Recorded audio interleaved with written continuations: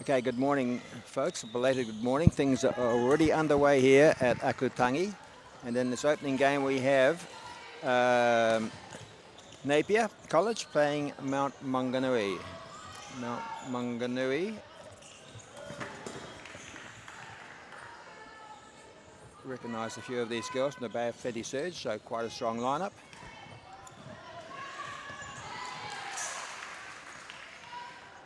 And we have Mount Maunganui in the red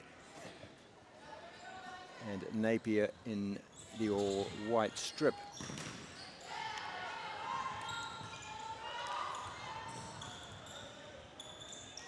Being held up there by Napier, Precious. One hits the floor and it's a free kick to Napier.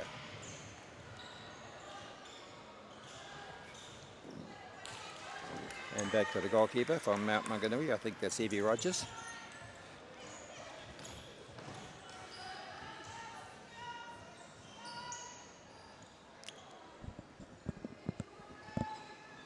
Napier with the kick in. Back to the fix though. Again, it'll be Napier.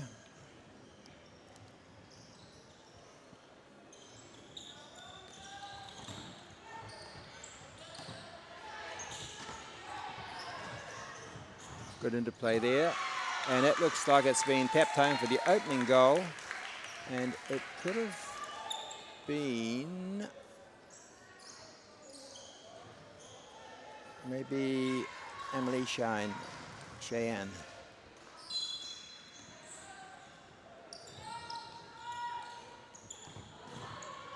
So an early goal and first goal of the tournament. We have, of course, the girls playing Monday, Tuesday, the boys playing towards the end of the week. Unfortunately, New Zealand Football is doing a great job getting some of these games streamed live to you. We only have the facilities and the ability to do the games on courts 11 and 12. That's the far court, and there's the trip, and going down is the goal scorer, Emily Shane.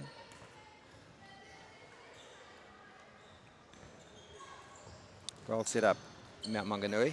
As I say, I recognise a number of these girls having played for the Bay of Plenty Surge. The Napier girls, not quite so well known to us here, but we'll get to know them through the tournament for you. It's a nice long ball. Trying to get on the end of it was Cameron. Cannot do so.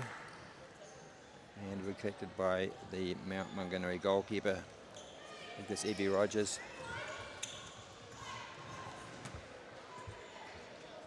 And that's young Lucy Tencent on the side here, who impressed me last week playing for Bay of Plenty Surge as an up-and-coming player. Nicely brought down the far side there by the flanker. Looks like play back to Chennai again. Played forward, can't be controlled though by Mount Maunganui. And so Napier bring it in. The Mount is pressing high.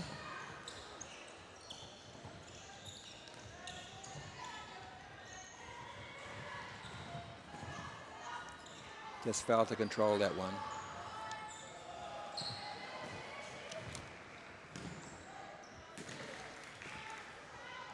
Kawasef puts it in and it goes back out again, and it'll be a roll in from the Napier keeper.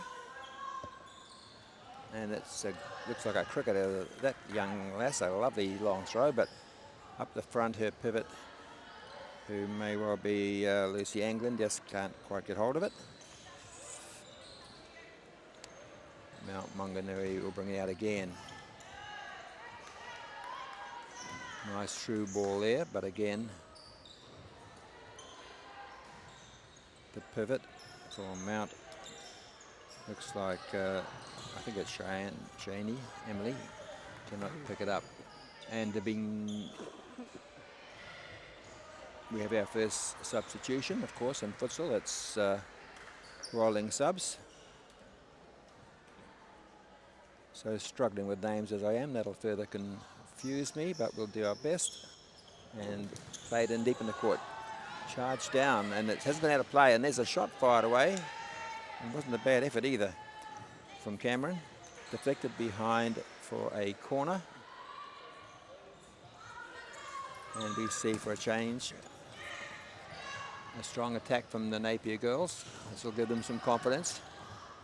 Put forward through to the pivot, Lucy Anglin, but that's cut out by Mount Maunganui. So Napier pressing. Ball played back, and a hopeful strike towards goal there. Doesn't trouble anyone. And throw in by the Mount. Nicely brought down by Shane. Lose the ball. It's won there by Napier. Cameron brings it forward. The ball deflects out, kick in to Mount Maunganui. Long ball. Looking to find the flanker. Tilby on the far side. Fails to do so. Napier ball.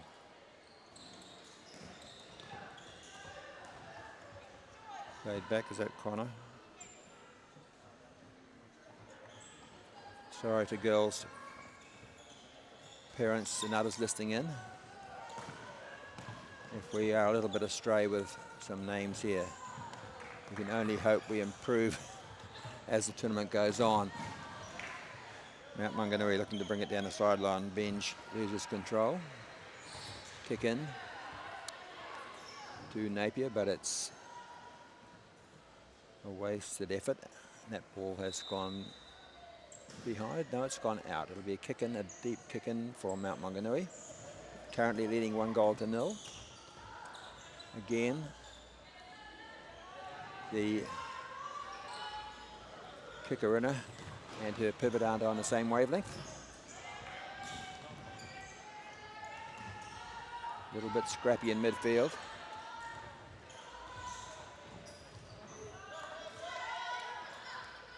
Put through to Tara Sense. She can't quite finish off. Goes long and collected by the Mount Maunganui goalkeeper. Will calm things down.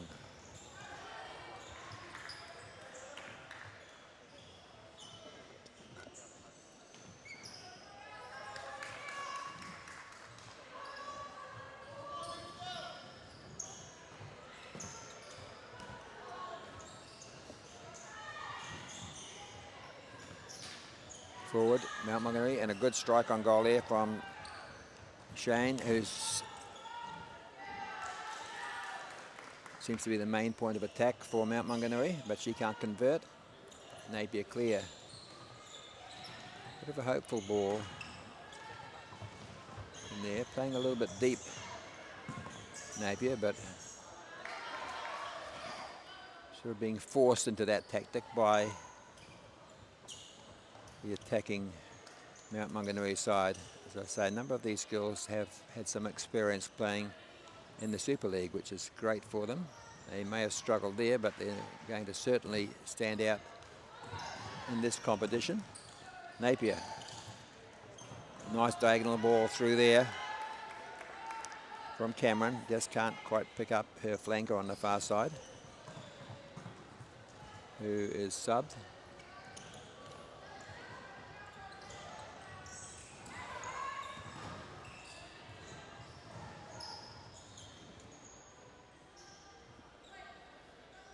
And the names we've got here somehow differ from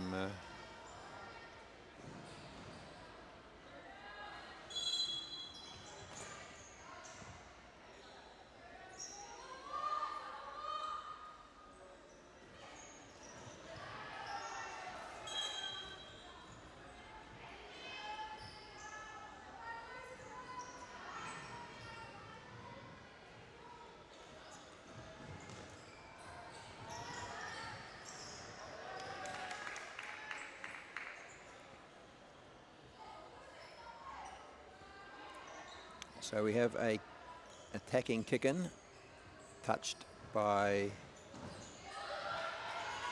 Maunganui. Nice ball across goal, but picked up and cleared by the Napier keeper. Certainly been the busier of the two to date.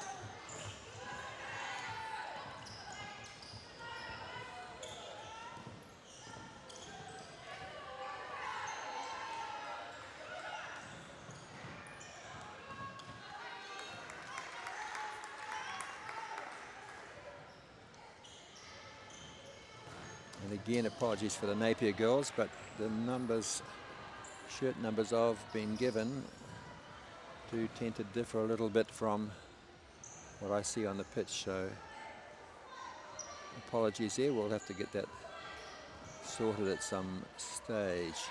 Napier again, looking to level the score here. Well controlled by their pivot up front. Just lacks a runner. Maunganui break, a little bit scrappy.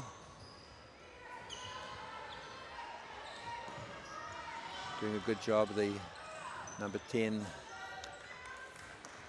for Napier, and certainly no 10 appears on my sheet. We have an unnamed Shirani, hopefully it's her. My mistake if I'm calling you by the wrong name. Again, it's got a little bit scrappy now, but Napier have a free kick.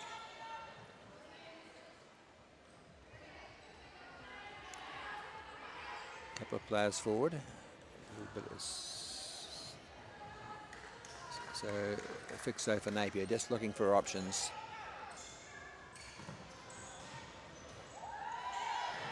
Might be O'Connor, fires it long, taken by the keeper for Maunganui.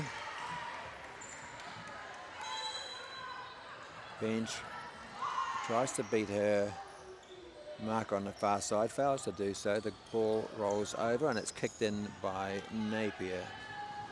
Deflected behind and Maunganui to clear it. You have 5 minutes left on the clock in this opening half.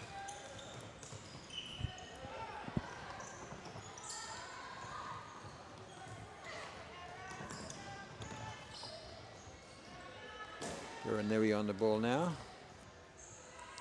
playing as a fixo at the back for Maunganui in the red. Long throw. Good little tussle there between Rangaru, the fixo for Maunganui, and the attacking number 10 for Napier. I'll have to confirm her name for you. She's doing a great job.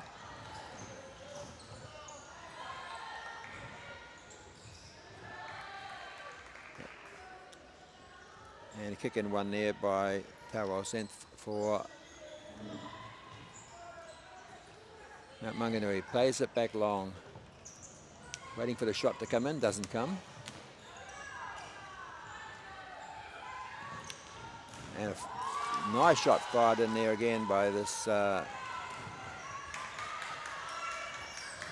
pivot for Napier, and then the fire on goal is returned by Young Tansef for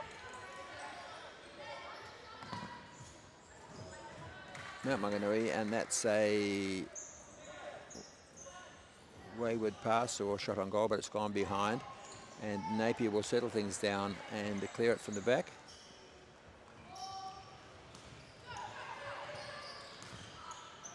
As we roll into the last 3 minutes of this opening half. Now Maunganui still clinging to a 1-goal lead.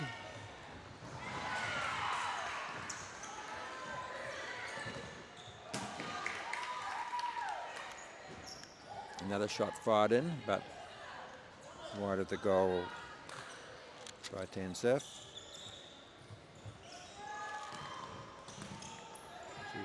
Tarasef. Ball played forward to Dolany for Napier. She is muscled off the ball.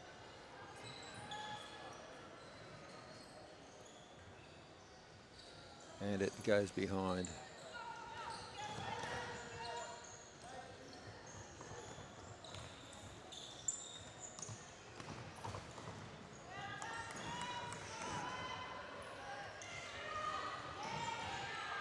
Maunganui trying to tidy up at the back for Mount Maunganui.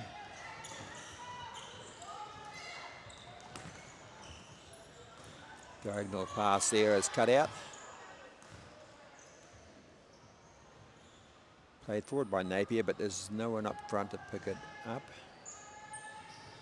Dolany has now gone forward to act as the pivot. So she'll be a target for the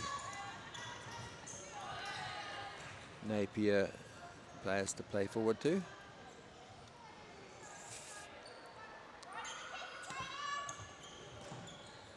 Kick in there, easy cut out by Rangaru. Coming forward again, Mount Maunganui.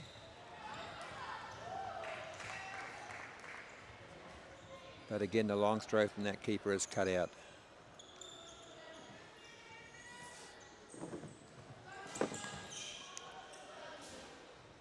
From the kick in. Could have been corner, but it's a hopeful shot directed well over the bar. Taken by the keeper. Oh, running in there, nearly cutting that out. The Napier.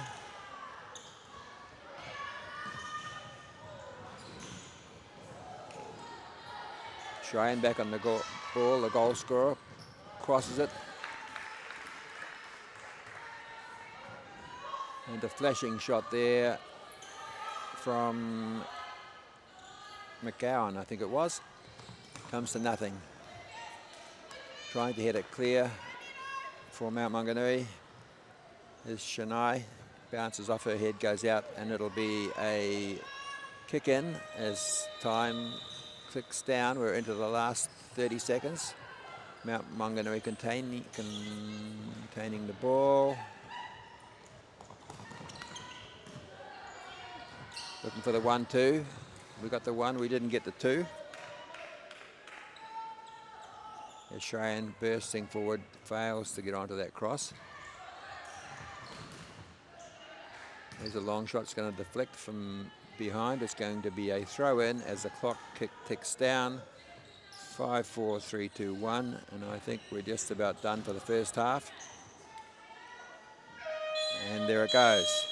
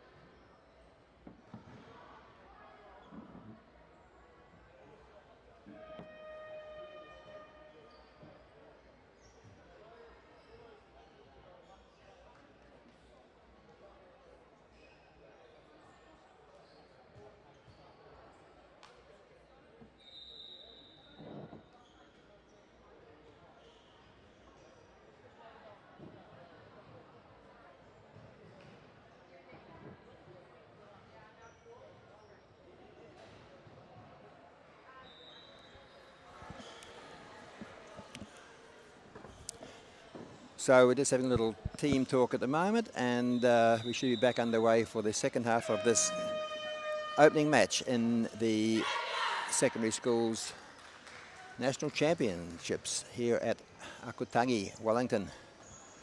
Akutangi, of course, something along the lines of the sounds and energy of the sea, which is appropriate as we're on the shore of Evans Bay in Wellington. Mount Maunganui with a 1-0 lead have kicked off. Hopefully I've sorted out a few of these girls' names, so apologies for the opening half where my shirt numbers were well astray.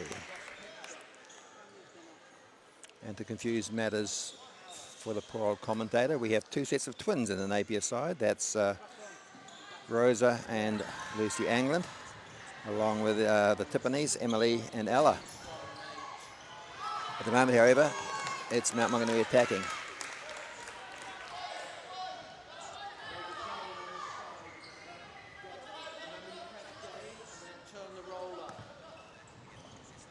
Thrown in by the Napier keeper, throws it long.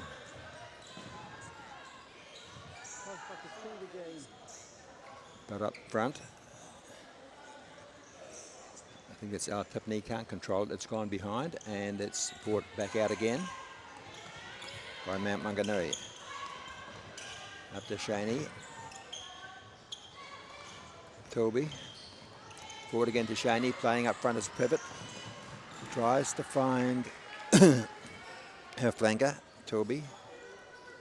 She can't get a foot on the ball. It's rolled over the touch lines and it's kicked in by Napier. Still trailing by 1-0.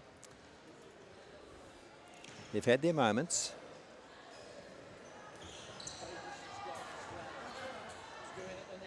That's a hopeful long ball there, and it's gone straight down to the Mount Maunganui keeper. Throws it back in.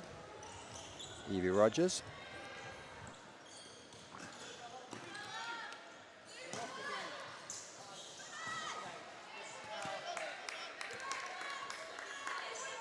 And it goes over the touchline, kicked in there by Tilby. Back to the fixo. Chennai appeals for a foul on Shaney, and it is awarded, and so we have a shot at goal here. The wall has been set up by Napier. Will they stand tall or will they duck?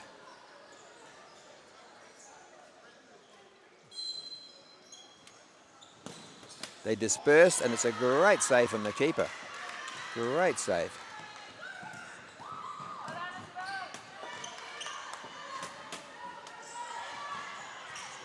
Score remains 1-1.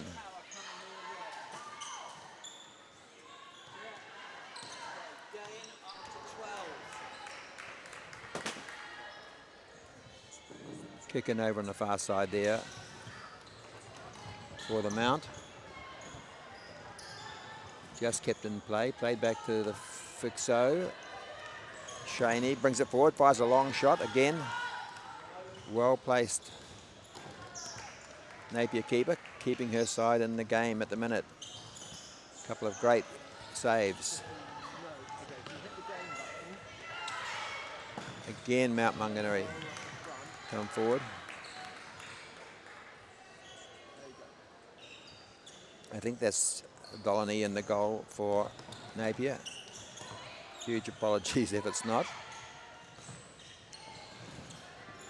She's certainly doing a great job at keeping Napier in the game. Mount Maunganui attacking, looking to flick it forward. Gets a deflection, I think. They think it does. No one's sure. And in the end, our ref decides it did. And it's a corner, taking long. And a nice driving shot kept low by Shaney. Doesn't find the goal, just wide. Napier bring it forward. Just lacking options running onto the ball, Napier. Just defending a little deep, as they're being forced to do by the strong Mount Maunganui side that has a number of girls who have made an appearance for the Bay of Plenty Surge in the Super League. So perhaps a little bit more experience, but Napier's certainly not taking a backward step, and a goal will show this game wide open. And there's a great chance, and again, Dolany, and I do hope it's her because she's having a wonderful game, comes out and saves that ball when it looked destined for the net. Mount Maunganui play it back. Shania at the back. Benz is back on pitch on the far side.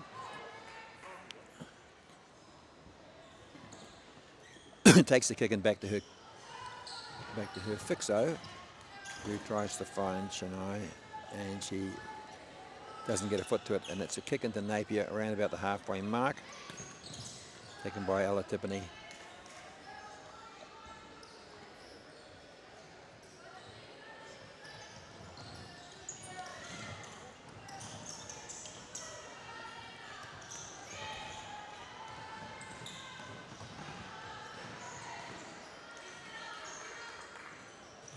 Dolny clears up. Good throw forward. Nice strong left arm there. I'd say a little bit of time maybe spent on a cricket pitch, but she's certainly keeping Napier in this game, who only trail by 1 at the minute. Shaney, one of the key players, playing up front as a pivot for Mount Maunganui. Again, she's on the ball. Again, just can't quite control that one.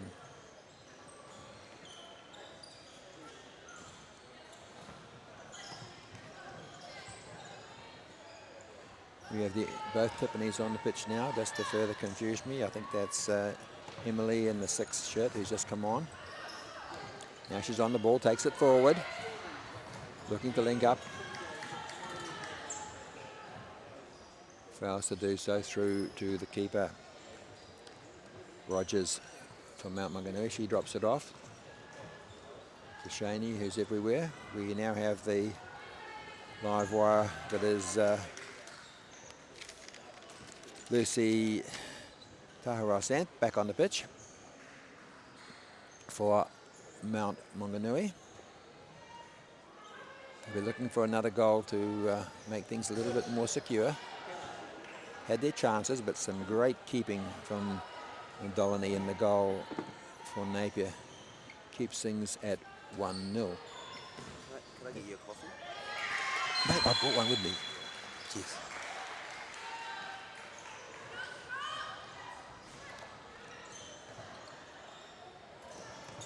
We're down to 10 minutes to go in this opening game of the secondary school series. I'm really looking forward to this series. It's great to see this young talent coming on. I have to apologise to those youngsters starting off who won't be getting to play on the main court, but their day will come. Keep at it, girls and boys, later in the week. And running through there, that was an opportunity, bit of a mix-up at the back from the mount. And again, growing in confidence, Napier.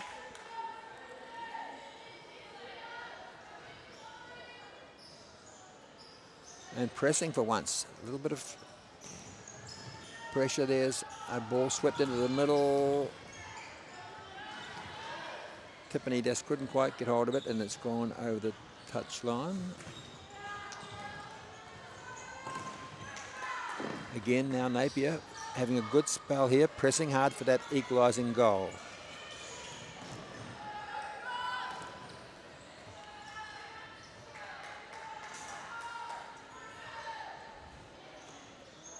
Mount Maunganui, after being in control, are just sort of losing their shape a little bit at the minute. Great play there.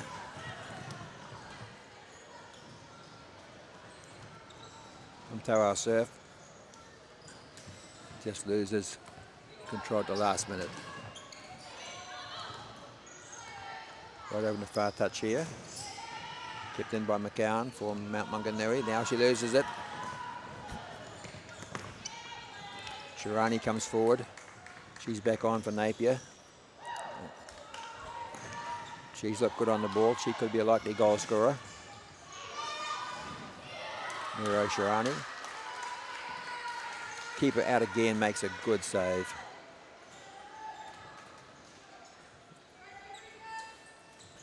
Mount Maunganui kick in. What have they got here? Played short.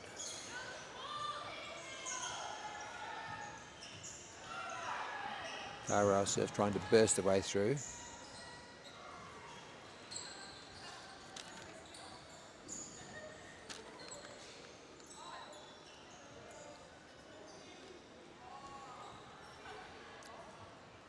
And gathers the ball for the kick in on the far side. Plays it back to Ruanui.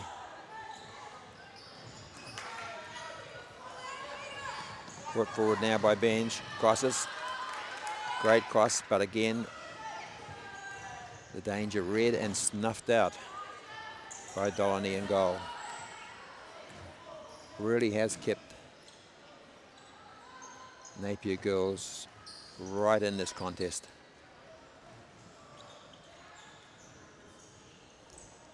A little over 6 minutes to go. And the Mount doing a lot of huffing and puffing, but just can't get that extra goal they want for a little bit of security. Clinging to an early 1-goal advantage. Ball deflected out there by Tilby. Lucy Anglin kicks in, plays it back to the Fixo. Misses the return ball. And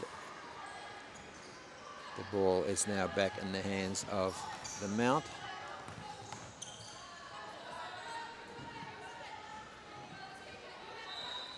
But it goes long and it'll be thrown in by Dolny. Goes long. Looking for Shirani up front, can't find her. Goes through to her opposite number, Rogers.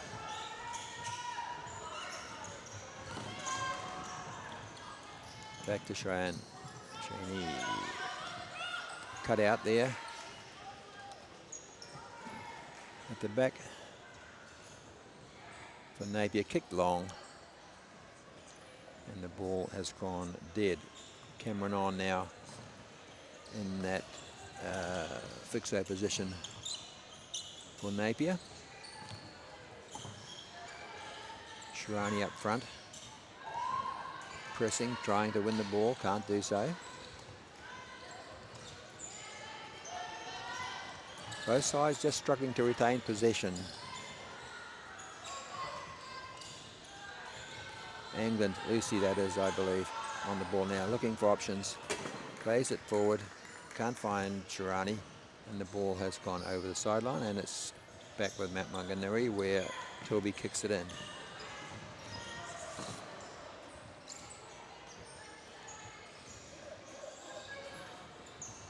Again, Toby kicks it in. England wins the ball off her, takes it down towards the corner, wins a kick in, the dangerous position here.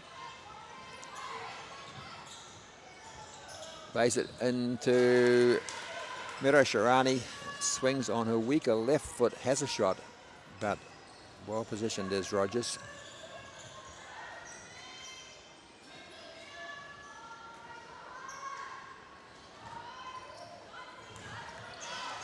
Tilby signals for the long ball, gets it, nice pass, and a great passage of play there, because that was a great diagonal pass, picked up by Tilby, fires on goal into the safe hands of Dolany in the Napier goal.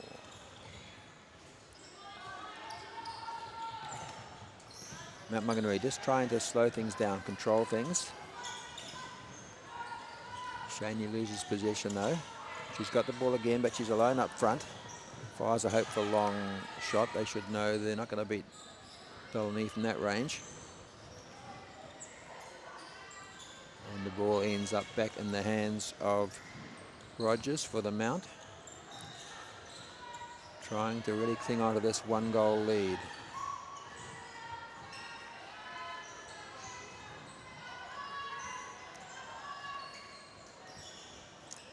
This opening game, there's a long shot from Shirani. Looks the most likely to score for Napier, I must say. Now here's a better run, bursting through. Bench, just can't link up with the runner, which was Tilby, who's been subbed. And on straight away is Rangaru.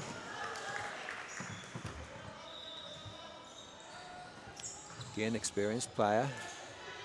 Got a strong fight on the pitch. Great play there from Rangaru. Spots the run of Shani, plays a nice through ball to her.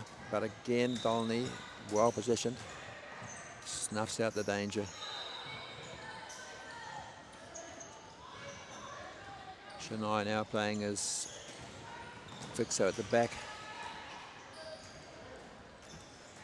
Tidying up. Mount being urged to hold the ball, lose it there. Hogarth gets hold of it, bursts through, can't get a shot away.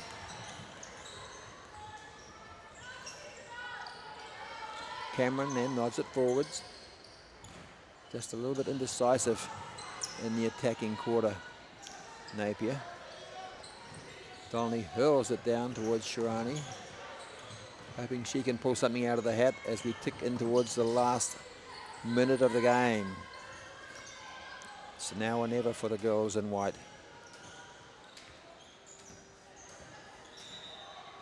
As Maunganui try to hang on to this 1-goal lead. Kick and touch, long shot. Again, like a broken record, it's into the safe hands of Dolany. Throws it long. Maunganui back with the ball. Some good interplay. Rangaru fires a long shot. That's, as per usual, well saved by Dolany. And we're down into the last 30 seconds. Referee has a word there. Now or never for Napier. Shirani can't get hold of that. The keeper bowls it out. 20 seconds. Maunganui just have to hang on to the ball. Fired across goal there. It's gone behind. We're counting down 10, 9, 8. Ball's out. 3 seconds, Napier girls. What can you do? Taken quickly by Rosa Angland, but unsuccessfully. And that, ladies and gentlemen, is the end of a very exciting opening game. And it's gone down 1-0 to Mount Maunganui.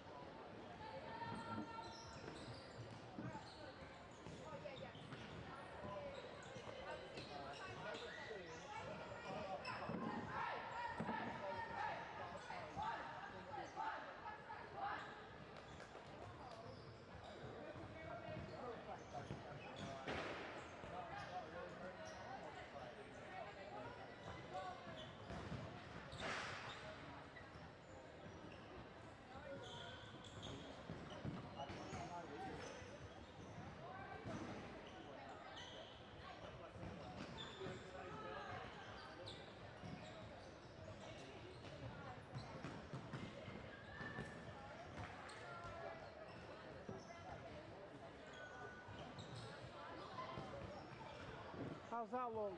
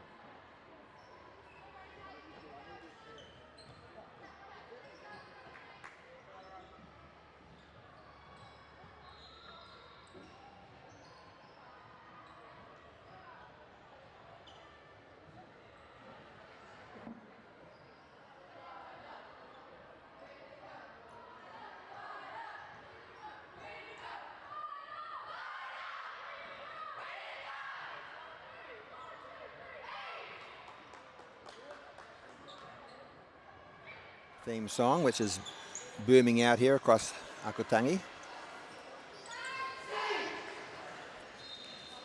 Wellington East taking on Sacred Heart of Napier in this second game of the girls' side of the National Futsal Championships. And thanks to New Zealand Football, we are able to live stream some games for you. And double thanks, of course, to Richard Bell, who organises all this and is a master at getting things onto YouTube, provided the games go off on time. So this should be an interesting clash. Forgive me if I'm a little tad parochial towards Wellington East girls squad, as being a Wellingtonian. That's the school of my daughter, who saw them win the odd title. They have a great record, actually. They'll be one of the form teams, I suspect, having been in either one or been in the finals the last 5 years. Their coach, Mike Dean, his daughter is one of them in this squad, is Emily Dean. Also plays as part of the capital squad. And of course, older daughter Liv, now playing for the Canterbury Pride. And we see Jessie Johns, the goalkeeper there, just wandering around. Is she looking for some gloves? A bib she's looking for. Jessie John, who is the keeper for Wellington East Girls College, also part of the capital squad, the third goalkeeper for the Super League team. She has had a couple of half games, so great to have someone of her experience and capability. A winner of the prestigious Olsen Cup from Wellington East this year, named, of course, after my daughter, not after myself. And East have kicked off, and we're in business. Fraser fires a shot forward. Playing up front for East, Isabella Temple at the minute.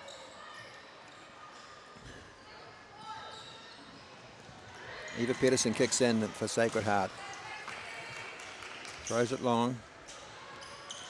Gracie Aitken can't control. The ball's gone out, kicked in. Taking a little bit of time. Could have just about used up her 4 seconds, but well controlled at the back there by Laura Bassenford, is it? And looking forward, finds the pivot and the first shot on goal. And it was a good attempt too from Charlotte Maya-Tucker. Johns gathers safely, throws it out. Throws it to Dean on the left flank. Shows the usual Dean speed down the sideline, but ball's deflected across for a corner, played long.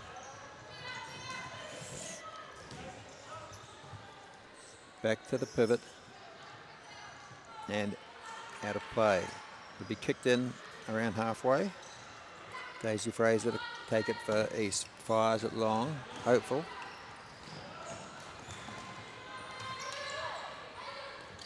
Cut out there by Hazel Marwick, showing a lot of tenacity.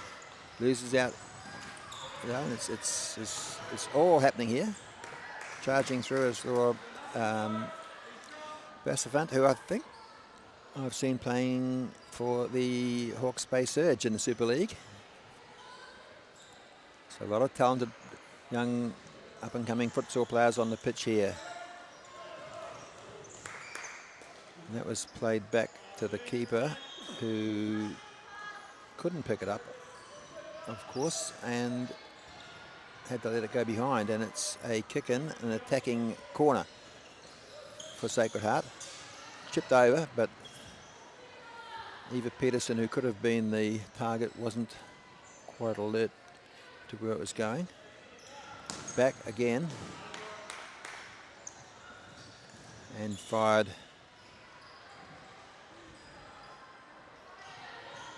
for Brasserton. Plays it up now to East. Temple muscled off the ball, coming forward at pace. Sacred Heart. Aiken tries to find Dean on the flank, can't do so, the ball's gone out. A little bit scrappy at the minute. Now Dean sets herself, fires a shot straight at the keeper.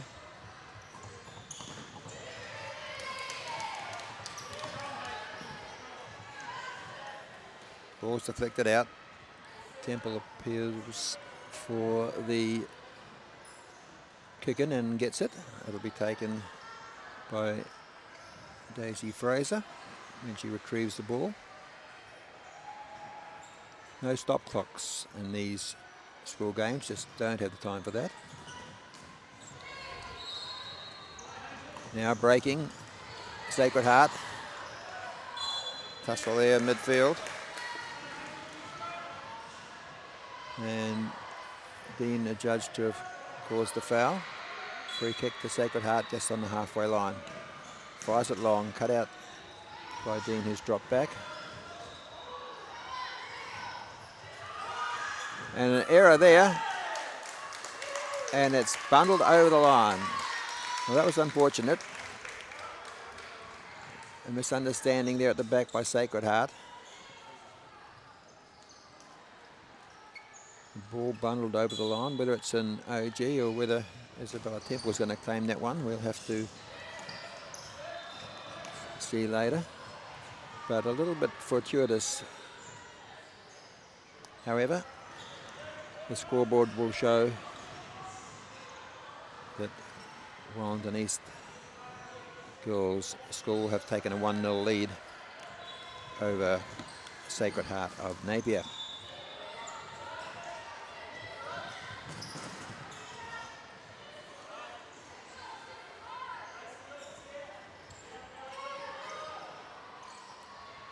Sacred Heart kick in.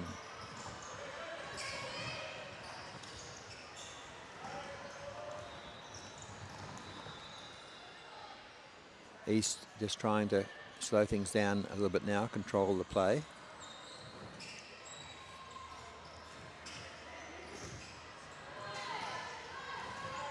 Sacred Heart come forward. Looking for Maya Tucker up front. Brass front on the ball.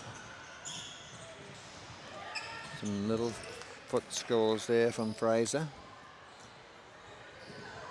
Ball's taken off her toe. And a kick in for Sacred Heart.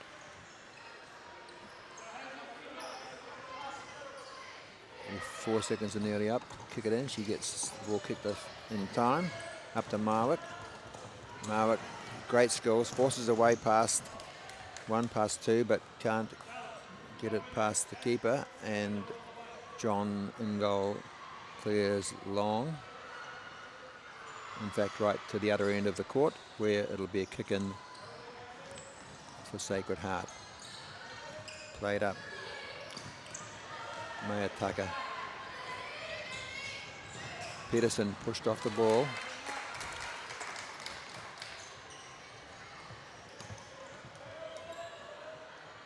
And now we see a full change for East.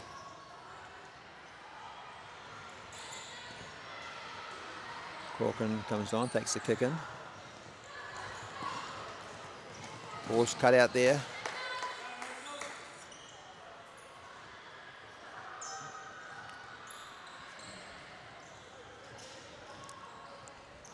East come away with the ball. Good link-up play there.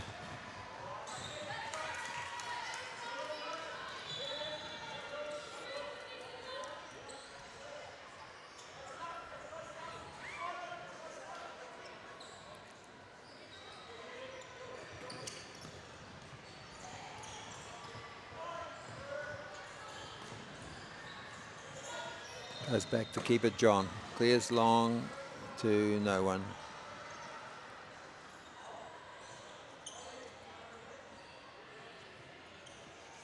Squire playing up as a pivot for East.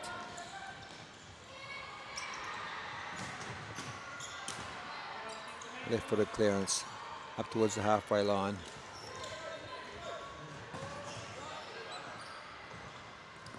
Corkin gets the ball forward, loses it, and away comes Sacred Heart. They lose out.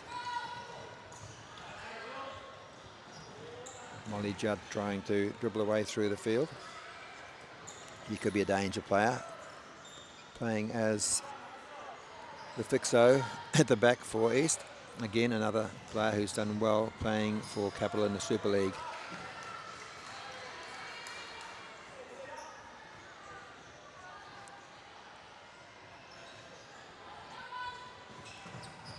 East press high. Nice ball from Judd, goes across. Squire just can't deflect it towards the goal, and it's cleared by Sacred Heart. Again, Judd with the ball, again trying to pick out Squire, does so. Squire fires a shot, and that is good play from Wellington East. Coach Mike Dean looks to be very happy with that. And Wellington East ease out to a 2-goal lead. We're midway through the opening stanza. Sacred Heart now needing to press and get themselves back in the game.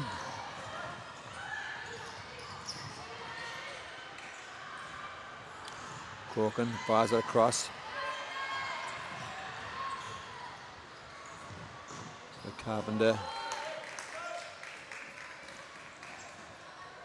Certainly the intensity and the attacking abilities of Wellington East have improved with Molly Judd directing things.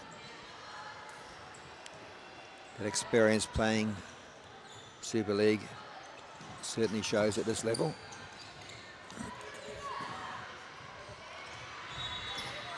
Corkin again fires it across the Squires, can't get a foot on it. Back to Judd, out to the Carpenter. She brings it forward, beats one, passes a nice pass out the side to Corkin. Fires along, a rather hopeful shot, not much venom behind it. Easy, picked up by the keeper. Cleared down long, and John will wander across and retrieve it and throw the ball in for East. Fires it up towards her pivot. Squire, she can't do much with it, and eventually the ball has gone out of play, and Sacred Heart get it back. Peterson has played it back for a shot on goal, but it's picked up by John. Once again, Sacred Heart trying to break, but they're quickly closed down. There's a lot of pressure from East, putting the pressure on the minute they lose the ball.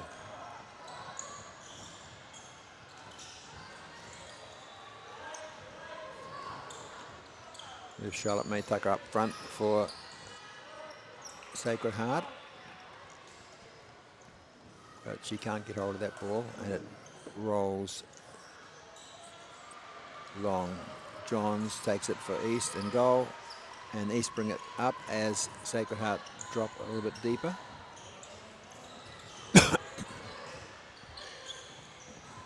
Marwick, good skills on the ball for Sacred Heart, brings it forward, finds a pivot, breaks clear.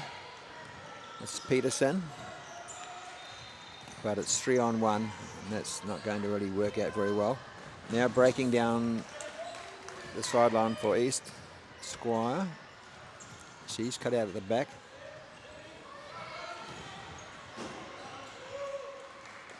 And Pepper Wells in goal for Sacred Heart. Tidies up and will throw the ball in.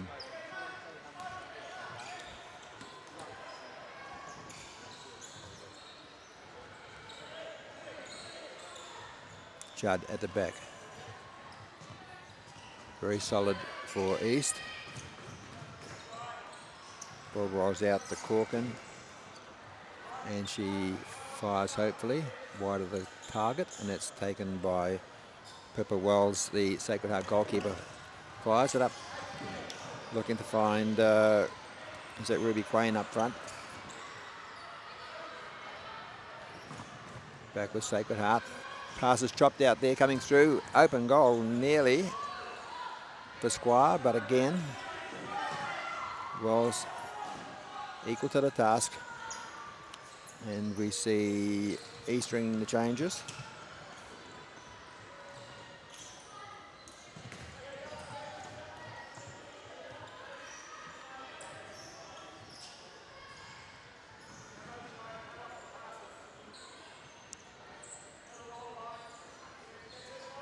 Four minutes left in this opening half.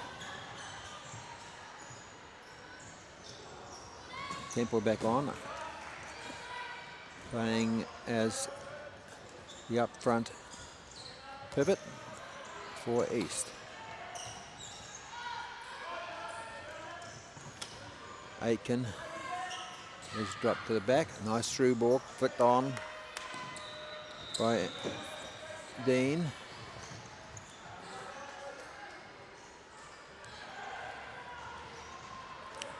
And eventually the ball has gone out of court, kicked in for Sacred Heart. Peterson loses it. Going down the right flank and firing a shot in is Dean. Taken by the keeper, cleared. Bursting through the middle there with a great run is Hazel Marwick, and that is a great run. Beats one, beats two, and with a right-footed shot beats the keeper. Well-deserved goal, well worked. And that brings the game alive, 2-1.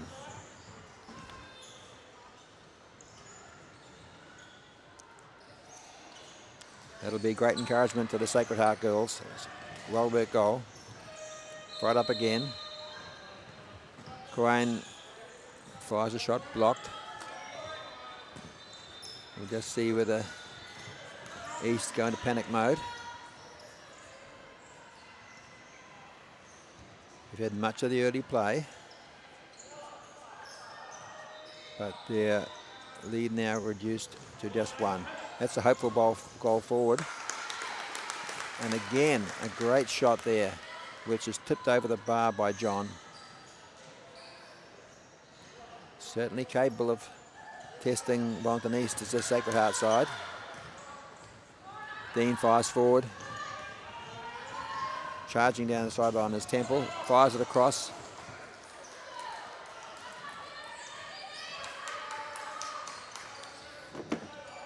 Cleared by Wells. Again, skills from Temple.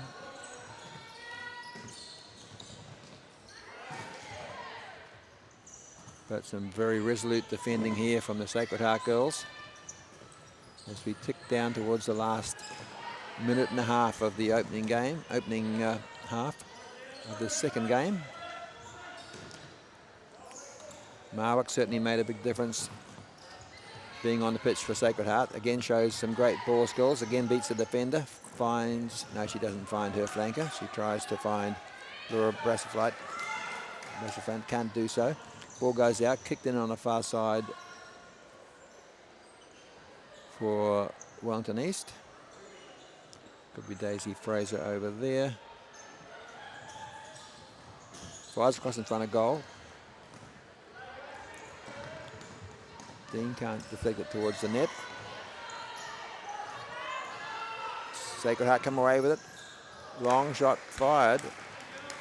John a little bit unsighted in goal, but fortunately it's just gone wide of the goal and gone behind, and John to throw it in for East as the clock ticks down.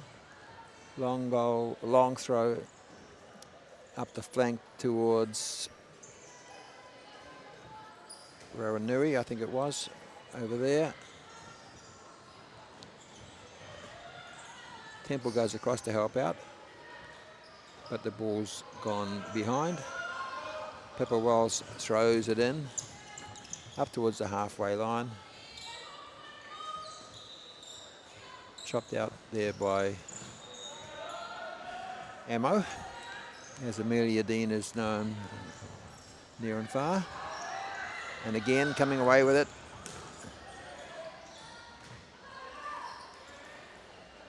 The Sacred Heart,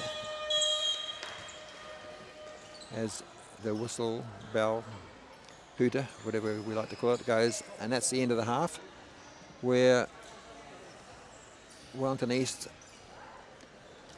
probably one of the tournament favourites, go in with a not all that convincing 2-1 lead. So full credit to the Sacred Heart girls. Under the pump early, but came back. Great individual effort there from Hazel Marwick to get them right back in this game. So all to play for when we come back in a couple of minutes for the second half.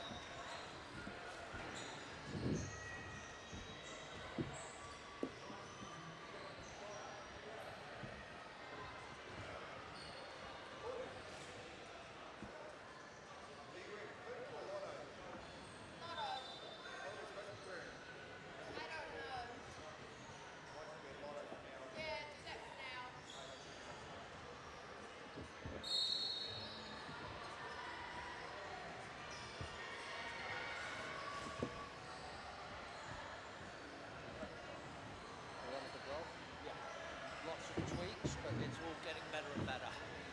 Gradually improve.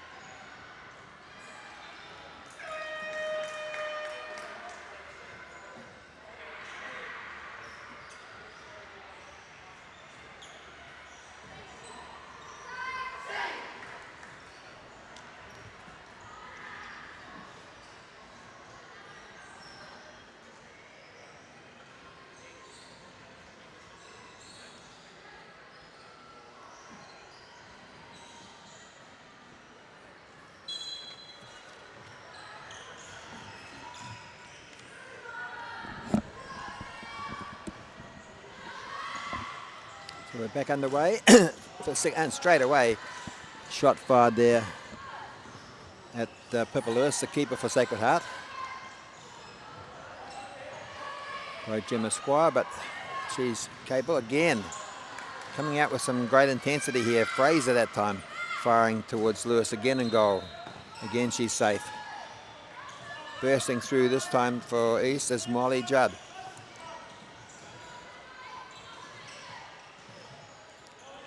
Back heel. Cross pass. That would have been a pretty goal, but it just failed to find the net at the vital stage. Certainly East looking much more dangerous with Judd back on the court. Playing as the fixer at the back, directing play. And it's easy to see why she's part of the successful Capital Super League side. On the ball again, Judd dribbles forward, tries to find Le Carpenter, but the ball has rolled out. Micah Dickens kicks in, plays it for centre court. Over on the far side there for Sacred Heart. Peterson. Back again with Dickens. Plays it back long to Brassington at the back. Also been very solid at the back for Sacred Heart. Just not looking quite so dangerous in the attacking third as their opponents. Wellington East placed there. That looks like a Shingo Inga trick. On the sideline, back to Judd, back to the Carpenter. Played long. Nice skill there. Fraser beats one. Can't beat the keeper. We see a sub here for Sacred Heart. Maya Tucker comes on. Ball with East, trying to set herself for a shot. There's Judd and fired a left-footed shot. Fast clearance there. Great play. Charlotte Maya Tucker nearly getting on the ball. Coming out well to smother things was the experienced Jessie John in goal. Hopeful shot there from Laura Brassington. Blocked. 2-on-1 now for East. If they can get the ball across. Oh, fired a shot and goal when Le Carpenter was possibly the better option. It was Jimmy Masquire firing that shot across. Back to Judd. Long diagonal. Waving a hopeful foot at it with Squire, but the ball deflects off her foot and goes up onto the top level, heading towards the flight path of someone landing at Wellington Airport. Sacred Heart lose control there. The Carpenter gets the ball back, plays the ball across goal, but nicely positioned for the cutout there was Brassington. She's had a solid game for Sacred Heart. Still just trailed by a goal.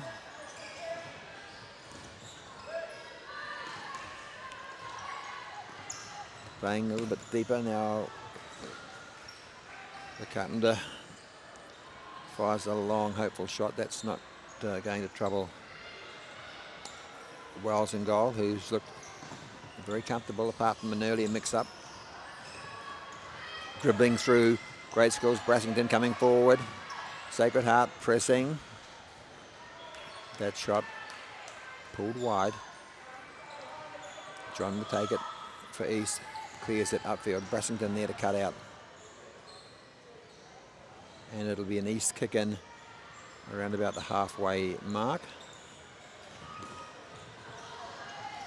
Back to Judd, trying to pick up one of her flankers. The Carpenter trying to come through, can't. Judd has it again. Runs through 1, 2, 3 players, goes a little bit too far, loses the ball. bursting through now, Sacred Heart.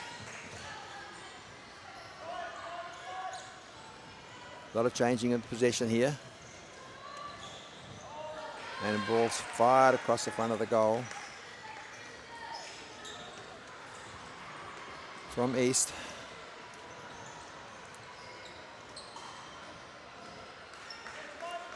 And Squire again.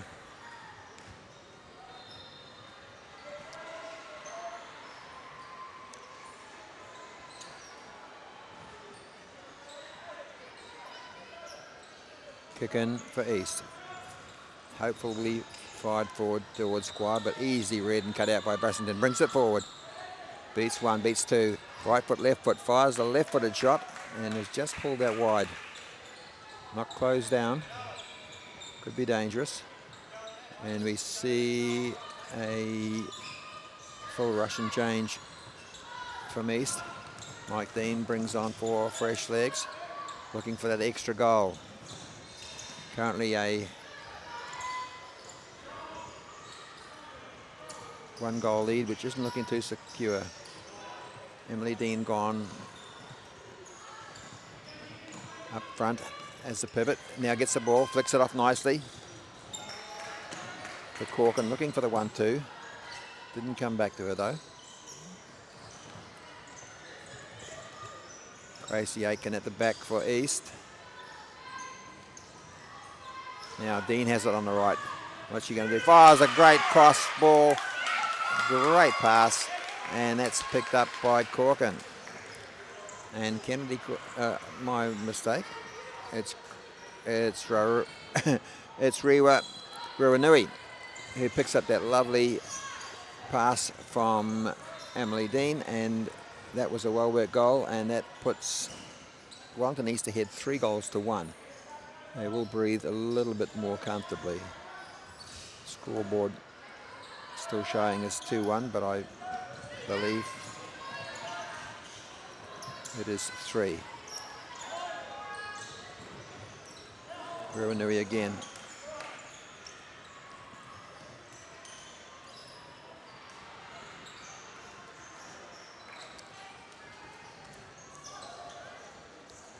Sacred Heart make a change, bring on their goal scorer, the very impressive Hazel Marwick. Be asking her to repeat the feat. She's being attacked there by 2 East girls. Eventually goes down. The referee waves play on. Dean fires a shot. Ball's deflected high.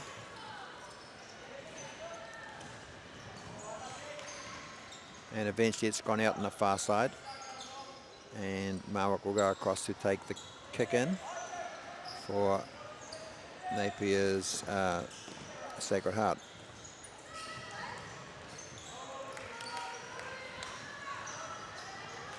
Sacred Heart actually won the Hawke's Bay Challenge Cup for secondary schools, I believe, so very competent side.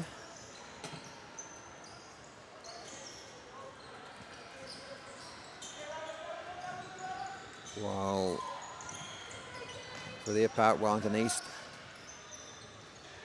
quite a heritage in this cup, in this championship, having been in the finals, I think 5 past years, have finished first or second. Now Amodine comes through on it, can't control it. Ball's bundled out, and it's back for a Sacred Heart kick in. Back to the very impressive Marwick. She fires it up court.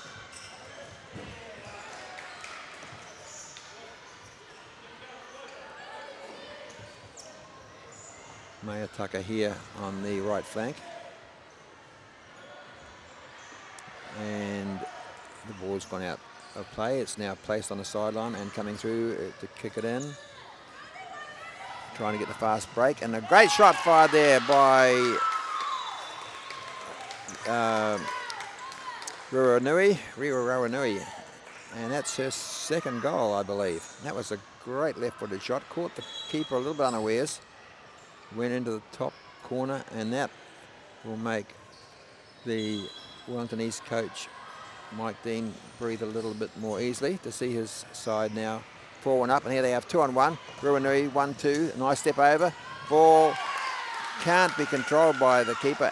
Dean is on hand to knock it home. That's a typical Dean goal.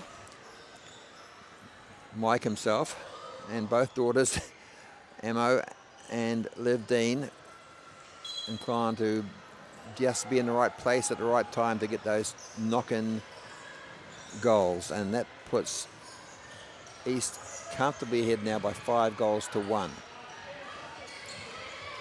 Possibly one of the competition's favourites. And again they break, again 2-on-1. Can the ball be crossed there? Making a great run up the sideline here was Ruanui, who certainly had a big impact since she's come on. But they couldn't find her.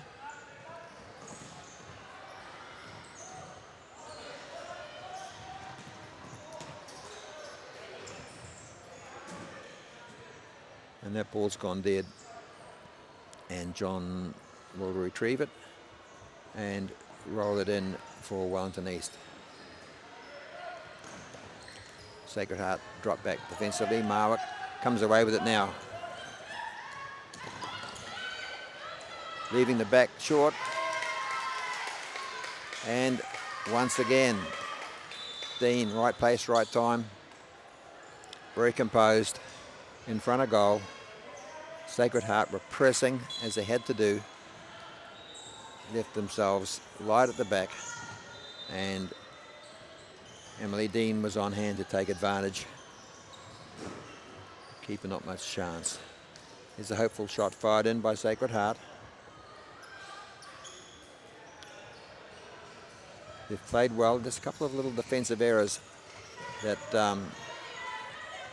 East have taken full advantage of. Ruanui fires a long shot. That's not going to trouble Wells in goal.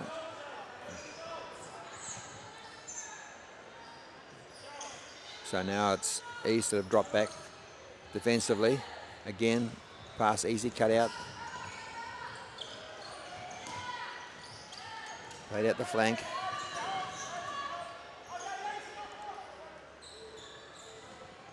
And Mike Dean rings the changes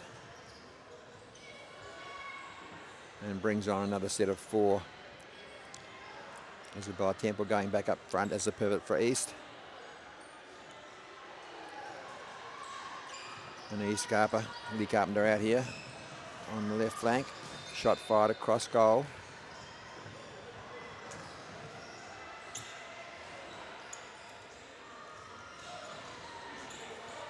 Back to Carpenter. What can she do with it? Tries to pick out Temple. Does so. But then it's lost out.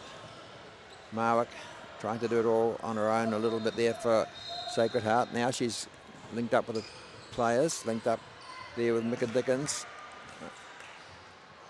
But again, the attack breaks down. And it'll be East with a commanding 6-1 lead. 4 minutes to go.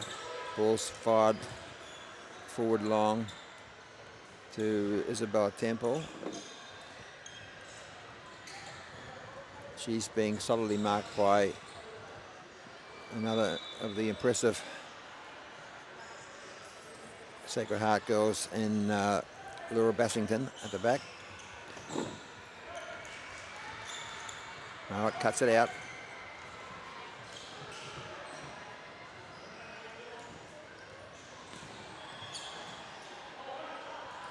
There's a long ball floated, hopefully forward, taken by the Sacred Heart keeper. Judd's back on the pitch to tighten things up, just controlling things for East. Cross court pass to Lee Carpenter. Dean floating around up front, looking for the ball. They can't find her.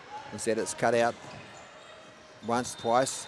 Comes back to Judd, fires a left-footed shot and pulls it just wide of the goal, and that'll be a roll in to Sacred Heart. Keeper looks at her options, possibly looking for Maya Tucker up front. Loses out. Bursting forward is Temple. Finds the player, plays it back to Carpenter, and it's a pretty straightforward tap in. So after struggling initially, their passes are finding the mark for East now. And they're showing some of the form that will make them one of the teams to beat as they ease out to a 7-1 advantage. I'm not sure if that's a fair indication of the play. The Sacred Heart girls have stuck to their guns, had some good moments, but just aren't getting that finishing touch that the East girls are getting in front of goal. Again, breaking forward Marwick. She's been dangerous, but lacks a bit of support. Ball's cut out. You're all right, guys.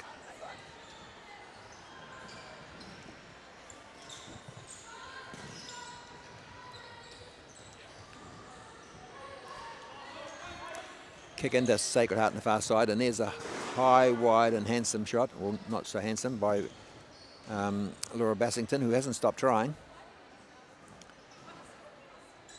But that's sailed over the goal, and Johns will throw it in for East. Throws it long and out of play around about the halfway line, where the kick-in will be taken by the Carpenter. One of the flanker plays it back to Judd. Plays it forward to Temple. Fires a shot in, stopped by the feet of Wells and goal. Coming away with it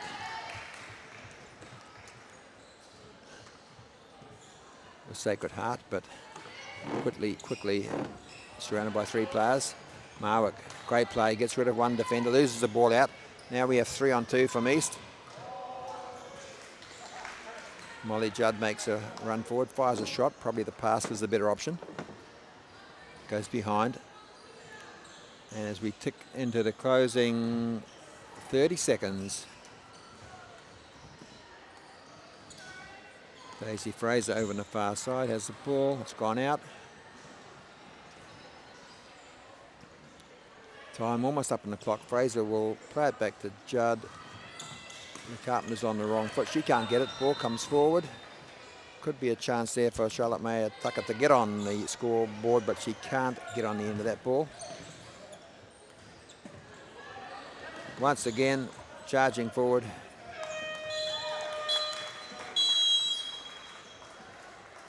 Was Hazel Mark, but she couldn't repeat her earlier effort of scoring a goal.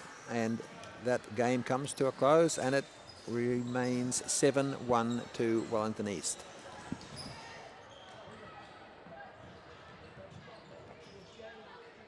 That's what I'm just looking at now.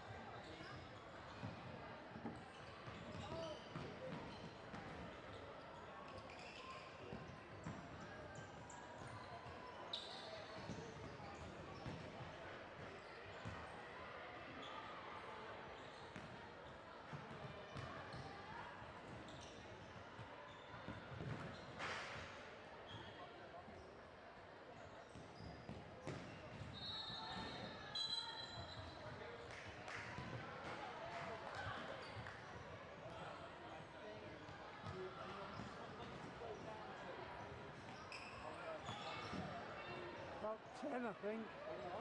10.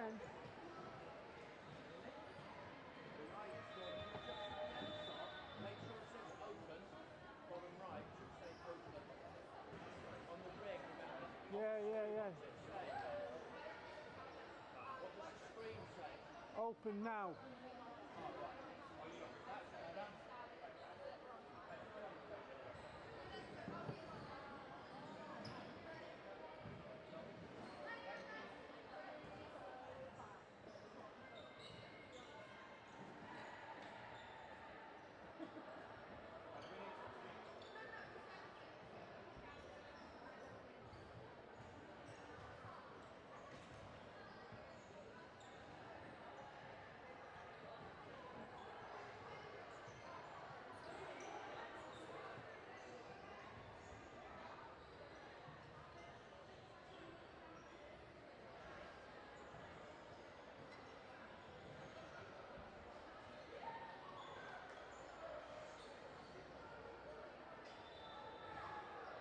When you've gone, mate, when you kick off, I'm going to go and get some paper and something like that.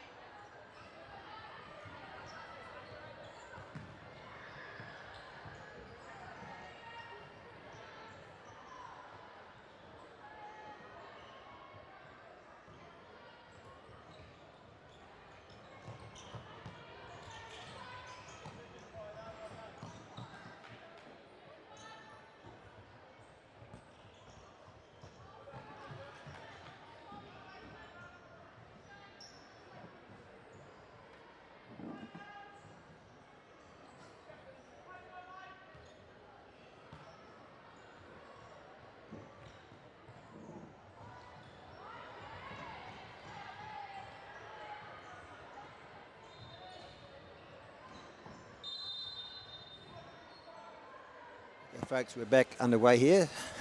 Slight delay while we tried to get some girls' numbers. And we have Waikato Geiselton playing Mount Albert Grammar. Mags in their familiar dark blue strip, as I recall from back in the day. Great record in this secondary schools championships. Recall one very strong athletic Grace Jarley putting my daughter's side to the sword occasionally. At the moment it's 0-0 and seems fairly evenly praised. as Emily de Please attacking down the left-hand side. The ball goes back to Dio. Out on the flank here. Skylar Means cut out.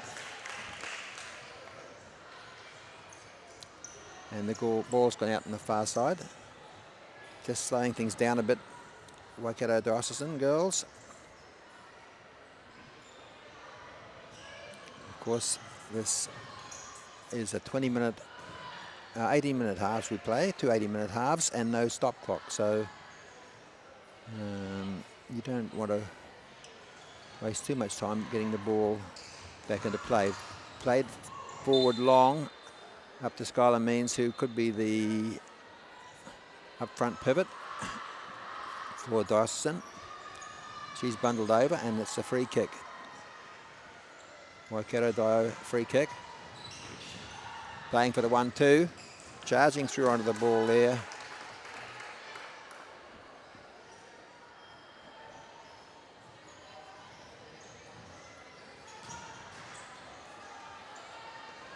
And firing a shot which hits the side of the goal.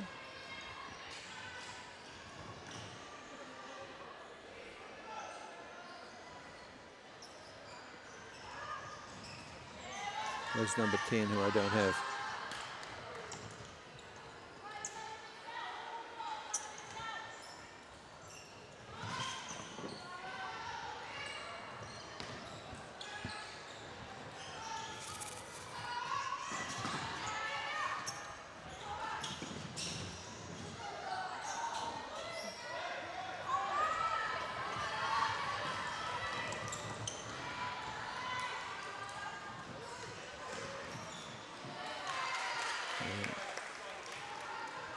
No, I'm just thinking my haste to get these numbers, girls, and that, yes, I have made an error here, and I've given you the wrong colours. It's, for once, it is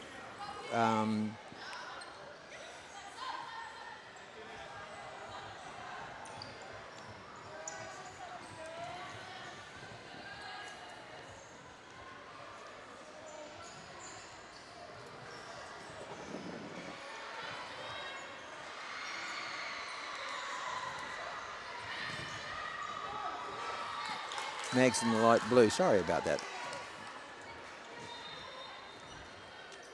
For some reason I thought they played in dark blue, so we'll try to get organised. And that is definitely Mia Humphrey. I've seen her playing for the Surge, I believe, or Waikato Rapids, and did very well. So again, we have some of these girls coming back to play for their colleges after being in the Super League teams. So that's been great experience for them.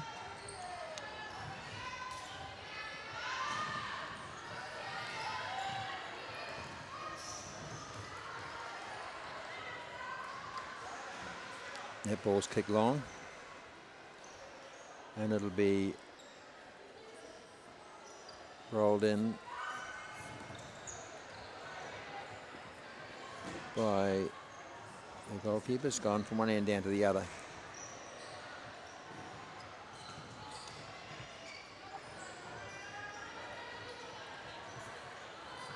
Looking to find Robson up the front. That doesn't eventuate, and the ball's rolled out.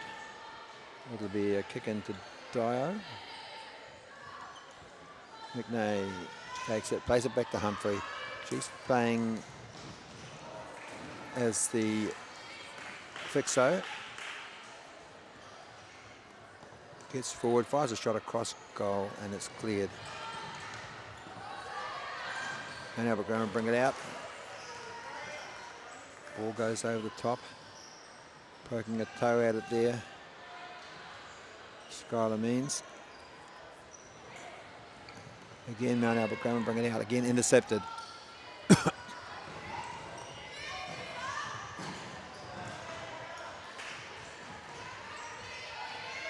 Now, Mount Albert Graham have it.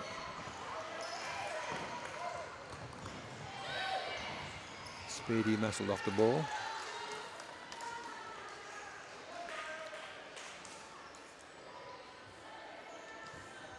Mags kick in, plays it back to the fixo. Loses out. Humphrey comes away. 1-2 on one here. Probably deserved a better fate, but great goalkeeping there from Miranda Flexman. Is it in goal?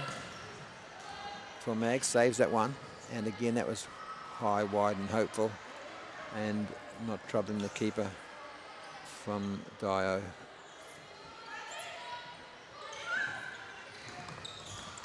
Flexman throws it in.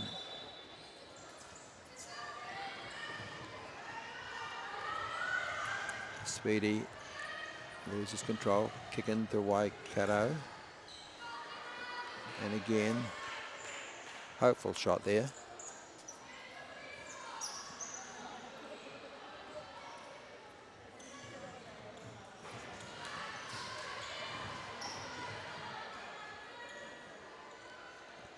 Humphrey chops it out. She'd be a danger player for Waikato Diocesan. She gets the kick in now. Plays it back to Hay. Back to Humphrey. And back to Hay, the fixer, who puts out of play.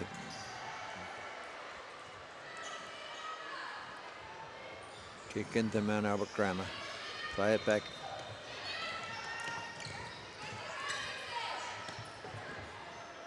The Pledge tries to bring it up the far side here, loses control. Kick in by McNay. Humphrey. She gets robbed of the ball. Great chance there for Mount Albert Grammar coming forward, but just unable to pick out Emma Speedy, who was making the run. Nice long diagonal from Waikato Dio, taken by Alexis McNay. Played forward to Skylar Mearns on the far side. She can't control it, and it goes out, and it'll be kicked in there by Mount Albert Grammar. Played back to their fixer, Emily de Pledge. No score in this game, and we see Megs getting ready to do the old Russian change, bring on 4 fresh players.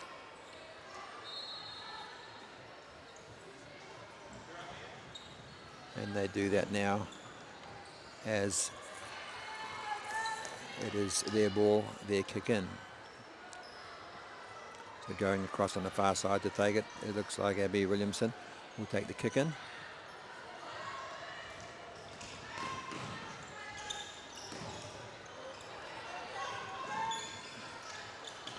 Chisholm gets in there, tries to find Robson, who's up front. O'Neill fights for the ball on this near side, but it is deemed a kick in, and McNay will take that for Waikato Diocesan. Now Mags come forward. The Pledge plays it back. The ball has gone out of play on the far side. Do we have a set play? Not really. And great skill there. That was a shot fired on goal.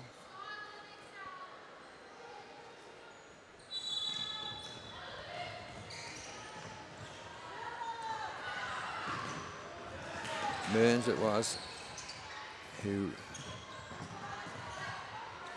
robbed the ball and fired a shot, but it went wide. Pretty evenly poised this game to date. No one yet to trouble the scorers. Played back to Chisholm. Mags come forward. O'Neill chopped out, kicked in by McNay. Fires it forward to Duggan. Sorry, Duggan.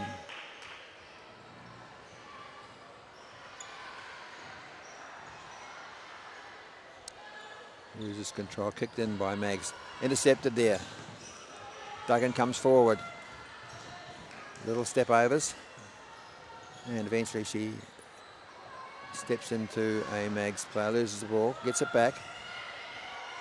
Chisholm brings it away from the back. Strong player.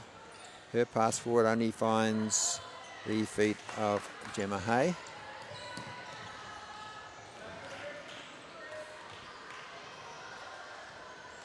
But it's gone out again. A little bit scrappy, these sides, just struggling to put passes together. McNay brings it forward. For Waikato. Loses possession, kick in on the far side to Mount Albert Grammar. Looking for runners. There's none there at the minute.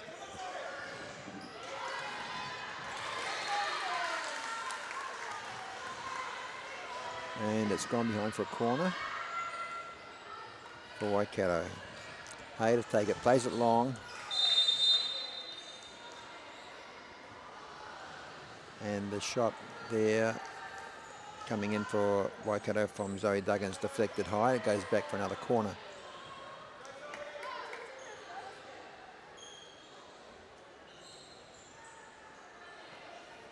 In second thoughts, the referee has said no, that could have been a handball, I think, so he's awarded a free kick. Just getting the Mags ball back. This is a question, will those girls stand tall or will they duck? Over the ball, Zoe Duggan takes a big run up. This is going to come in hard and fast. And it is well done by the wall. But the referee has seen something there and awarded a yellow card. Whether that touched a hand or were they not back the 5 yards, but the referee has found a free kick right on the edge of the circle. 3 in the wall for Mount Albert Grammar. Pulled right back, nearly they'll be blocking the goalkeeper's view just about. The goalkeeper's gone in front of them. The goalkeeper has gone behind them. Miranda Flexman in goal. Humming and hurrying where to put herself as the ball's flicked off. Quite a good move, but ultimately the shot goes wide. So a little bit of indecision there all around. But Mount Albert Grammar survived that scare. And it remains scoreless as we get into the final minute and a half of the first half. Nice goals there.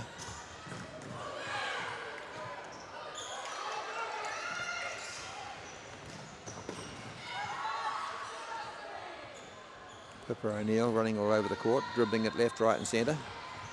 Feeding it back into Robson. She loses control and the ball goes over the sideline. We have looks like a 1, 2, 3, possibly 4, 3.5, 4 change for Mount Albert Grammar. The last minute of the first half. Cross pass is chopped out. And on this near side, looks like Speedy just couldn't control it. Kicked in by Tyler Webster.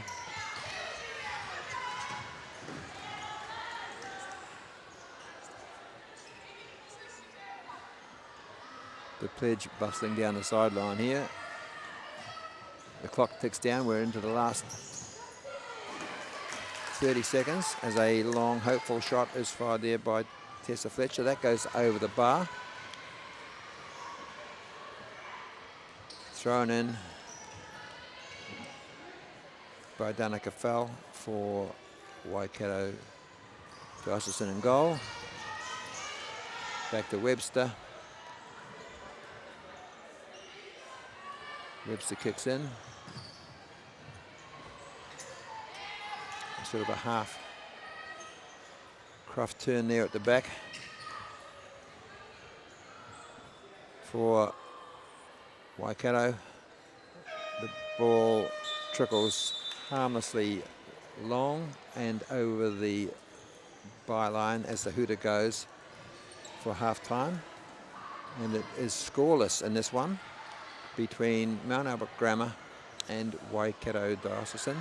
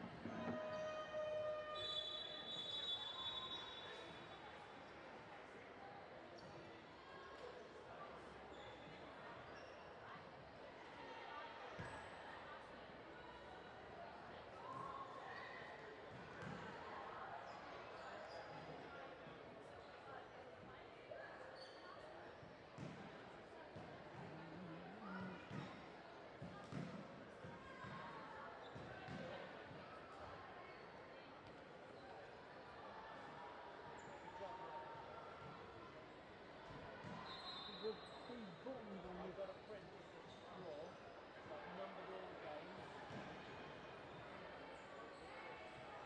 Next game number 4 is Hillcrest Rangaru. So I've numbered all the games.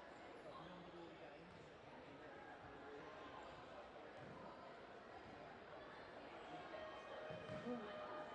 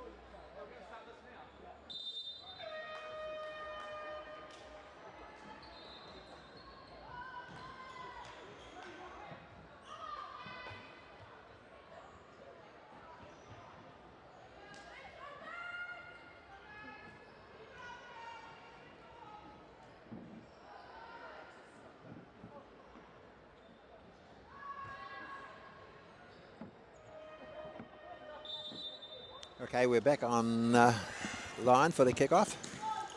Very important to keep these games on time, or otherwise the streaming window via YouTube will close on us, which won't impress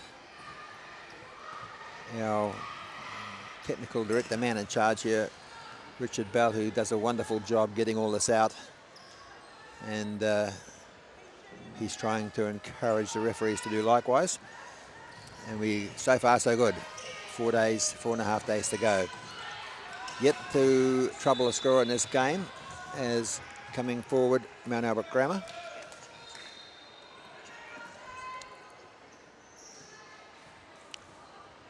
18-minute halves with no stop clock in these games. Many games to get through over the next 4 or 5 days. And so sorry we can't bring you more live coverage, but at the moment we are restricted to this main court, courts 11 and 12. If you're looking at your program, score sheet, whatever. And the impressive Mia Humphrey, who I've seen play well for Waikato, the Rapids and the Super League. Flicks the ball forward, it's cut out. Goes back to the keeper for Waikato Dio. Danica Fell, she rolls it in, coming forward, Humphrey again. Ball just gets away from her, rolls dead. And this time it'll be the opposing keeper, Miranda Flexman, to fire it in. Looks for her pivot.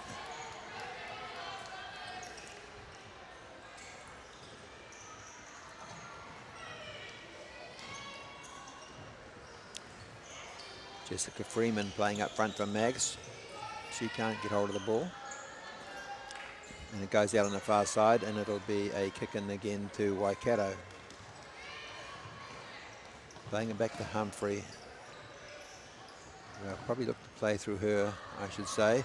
Plays a nice diagonal down to the far corner. Running onto it was Tyler Webster. She just can't quite bring it under control. They get the kick in. Humphrey puts the nice ball across goal, but there's no one there to knock it home. Pressing hard in this opening stanza. Zoe Duggan up front.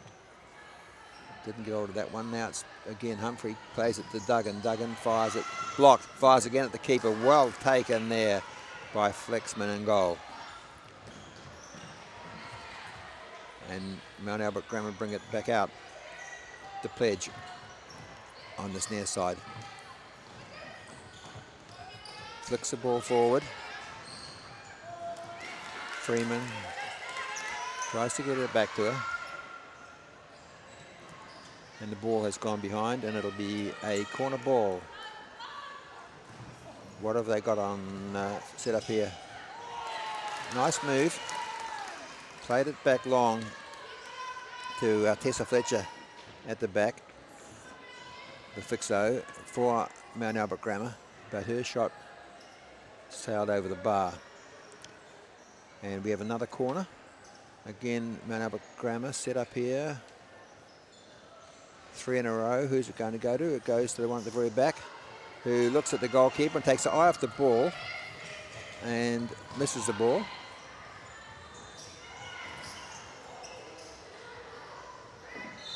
That was Evie Fraser.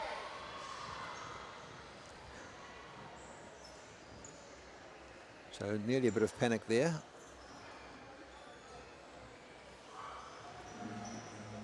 Not very Fraser-like. Of course, our star, that is Macy Fraser, not from Mount Albert Grammar, but from Rangaru in the south. Featured in this tournament for many years.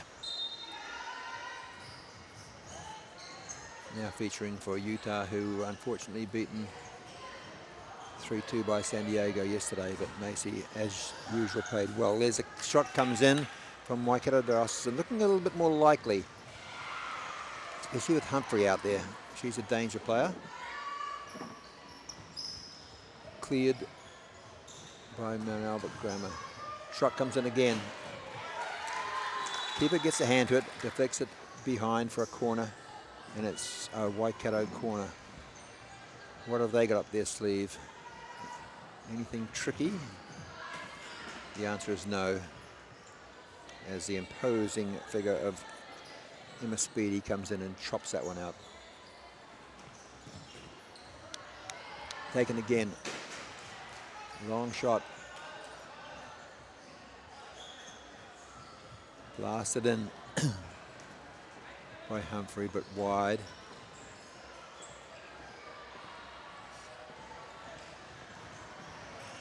Thrown in wide, long Up to Robson. She can't control it. Goes back to Waikato. And their shot goes wide of the goal.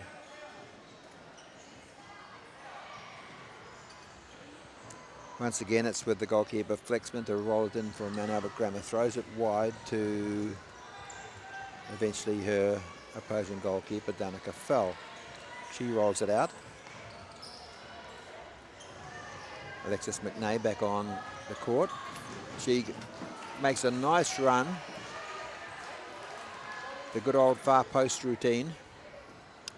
But she fails to capitalise, just can't get a foot to it. And the ball flashes across behind. Mount Albert Grammar thrown in again. Also Robson up top, she can't get it. Ball's robbed here. Nearly came back to Humphrey for Waikato. She may well take this kick, and she does. Beats one player, doesn't beat the second, and the ball dribbles out. That came to nothing, and it'll be Mount Albert Grammar with a chance to get the ball forward. Up to Robson.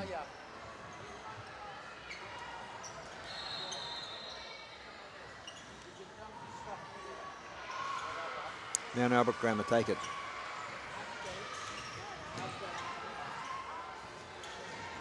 O'Neill. A lot of skill, a lot of foot skills, but ultimately not making much ground. Ball comes back to Waikato, and a hopeful shot wide of the goal. Thrown long there by the keeper. Coming out a little bit of indecision there from Danica Fell. She's happily to see the ball go behind for a corner. And now Waikato break with it. Gemma Hay down the far side. She loses out. Away come Mount Albert Grammar. Could be a chance of 2-on-2 here. They've still got the ball. Play it across to Robson, but that's not the strongest of shots, and it goes behind. Taken by Fell. Fell will roll it in. McNay here on the far side for Waikato. Ball's deflected out. Thrown in by Waikato Dio. Doesn't find anyone other than Robson for Mount Albert Grammar. Just neither of these sides stringing too many passes together. No, not through any lack of effort. And the hopeful shot prodded goalwards by Abby Williamson goes straight into the hands of Danica Fell. Back down the other end.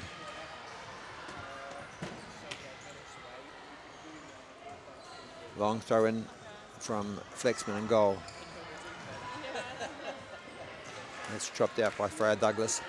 She fires a shot, and it is deflected behind, and it could be a corner. It is a corner to Waikato Dio. What have they got? Nothing much. An ear shot. And if it's going to run straight through to the keeper, Fell, she says, well, I'll have a go. And she fires at the opposing goal. But that heads somewhere in the direction of Cuba Street.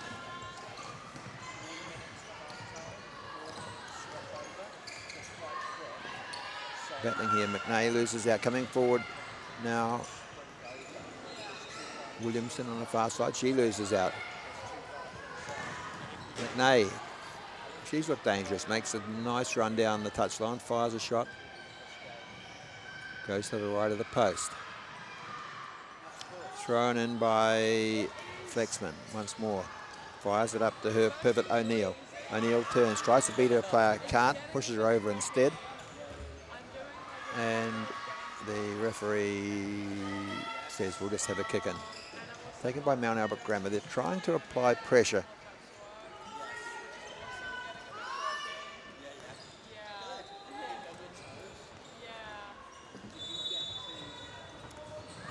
Chisholm's back on as the fixo for Mount Albert Grammar. She's looked very solid in defence.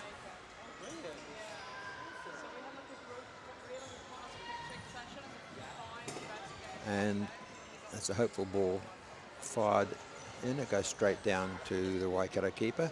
She clears it. Freeman on for Dio. Plays the ball across court. Can they put a few passes together? Nice ball through there. Finds Duggan. Doesn't quite get clear. Douglas has his shot blocked. Back come Waikato. Again, both of these teams just failing to link up in that final third.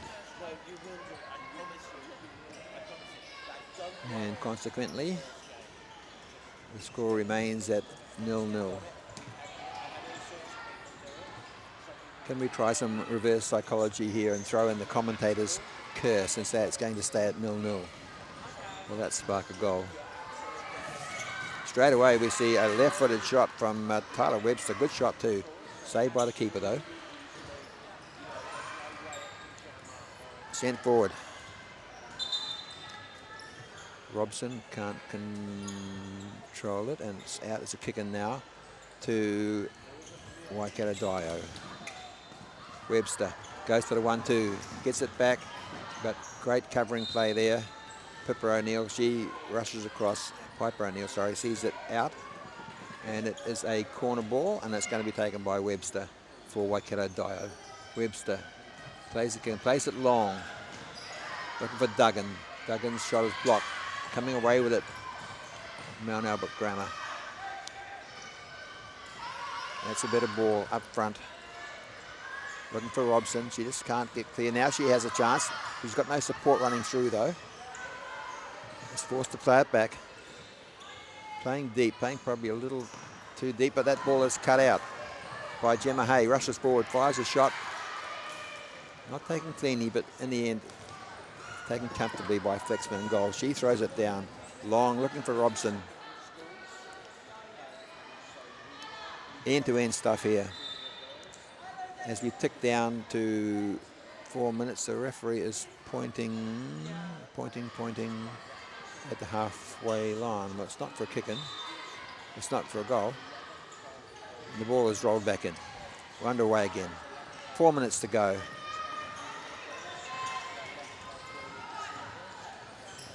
Nil-nil.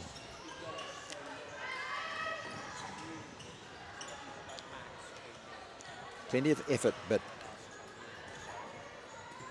nothing really constructive in front of goal at the moment. A few hopeful long shots. Mount Albert Grammar have the ball. Had the ball. Now it's back with Waikato Dio. Duggan. She can't do anything with it. The ball's gone behind for a kick in. Taken by Humphrey.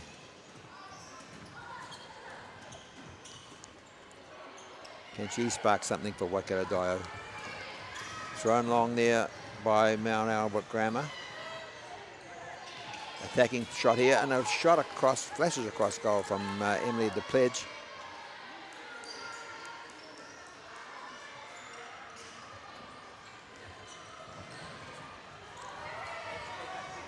Back down the other end. A little bit of a push and a shove. Fraser goes down.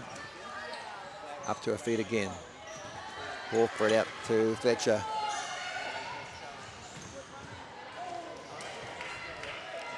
Chisholm getting forward, looking for the cross ball.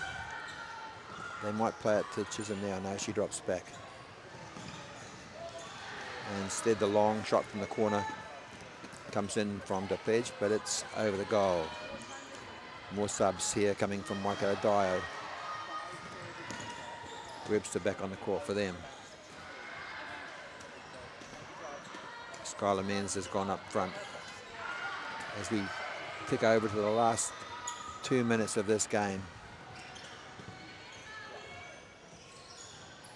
Could my nil-all prediction come to fruition? Not through lack of effort, as both teams are really trying hard to get this goal. One goal will possibly win it, I would suggest. but the ball's gone out of play on the far side. It'll be a kick in to Waikato Diocesan. Humphreys takes it. And the ball deflects behind. Thrown in by Mount Albert Grammar. Can't get out of their own half at the minute. Fraser gives it back. Humphrey trying to beat the Morai. Now Mount Albert Grammar come away with it. Had 2-on-1 there for a moment, but flying back in defence was the Waikato Diocesan side, led by Humphrey. Webster got back there as well. Humphrey takes a kick in. Pressing, Mount Albert Grammar pressing. If they can win a turnover here, they might have a chance. They do win a turnover. Ball gets stuck under the feet. The keeper comes out. Danica Fell picks it up gratefully, fires it down the other end. Charging across the ball was Skylar Mearns. She fires a right-footed shot, saved by the keeper. It's all happening here as we get into the last minute. The ball's given away. And unfortunately for Mount Albert Grammar, bursting through onto that loose ball.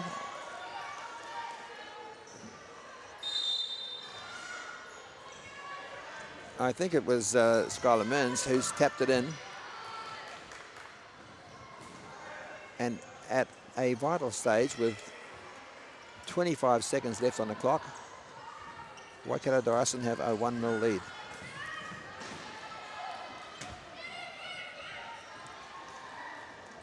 Danica Fell puts the foot through that one. We're down to the last 10 seconds for Mount Albert Grammar. They're going to have to pull something out of the hat here. It's blocked again by Mearns getting forward. Humphrey for Dio happily sees it over the line as the hooter goes.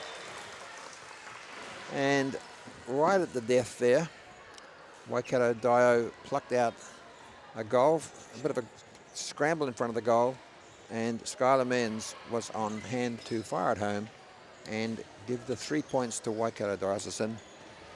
They defeat Mount Albert Grammar by 1-0.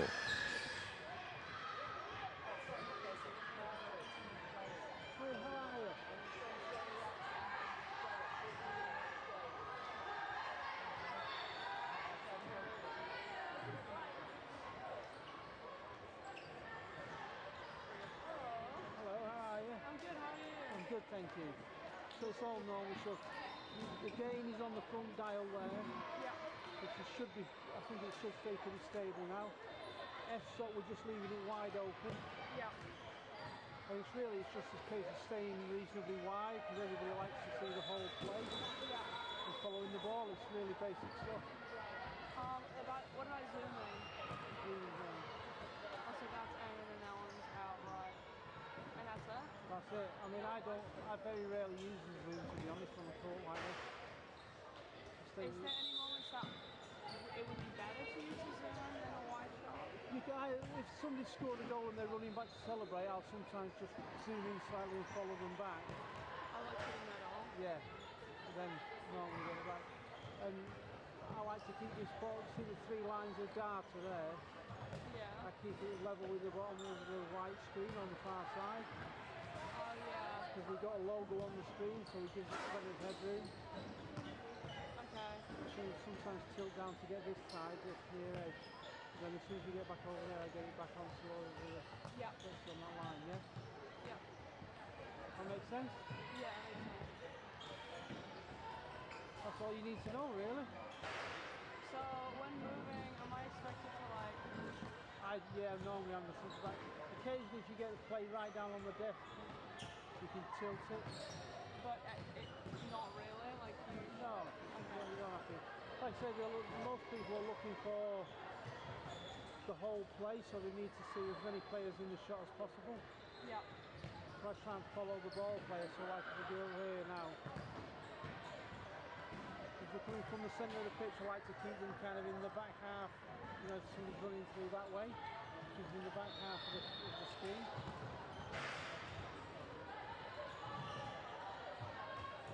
Give it a go when this game starts and Yeah. see how you go. Awesome. Or you can have a play around. Thank you. Thank you.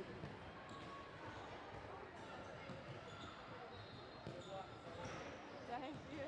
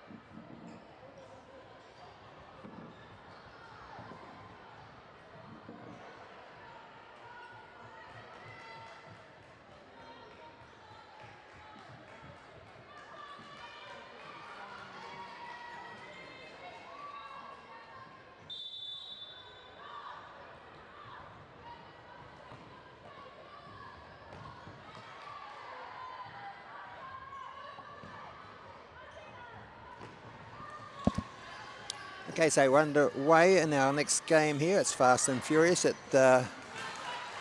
Akutangi Sports Centre in Wellington, and the first shot, not surprisingly, comes in from Palmerston North in the light blue, playing Hillcrest of Hamilton.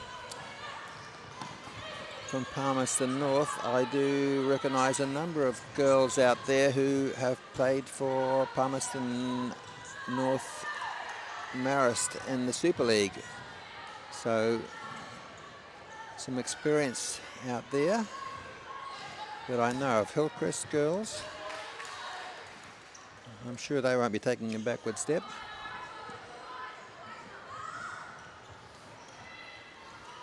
And the ball's held up in midfield by Charlotte Moss for Palmerston North Marist. No, sorry, Palmerston North.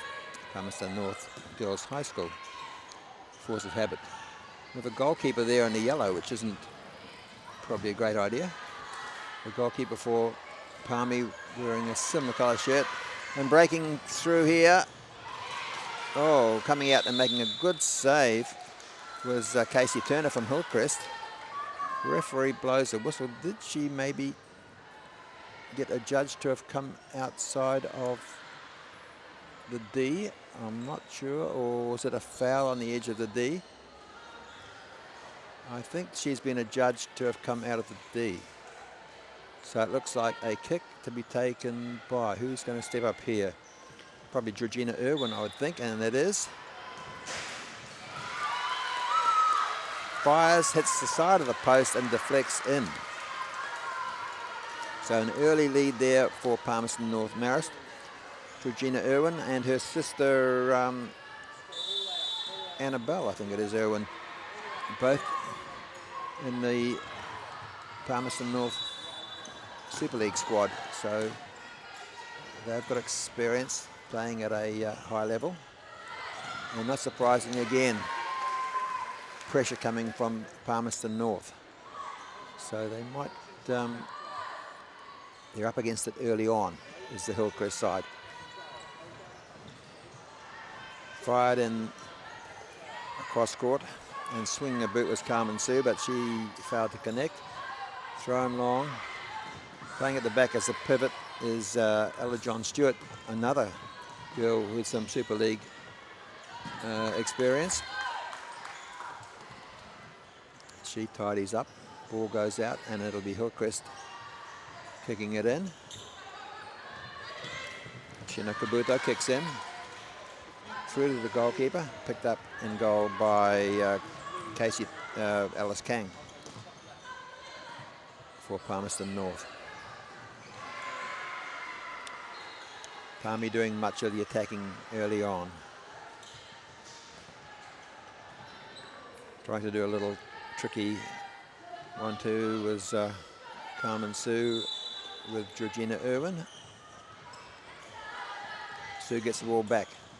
Fires it across court. Irwin goes chasing after it. Ball eludes her, runs into touch, and it's a kick in on the far side for Hillcrest. Fires it up front.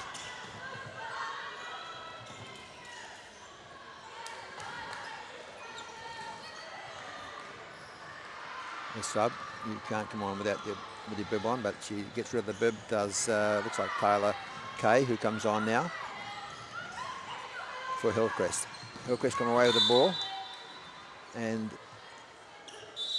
there's a lunging charge from behind by Carmen Sue, who is spoken to by the referee, and the ball goes back for Hillcrest to take the kick. And that is taken by Gemma Herbert, who managed to ultimately find the sideline. Kick into Palmerston North Marist. Fired a great through ball there to Irwin. Takes her on the turn, but deflects it behind. Turner from the Hillcrest goal throws it out.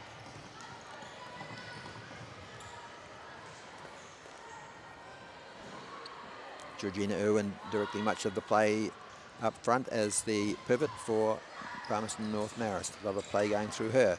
She's on the ball again now. Surrounded by Hillcrest players. Plays the ball across court.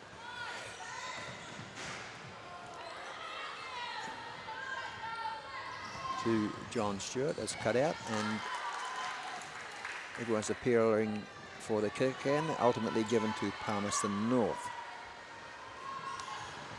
John Stewart and Irwin Both experienced players are near directing much of the play and controlling much of the play for Palmerston North at the moment. Back with Irwin again, fires in shot, comes to Carmen Sue, and she fires in a left-footed shot, catches the keeper going the wrong way, and Palmerston North jump out to a 2-goal lead.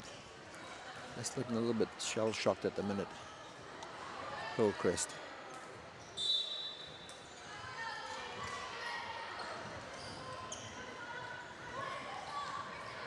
Out to Millie Dixon on the far side. She fires a pass and can't get it back. Breaking through, clear through there was Annabelle Irwin, I think. I'm not sure they're twin sisters, they're certainly sisters. Anything to confuse the commentator. And we don't have a corner, we have a free kick. Dangerous position, plays it back long. It goes back to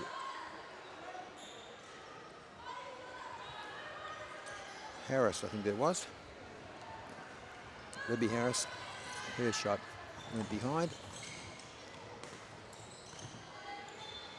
Finally, Hillcrest get the ball, bring it forward.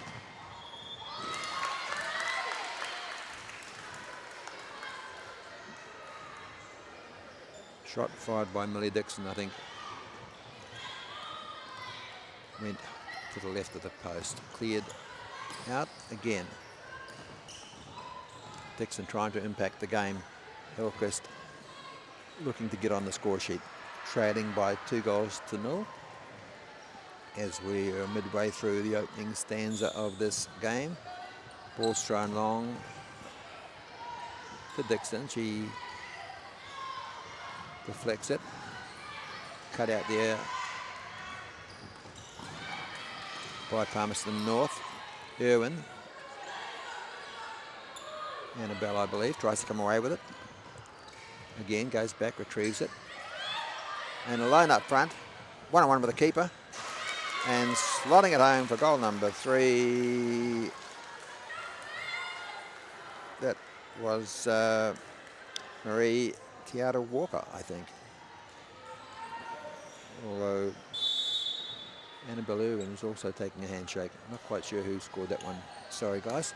But it is 3.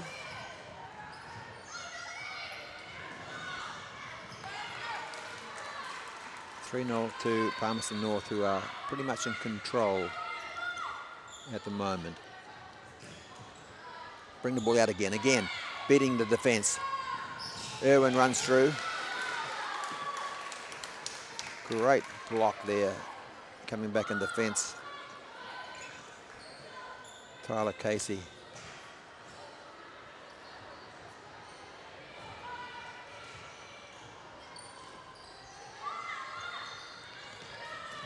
Back out to Kiara Walker, playing as a flanker on this near side.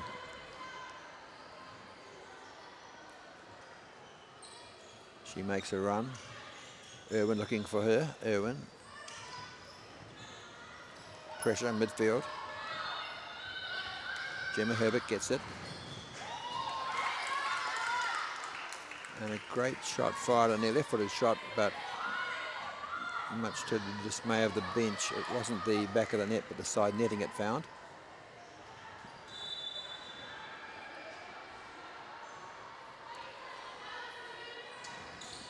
Played out in the corner to Tyler Casey. She fires a shot in. Not the most convincing of saves. Casey comes off for a spell. Going back on is Emily Devitt. Better spell of pressure here from the Hillcrest girls. Getting back into the game. They're a little bit shell-shocked early. There's a few gaps in their defence though, and there was another one.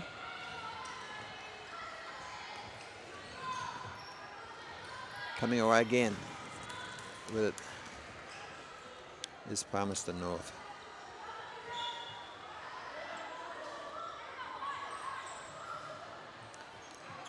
Bit of indecision, but the referee signals it's a kick in to Hillcrest.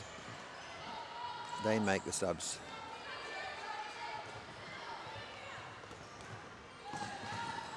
On the ball now, Shinokabuto bringing it forward.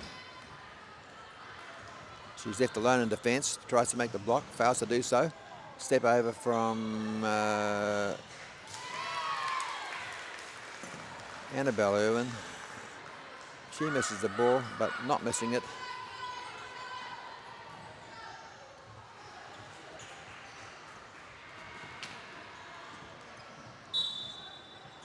Could have been Alana Holyrood. End result anyway, it's one more added to the tally of Palmerston North. Ball fired long. Playing up as the lone pivot, Carmen Sue. It's a strong side, this Palmerston North side. A lot of ability, a lot of talent, a lot of experience for these girls. And here they break away now.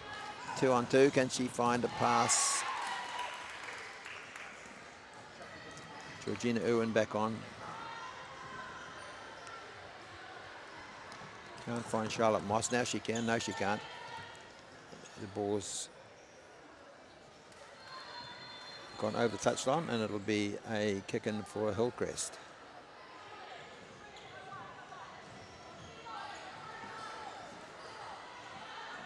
Scoreboard showing 3. I'm not sure if it's 3 or 4.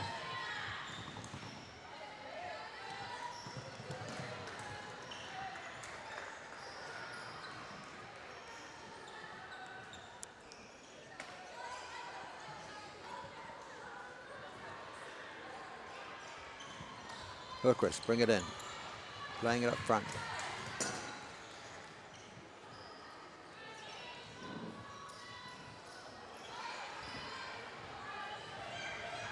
Looks like Jess Dunn is playing up front for Hillcrest.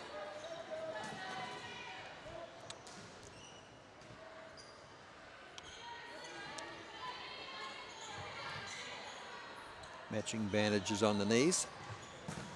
And there's a wide shot fired in from deep by Gemma Herbert, but that doesn't trouble the keeper, who fires it back up straight away to the diminutive Carmen Sue. But this time she's muscled off the ball. Hillcrest try to bring it forward. Chopped out, Irwin gets it back to Sue. Sue races forward. Just toe pokes it a little bit too far. Rolls behind, picked up by Casey Turner, clears it from the Hillcrest goal. Throws it long to Dunn. Dunn can't do much about it. The ball quickly goes down the other end and the shot's fired in.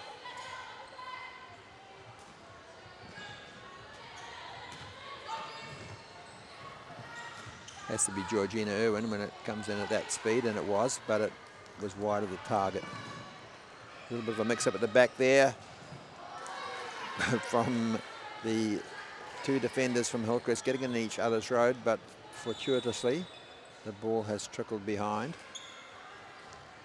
as I think it was Ella John Stewart just couldn't take advantage of that miscommunication at the back by Hillcrest.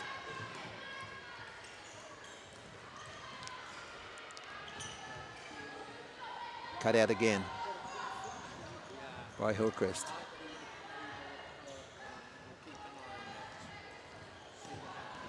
Shinokabuto trying to make a difference for the girls in yellow. Played forward, looking for Sue. She takes on two opponents, manages to almost beat them.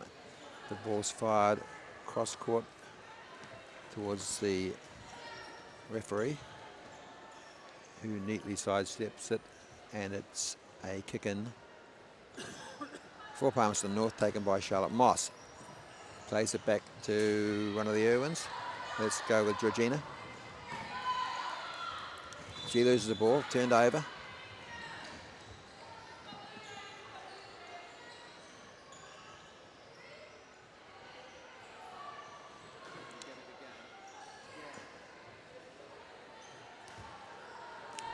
Taylor Kay up front for Hillcrest. Can't get a touch. The ball has gone out. Palmerston North try to steal about 20 yards on the kick-in. The referee says no, take it back. And it's played back to Palmerston North. And eventually the ball goes harmlessly over the goal line. Thrown in. Casey Turner. Ball trickles out on the far side to Sue. Fires another shot. Doesn't mind having a shot on goal. That one doesn't find the target. And we've reached the halfway mark where the scoreboard does now indeed show 4 goals in advantage of Palmerston North High School over Hillcrest of Hamilton.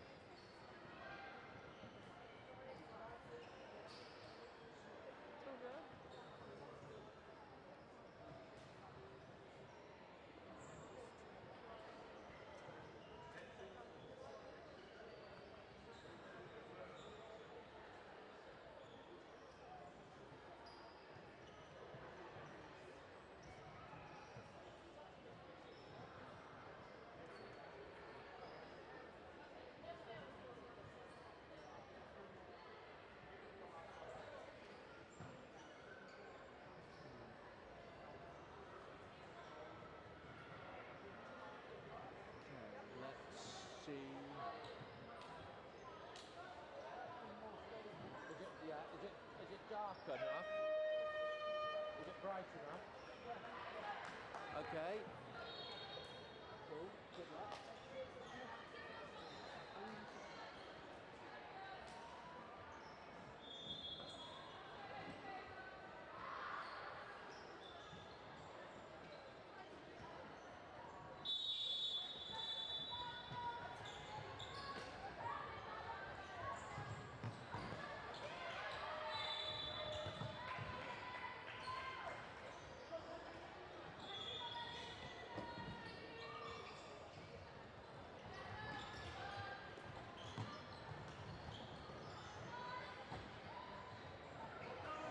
See a rare miscontrol at the back there by Libby Harris, and the ball will go out for an attacking kick in from Hillcrest. Shot fired goalwards, but it's not going to trouble young Alice Kang in goal, and she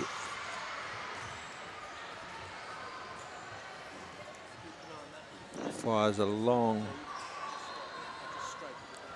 full toss down the pitch, which comes back, and eventually the ball's gone out around the halfway mark for Hillcrest to kick it in.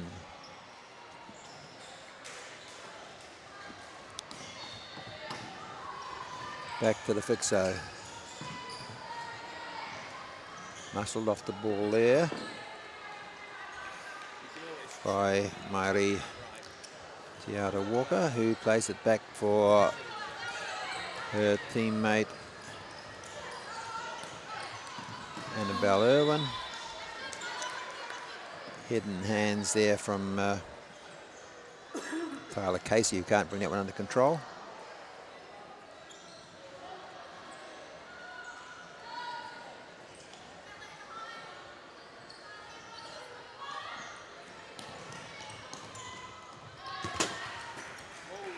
Ball fires over the sideline there. Richard Bell just shows a bit of the family skills and sidesteps the ball.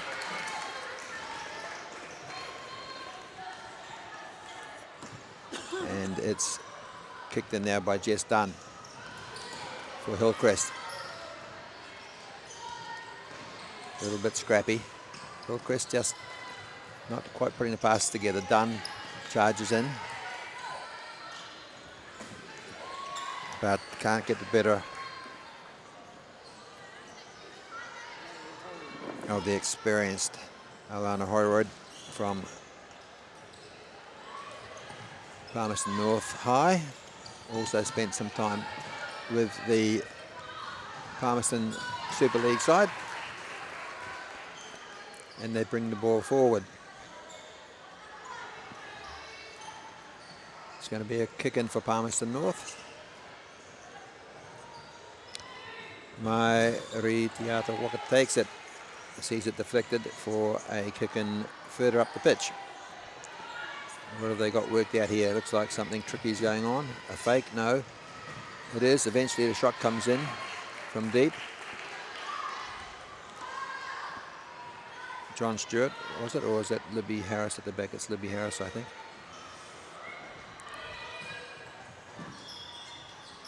Again, fires a shot goalwards. Deflected. Harris might claim the assist. And the good old back post. Always stand on the back post. Very wise man. Richard Bell told me when you're playing futsal, always have a play on the back post, and that one was deflected in, and it is another goal to Palmerston North. 5-0. Just didn't catch the referee's signal there, but it might well have been who's playing up front, possibly one of the Irwins. Annabelle. We'll credit her with that goal for now, and apologies if I'm wrong.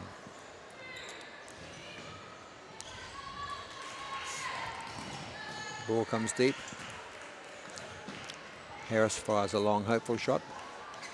This time there's no danger of it being deflected in. And thrown forward. Dunn takes it on the volley. Can't find a teammate.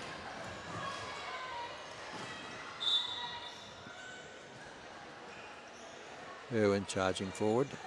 Just can't retrieve the ball. And it's a kick into... The referee's debating. She decides, let's give it to Palmerston North. No, she's given him a free kick. Marks off the 5 yards. It's Annabelle Irwin over the ball. What's she going to do? She's going to fire straight into the wall. Gets it back. Gets muscled off the ball eventually. And it'll be a kick into Hillcrest. Hillcrest on the far side, struggling a little bit.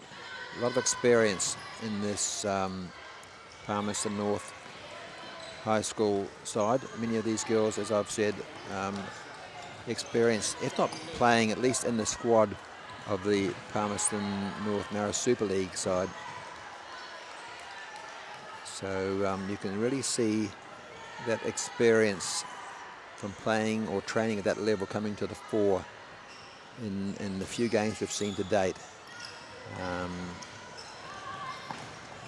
Those girls with that experience are really standing out and dictating a lot of the play in these games. Once again, breaking forward, Palmerston North Marist. Hopeful shot fired forward by Libby Harris. Picked up by the keeper, gone behind corner, and that's the chance for the full-on Russian change. 4 players fresh on for Palmerston North Marist.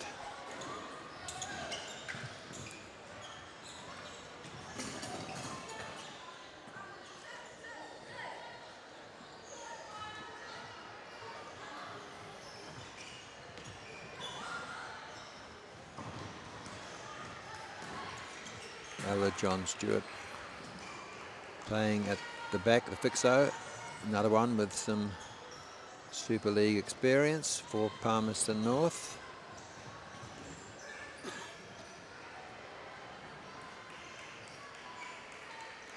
And the little live wire Carmen Sue, PSU back on.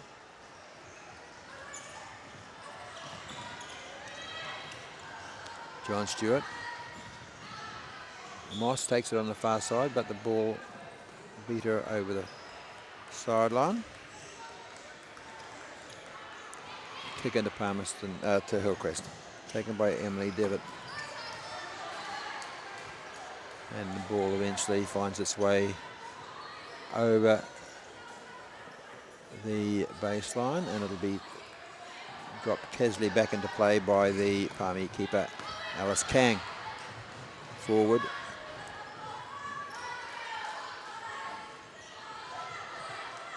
Again, it's gone end to end, and this time it'll be Casey Turner's turn to throw it back in for Hillcrest. Fires a full toss up over halfway. Ball's at the feet of Ella John Stewart.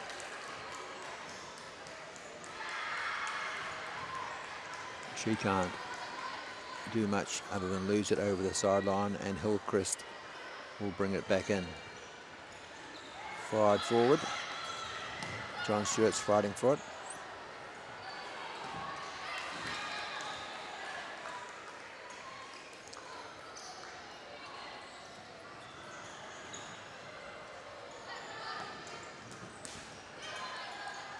Devitt's up there for Hillcrest, short of players. Sue keeps at the ball, doesn't give up. Wins it back. Looks for the 1-2. Doesn't come. Stewart, nice little cross turn there. Beats 1, beats 2, beats 3, but doesn't beat the keeper. Cleared long. And that was a nice shot fired forward. It's got when it's fired forward by Palmerston North, it's got to be an Irwin, one would suspect. And this one bounced around on the edge of the goal and was turned in. That could have well been Charlotte Moss turned that one in. Certainly it was an assist by one of the Irwin twins. In that case, I think it might have been Georgina.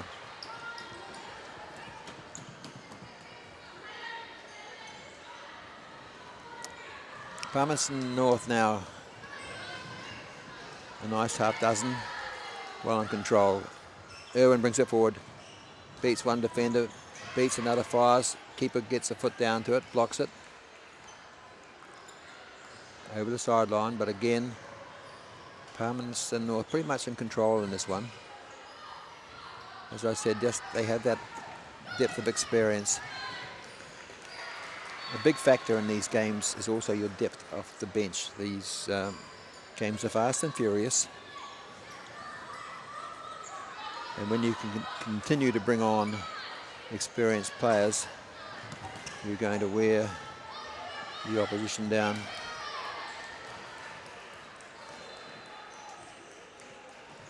Moss battling for it there, loses out. Hillcrest kick in. Again, Hillcrest making their way forward. Be nice to see the girls from Hamilton get on the score sheet. But losing out again, Irwin striding forward.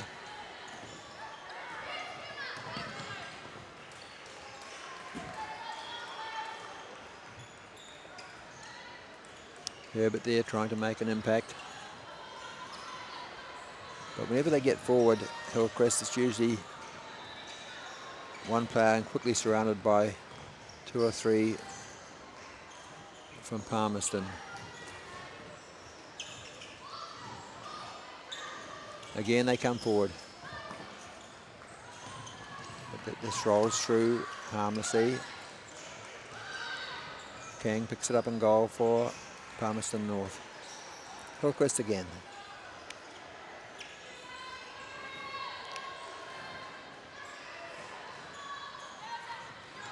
Looking there, hopefully appealing for a handball, but they settle for a corner kick. It'll be a corner to Hillcrest. Play it long, even longer, back to halfway. Probably not going to trouble the keepers from halfway in this league as that shot fires in. Some more changes for Palmerston North.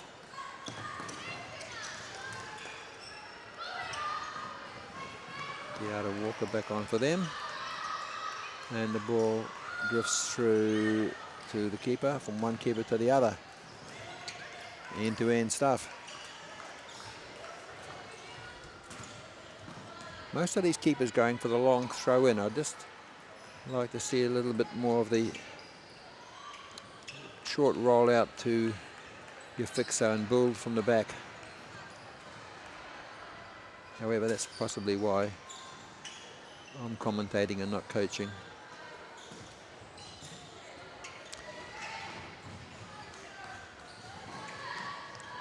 Palmerston North continue to press. Libby Harris gets it, wins the corner, fires it straight back quickly to Carmen Sue, who tries a left-footed shot but just collects fresh air. Palmerston North retain possession, kick it in, played up forward. Looking for Libby Harris, can't find her, and goes through to the Hillcrest keeper, Casey Turner. She throws it long again. Looking for the knee-bandaged Jess Dunn, but well, actually knee bandages are the knee patches. Very unforgiving, these wooden floors, which is why a lot of football coaches like the skills that their players learn playing futsal, but are not so happy with the injuries that can come from playing the game, inevitably. However, on we go. A long, hopeful shot there from the Hillcrest number 8, I think it's Gemma Herbert. And as the clock ticks down to the 3-minute mark, we see the score remain at 6-0 to a fairly experienced Palmerston North side, who I suspect will progress a fair way in this tournament. Dunn takes it for Hillcrest.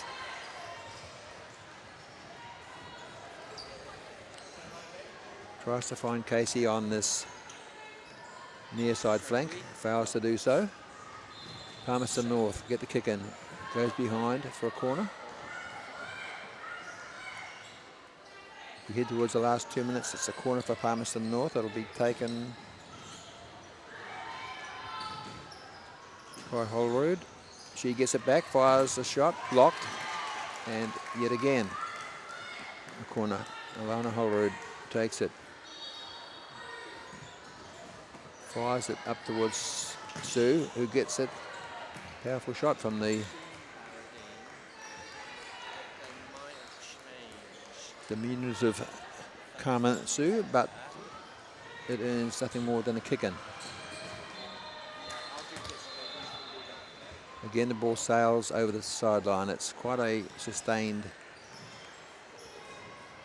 a lot of pressure from Palmerston North as Hillcrest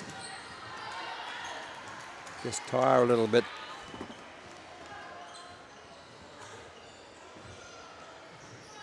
And as we head towards the last minute, we remain at 6-0. Here we have a rare break. Looked like Jess Dunn making that break down the far side, but couldn't reel the ball in. Played forward to Sue. Does a fancy back heel, which finds, who does it find? Finds Hollywood, who's one-on-one here. Fires a shot at the bottom corner. Keeper's down.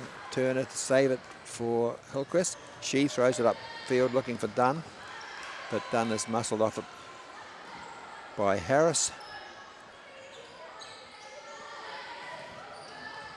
Harris's kick-in is chopped out there by Kabuto. Dunn never stopped trying, but can't get on the end of that one. Thrown long, end for end. Keeper puts a foot through the ball, trickles over the sideline. It'll be a Palmerston North kick-in in the attacking third as the clock ticks down to the last 20 seconds. And in fact, we will probably end on a Palmerston North corner. Will they try anything fancy? No, they don't. The ball bobbles around, goes over the line. It's thrown in long and hopefully by the Hillcrest keeper.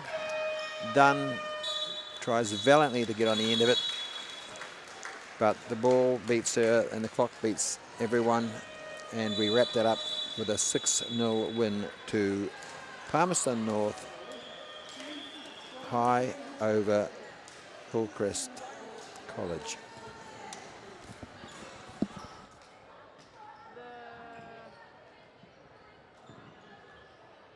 How do I increase it?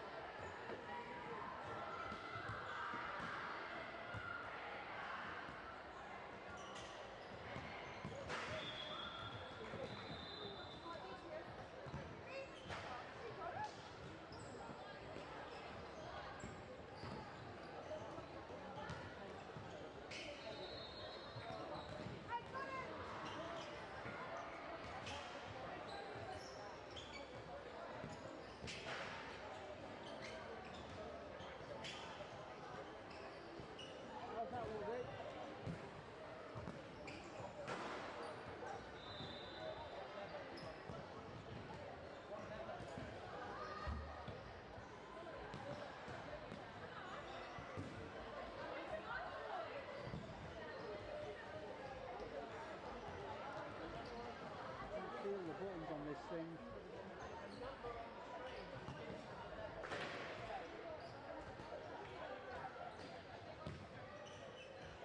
You see a number? What, that one there, 4-1-10. Yeah, no, it's not a game.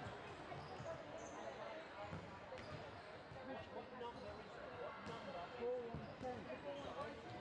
4-1-0. 4-1-1. The number underneath it.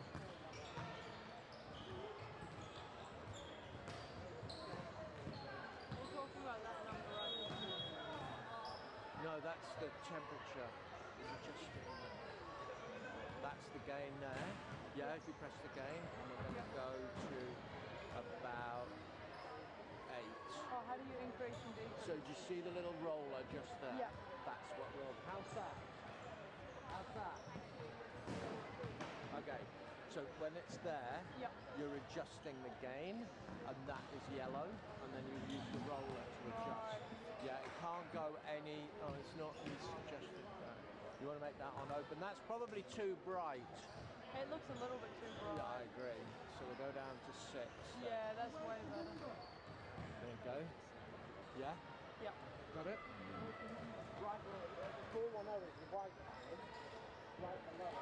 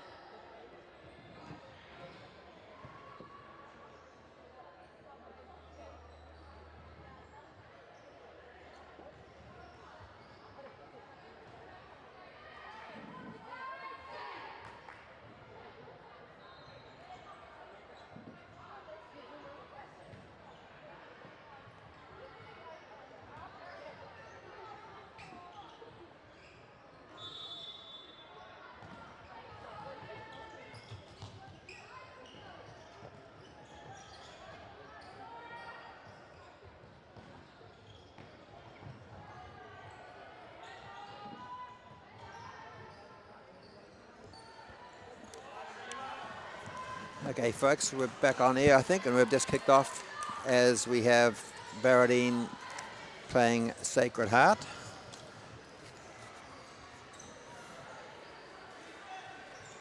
Bit slow off the mark here as we rush to get players' names and numbers, which only come to us at the last second. And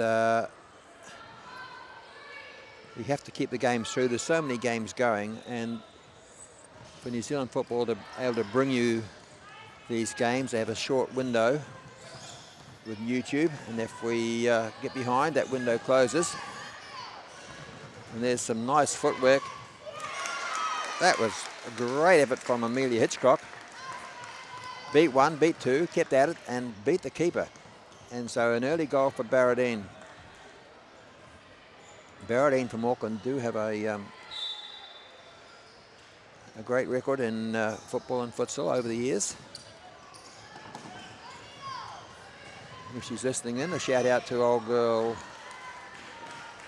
from, not that old, from Baredine in Hanapili.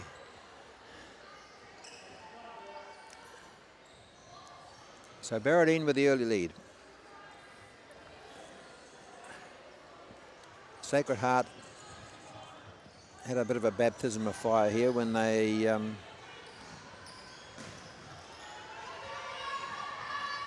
had to face a very strong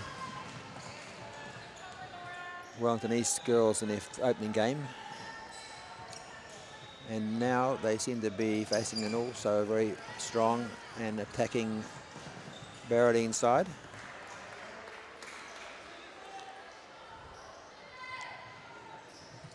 Played short, played there to look like Madeline Dwyer. Fires a shot, picked up by the keeper, coming forward now with it. Sacred Heart, and they win a corner.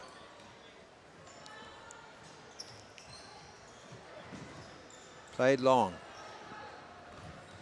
Played back to Laura Brassington, who was impressive for Sacred Heart.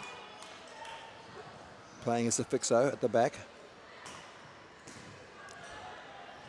Baredine bring it away. Played forward, looking for their pivot. Strong run. Madeline Dwyer.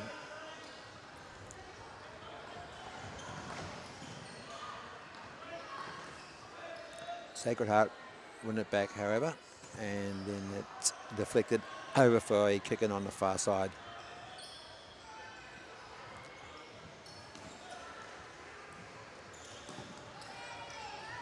Going forward again. Once more, it's Dwyer. She's looking a very strong attacking threat. Both Dwyer and Hitchcock not afraid to drive towards the goal and fire a shot in. That ball trickles through to the keeper for Baredine. Beata. Again, nice run there through the middle from Hitchcock. Dwyer can't quite link up with her. Goes down to the far flank. Blake Lewis on the ball. She fires a shot. Goes straight into the hands of Pippa Wells. That's a great job. Only year 9, I think, is Pippa Wells, the goalkeeper for Sacred Heart. Certainly being thrown in the deep end. That ball is blasted from deep by Amberley Archie and goes wide. Brought out by Sacred Heart. There's a shot fired into the arms, though, of Beata in goal.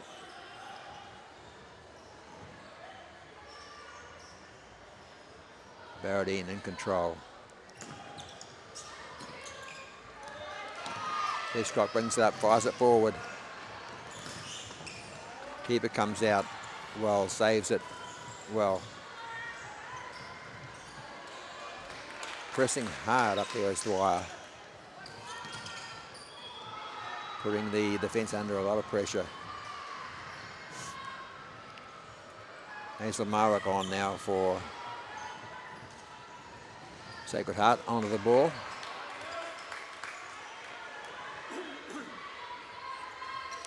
She was impressive in the first game. Again, the ball bounces through. Wells did very well. to just deflect that ball away from the rushing Madeline Dwyer. Very strong attacking play here from Baredine in these early stages. Barrington fires in a shot. Waiting at the far post was Charlotte Maitucker. Didn't come through to her. Plucked out of the air by the keeper for Baredine, who straight away bring it down the other end. Amelia Hitchcock making a great run up the flank. And we see a sub. It's a three-woman sub for Baredine at this stage. Trotting on is Michaela Janurka. And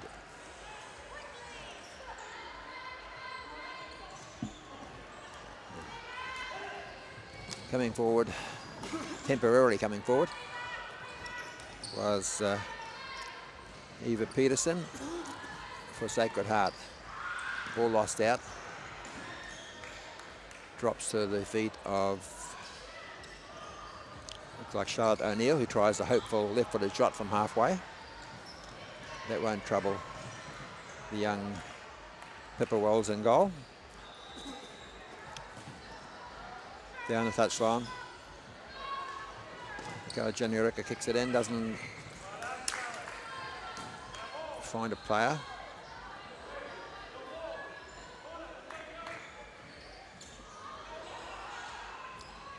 Bit of indecision there as the ball has gone out and it ends up in the hands of the Baredine keeper, who throws it long.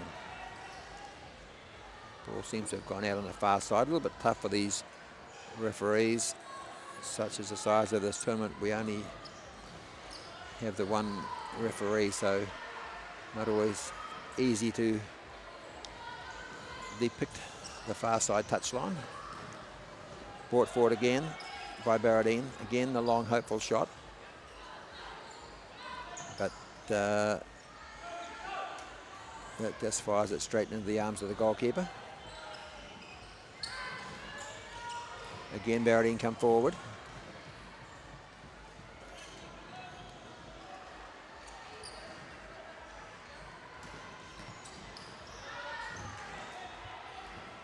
Long ball forward, blocked out by the pivot for Baredine. And it's Marwick again kicking it in. Long shot. A good shot there from Laura Brassington. Hits the upright. Breaking fast. Baredine.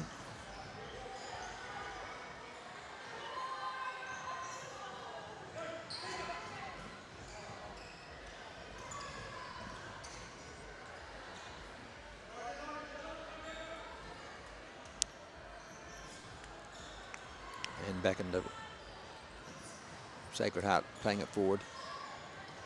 Blocked by O'Neill.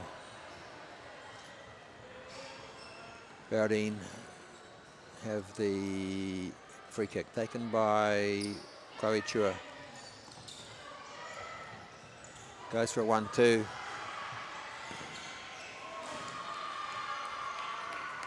Goes to Charlotte O'Neill. A bit of a wasted shot there. She had runners on either side. Went for the shot, dragged it wide, and brought out. Finds the dangerous Hazel Marwick. She's muscled off the ball. Baredine still have it. Coming forward now.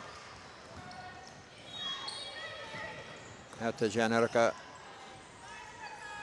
She can't control it. Goes into the hands of the keeper, Pippa Lewis, for Sacred Heart. Fires it forward. Loses it. Back to O'Neill again. This time beats the player. And a good shot on goal, but again, Pippa Wells is down to save well. Long ball forward. Chua tries to cut out. The ball just catches the air, but gets back to recover.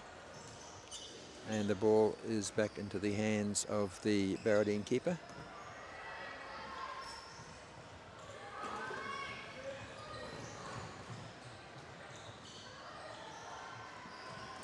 Oh, she'll have to find, and now breaking fast is Marwick. This could be dangerous, and it is. She's been a good player for Sacred Heart, and that was a great goal. She scored a very good goal in the opening game against Wellington East too. So just fast break, caught Baredine out there. They had looked to be in control, but that's certainly be encouraging for Sacred Heart. Again, Marwick does the cutout. She is a danger player for the Sacred Heart side. Chua comes forward, gets a foot on it, fires the ball into touch. Marwick kicks in for Sacred Heart. Sacred Heart Napier. Bassington has a long shot.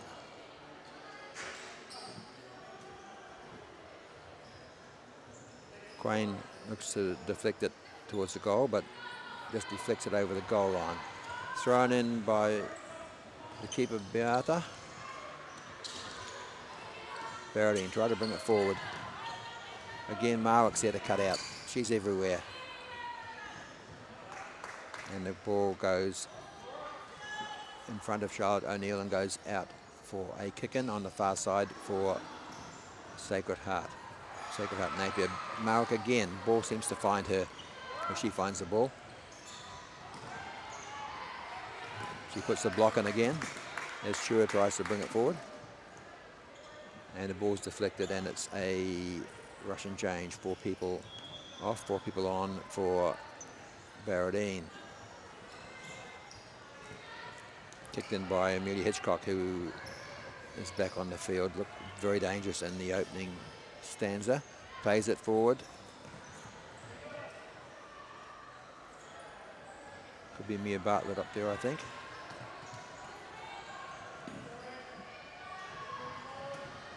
As Sarah Murphy comes on for Sacred Heart.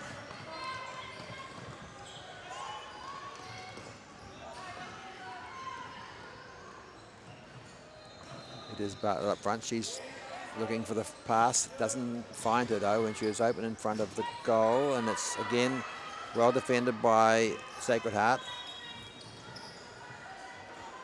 Ball bouncing around, ends up at the feet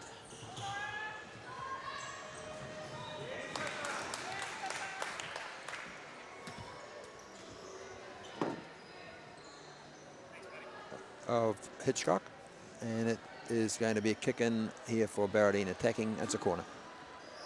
Amelia Hitchcock taking the corner, places the ball, looking to find Dwyer, only finds the keeper. Keeper throws it long. On the fast break here is Quain. She can't bring the ball in, and it goes behind for a throw in at the far end. Beata throws it in for Baredine.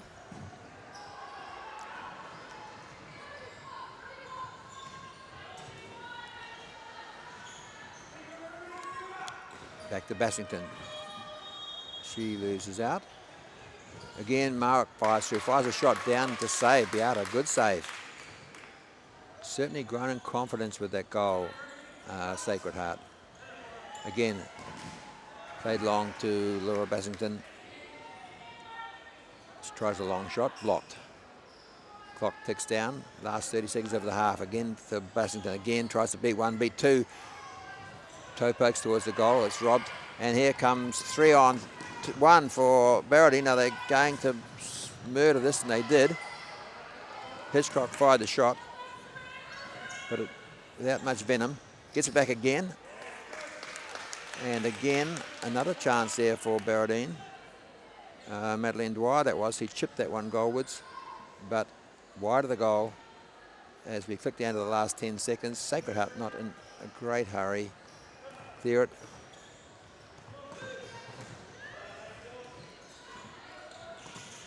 Bassington coming forward, tries a long shot. It's wide of the goal, goes behind, and the half ends 1-1. Sacred Heart certainly got confidence with that goal and got back into the game when Baredine had started strong and were looking very impressive. So 1-1 as we reach halfway.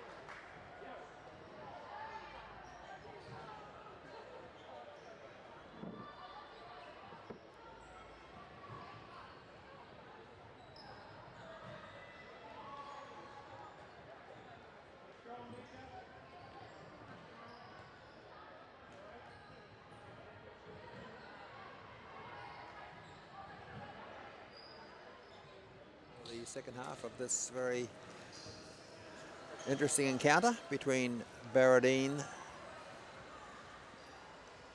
College of Auckland, well known for their sporting ability in the football and futsal field, and Sacred Heart of Napier.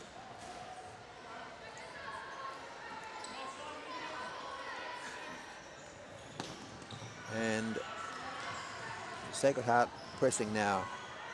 Ball falls loose. It's a bit of a goalmouth scramble. Can someone find it and get a foot on it? No, they can't. And eventually, actually, it does fall to Micah Dickens, but her shot goes wide to the relief of Beata Lonan Ngao for Baredine, and Baredine now break. Wells comes out, makes a brave save. Look, very good, very powerful going forward. And they just about took the commentator's head off there. But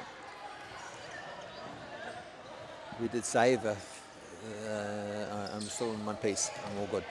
Now, again, Baredine break. Here we have two on nothing. And a great finish there. Wells came out. I don't know where her defenders were. Nowhere to be seen. And that ball is fired home.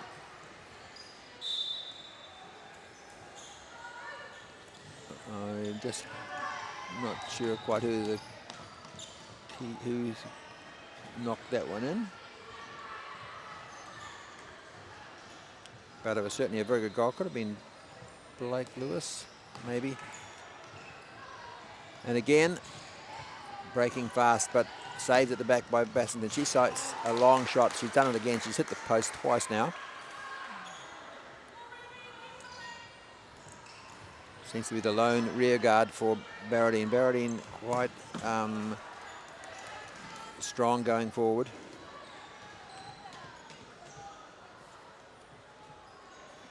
And it's Blake Lewis taking the kick in just on halfway for Baredine.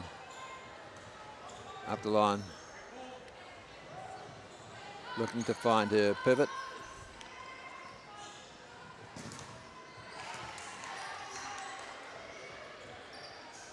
Which is Michaela Jane Iruka at the minute. She can't control it though. It's bounced over the touchline and it's a kick in for Sacred Heart. Played long. At the back, Emily Archie sticks a foot in. Deflects the ball. And Baredine have an attacking kick in. What are they going to do here? Playing it a 1-2. Plays it back to Michaela Janu Iruka.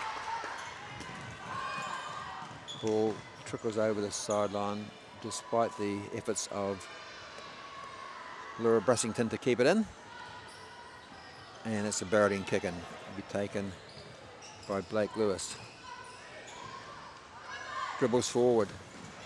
Beats one, beats two. Just fails to beat the keeper. Some nice skills there.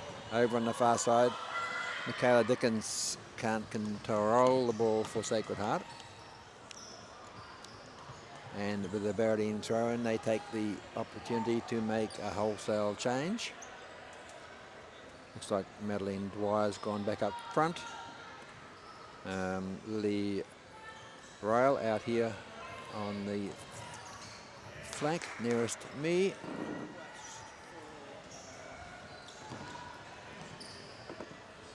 Baredine controlling the play a little bit, as they did at the beginning of the first half. Diagonal ball there, put forward. But Rail can't get to it. And kicked in by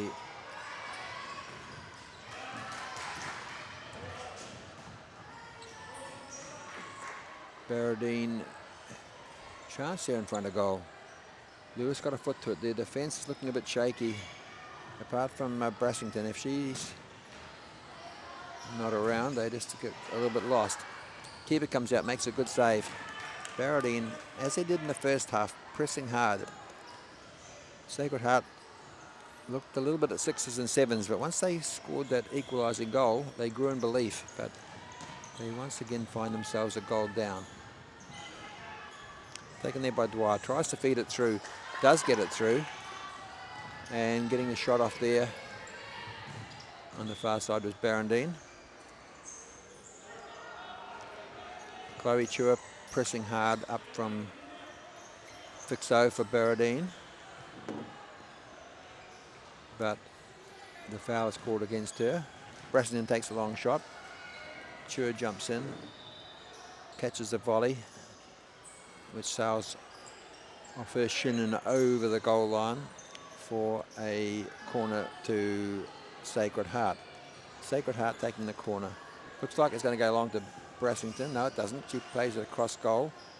I think it should be another corner. We have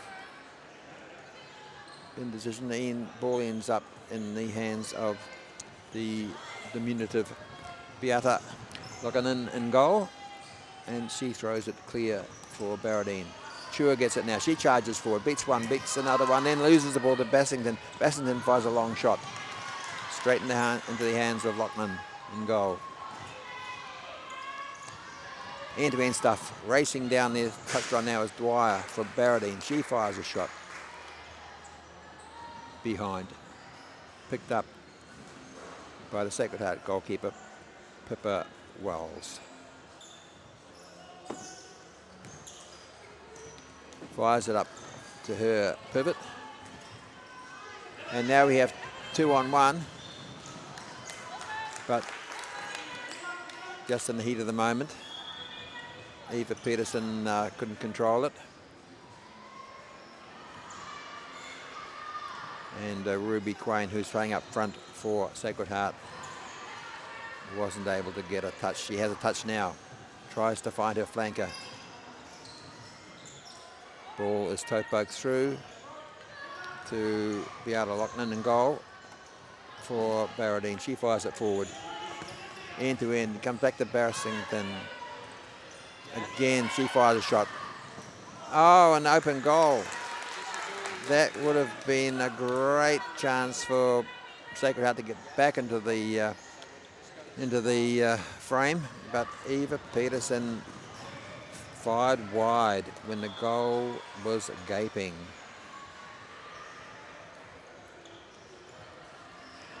Once again to Brassington. Ball's taken off her toe.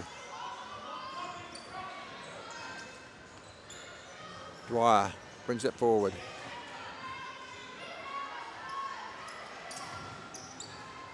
Baredine in control. Hitchcock looked impressive, got great skills. Finds herself clear, fires a shot, saved by the keeper.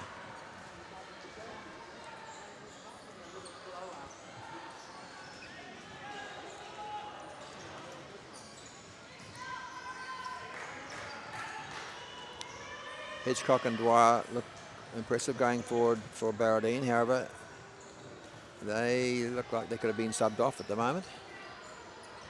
And we get a fresh set of legs on the pitch. Going up front, it's Charlotte O'Neill.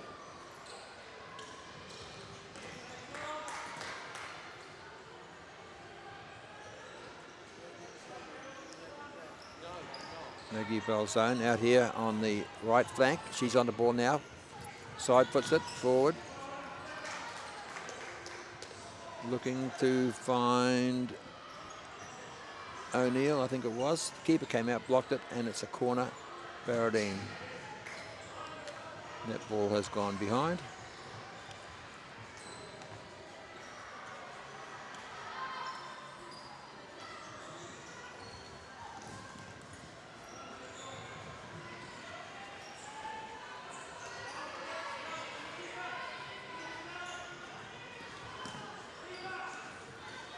Yet again, we see Laura Brassington blast a long shot. She hasn't had much joy, but she's hit the woodwork 2 or 3 times. Certainly got a powerful boot in her, has Laura Brassington. 4 bounces round.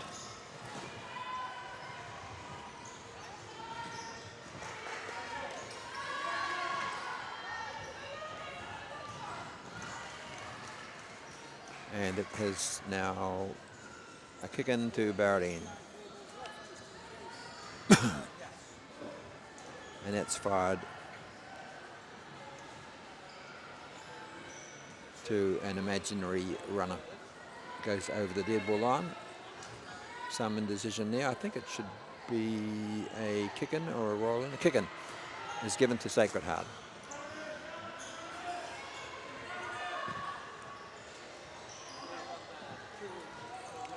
Peterson looking for it.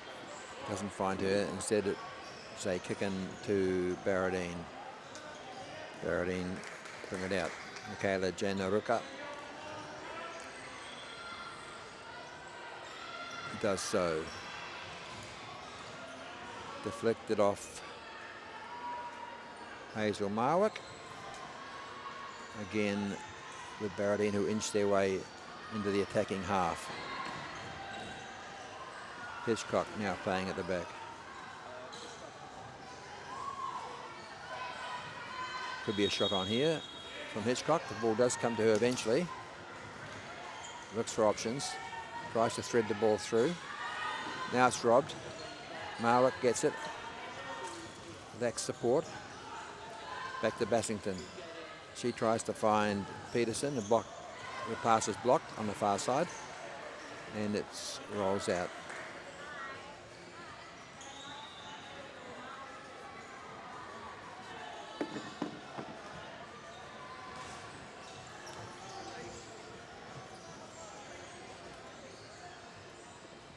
I think these girls will grow their hair long so it can go down over their backs and obscure their numbers, just to make things more difficult for the commentators, but we will do our best. That's Marwick for Sacred Heart. Put in a great shift, never stop trying. Gives it to Bassington, who you can say likewise about. She fires a long shot, it's blocked. Coming away with it now is Baredine. Looking to find Maggie Belzone out here on the flank. She gets outrun by the ball. Ends up back with Baredine. Back with Jane Uruka. Michaela Jane Uruka.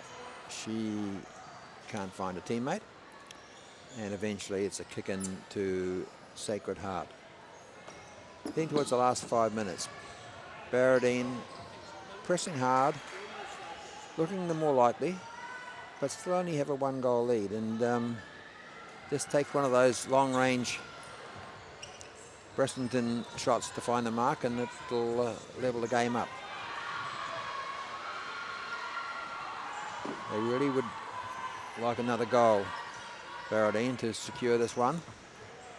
Ball goes through and over the goal line. Beata Maunganui, watch it goes over, then she picks it up and hurls it downfield. Waving a foot at it was Brassington. Doesn't quite go out. Ball dancing around. Dwyer looking to get a foot on it, can't do so. And that ball goes long.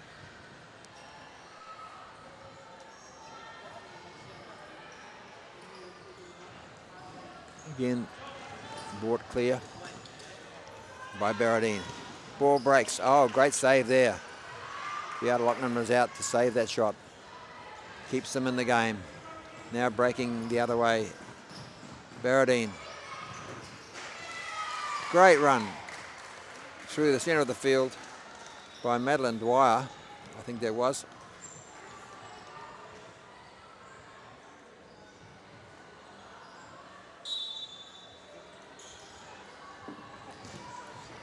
Or was it not? My apologies. That must have missed the goal.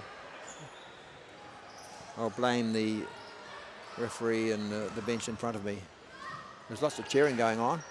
Beata again manages to save a goal mouth scramble. Living a little bit dangerously here. No, that was a goal.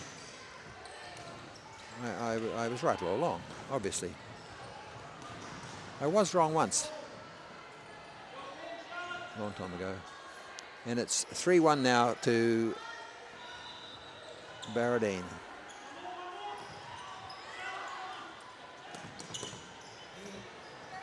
Brassington takes on half the side herself, but it leaves them short at the back. Oh, going there for the crossfield pass was Blake Lewis. Couldn't quite, unfortunately, link up with her flanker running up on the other side. Opportunity goes begging. Sacred Heart really pushing for this goal, but are leaving themselves out of it. Again, getting clear was Marwick. Keeper comes out. Lanian. Bassington again. Watch for this long range shot. No, she passes just to make a liar out of the commentator. And down the sidelines there, Lewis beats one, tries to get a shot away. It's blocked by Marwick. We head towards the final 2 minutes. Emily Archie, no hurry to get the ball back in play. Tosses it down to Hitchcock. And Hitchcock takes the kick in. Gets on the ball now, tries to beat the defender, tries to open herself up for a shot. Takes the ball back towards halfway, then runs through half the field, half the opposition. Loses out to Marwick. She looks to link up with the charging Maya Tucker, can't do so. And as we tick into the final minute and a half of the game, Blake Lewis takes a rest. Chloe Chua's on for Baredine. Madeline Dwyer up front. And the ball is blocked by Hitchcock. Kick in there, goes long. Almost eludes everybody, but Beata Lanian manages to scramble onto it and throw it away. Ball goes long. We're into the last 30 seconds. Baredine, after a struggle, finally seemed to have this one locked up. Chloe Chua jumps in the air as the ball sails over her head. The ball's out. It's a kick in, close to the goal, trying to find Marwick. He's always looked dangerous for Sacred Heart. She plays a long ball from the corner. Brassington, once again, the trademark long shot on goal. But again, Lanian in goal is equal to the occasion for Baredine. Plays it forward, and as the hooter goes, Madeline Dwyer fires a shot goalwards, but wide of the mark. And with that, we have the end of the game with a 3-1 advantage going to Baredine over Sacred Heart. And folks, I am going to take a spell. This is Warren Olsen going to find a coffee, refresh the vocal cords, and I'm not sure the streaming will continue, but I'm not sure about commentaries for the next game or so. However, we will get back as soon as we can.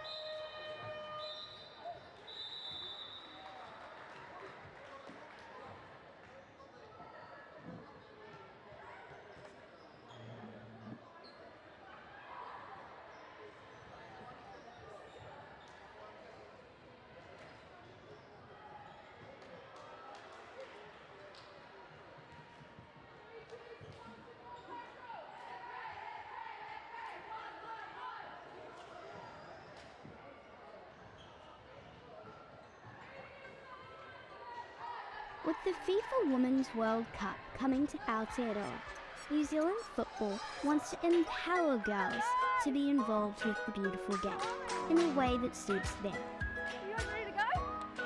That's why they developed the Fantails program for us. Fantails offers us girls aged 4 to 12 a safe and supportive environment to fall in love with the beautiful game. There's something for everyone at Fantails, especially if you've never played football or futsal before. Sessions happen at non-traditional times, so we can try football alongside the other sports we play. Fantails focuses on helping girls make friends, improve their skills, get active, build their confidence, and most importantly, have fun. So what are you waiting for? Sign up to a Fantails hub near you. Come and join me and become part of the Fantails Bar.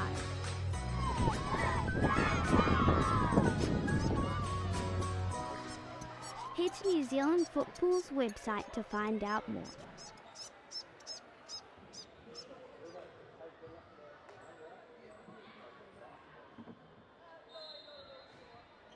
The fern is a symbolic representation for all New Zealanders and has been reimagined to represent all of football in Aotearoa, New Zealand.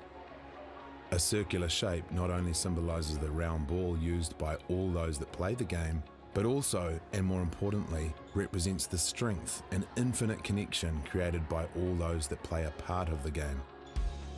With each piece of the fern recognising and acknowledging those that make the beautiful game beautiful. The stalk represents our grassroots, our communities, our clubs, our volunteers and our fans. They are the foundation and are at the centre of all we do. The pinna represents our federations across the whole of New Zealand. Our federations guide and protect our clubs and communities, allowing everyone to be heard, to be represented and provide guidance and opportunities at every pathway. One brand identity with regional differentiation.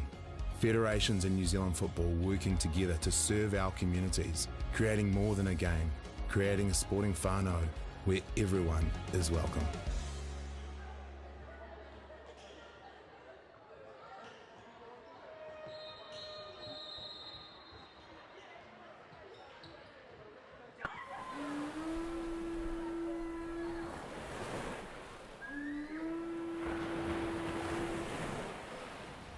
The FIFA Women's World Cup is coming to the shores of Aotearoa, New Zealand in 2023.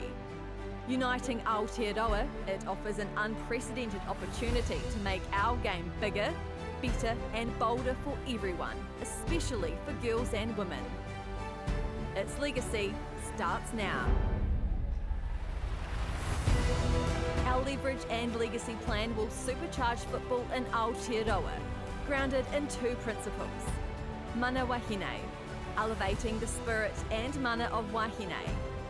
And Tūranga Waiwai, our place of belonging, our foundation, our home. Built on 4 po or pillars. The power of opportunities, whakamana. Partnerships, mana ngātahi. Pathways, ara. And tiaki, people and places. Committed to the people and the land of Aotearoa, New Zealand, this plan leads the way by breaking barriers, paves the way for future generations, grows and strengthens the game through meaningful relationships, and creates a game for all and a place of connection. With Aotearoa united, legacy starts now.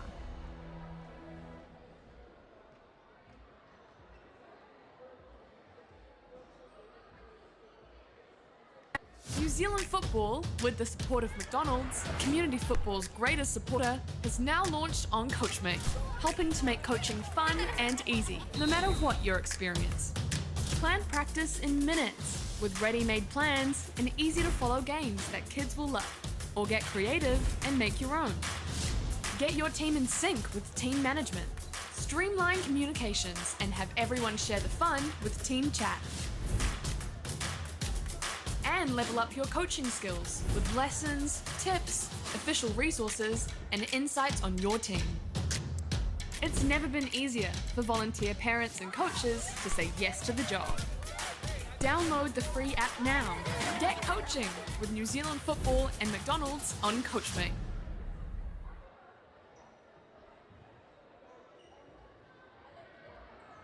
Great performance is never an accident.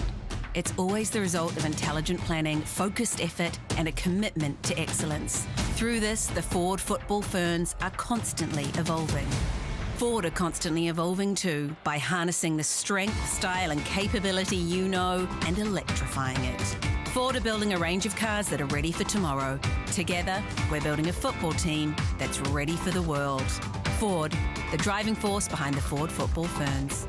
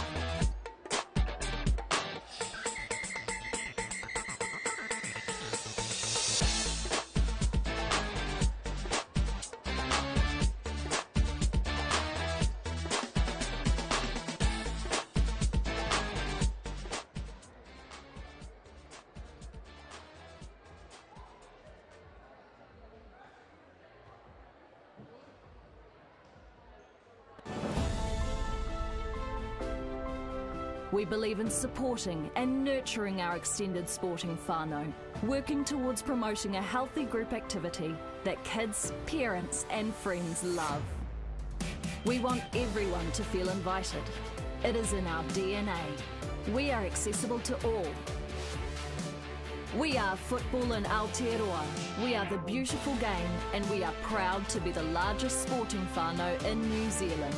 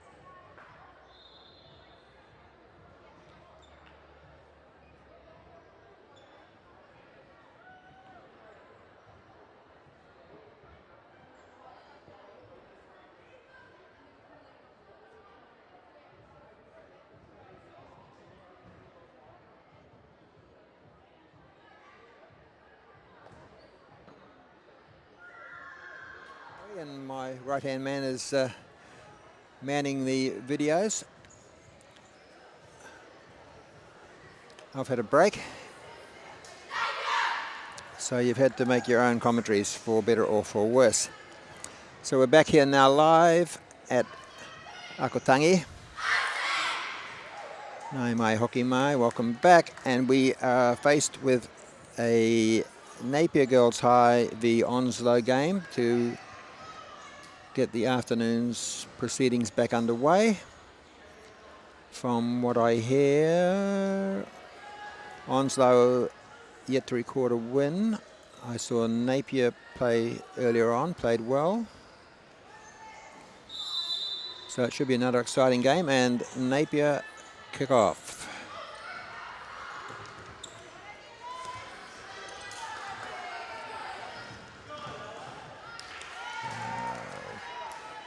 And an early shot there from Ruby Hogarth, goes wide, deflected behind for a corner. What have we got here? Something tricky, trying to make a run through from the back.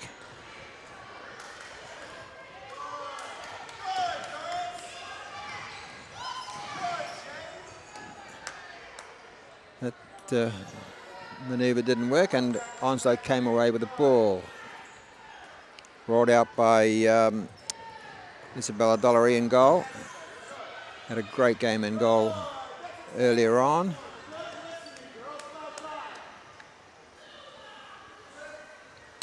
And rolled in by Onslow.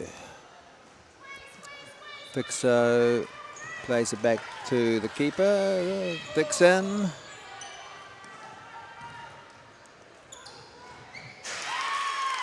Long range shot, and that beats everybody and finds the net.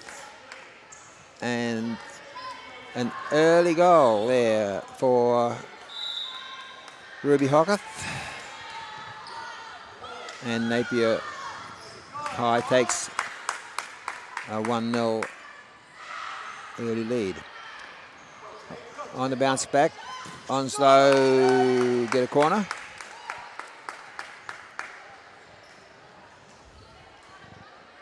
Looked like Jade Jamison firing the shot in there, but went high and wide. Brought out. Onslow pressing. Napier trying to beat that press, paid back to the keeper. And brought forward again. Porteous looking for the through ball. Plays it out wide. And a long range shot there, which is deflected behind, and it'll be another corner. Jamison standing deep, looking like she's going to receive the ball. She does. Traps it, blocked. Keepers up. Wouldn't want to lose possession here.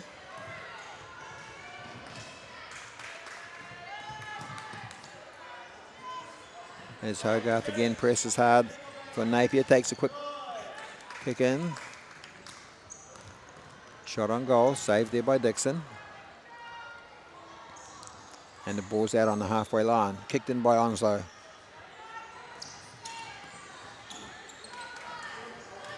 Head across to Hindle. Blocked, ball's out. Iris Polishek to kick it in on the far side.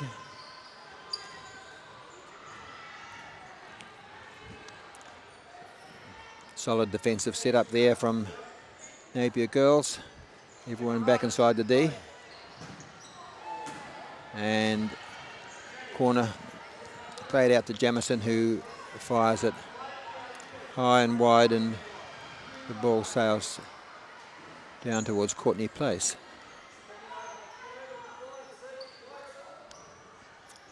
Thrown in by Dollery. And right through to a keeper at the other end, who returns the favour, throws it back.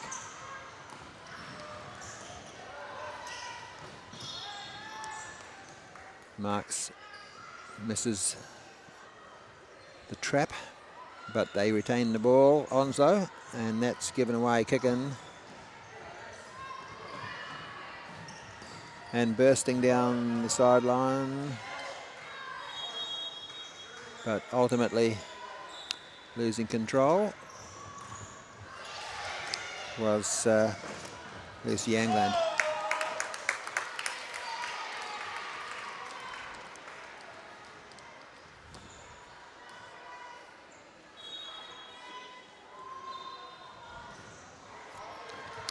Thrown in again by Dollery, thrown it long. Trying to find Georgia Cameron.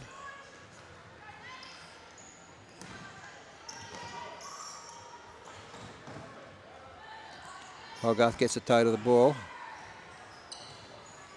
Back to Cameron. Looking through for her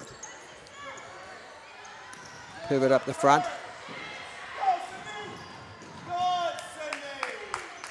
Opening there. Ball came through to Marks up front for Onslow, but she couldn't convert, couldn't get a shot away. Gets another chance here, fires. But straight down the throat of Dollery. Dollery, very accomplished keeper. You're going to have to do better than long shots to beat her, I suspect. And there's a bit of an error and mistake. And running through the defence, great, and a very strong run there. Looked like, was it Ruby Hogarth? Ruby Hogarth it was, I think, number 5. And puts Napier 2-0 up. A flick pass there, but that finds no one but the sideline. And it'll be Napier to kick it in on the far side. Lucy Angland with the ball. Played up forward to Georgia Cameron. And eventually the ball trickles through and it'll be a throw in to the Onslow side.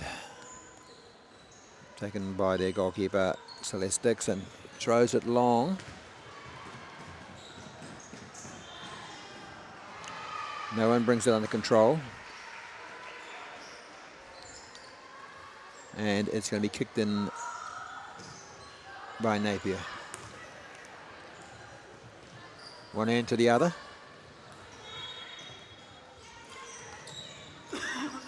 Again, hopeful ball forward towards the pivot. All it does is find, looks like Georgia Cameron. It was who brought the ball up. No mistake. It was, in fact,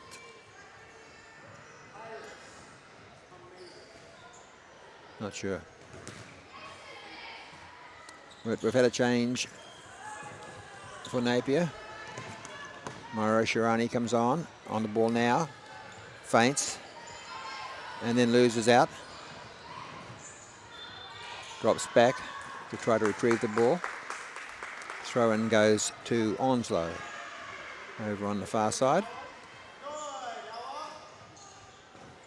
Lofted ball, but goes right across and out of play. And it'll be the goalkeeper to throw it in. And a long throw there.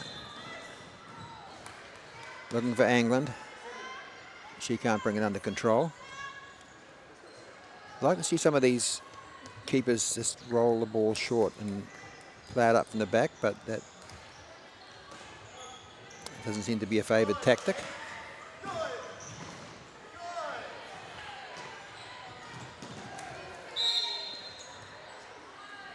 Battling for the ball there.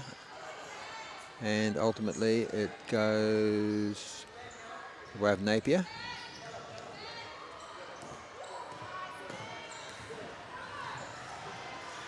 Who burst forward.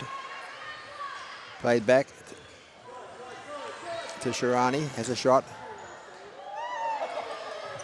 Coming up, and that was a great strike there from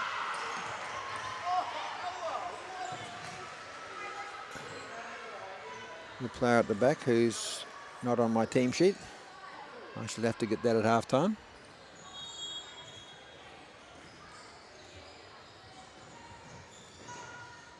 But she's doing a good job at Fixo, currently for Napier girls. That ball trickles through. Taken by the Onslow keeper. Throws it out.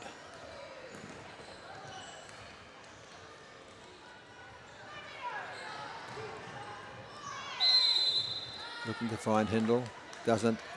Clash there, and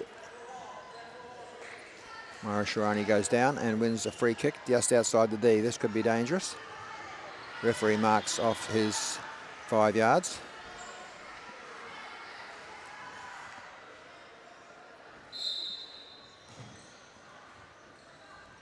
Can't tell you much as the Onslow coach, I guess, is standing right in front of us, but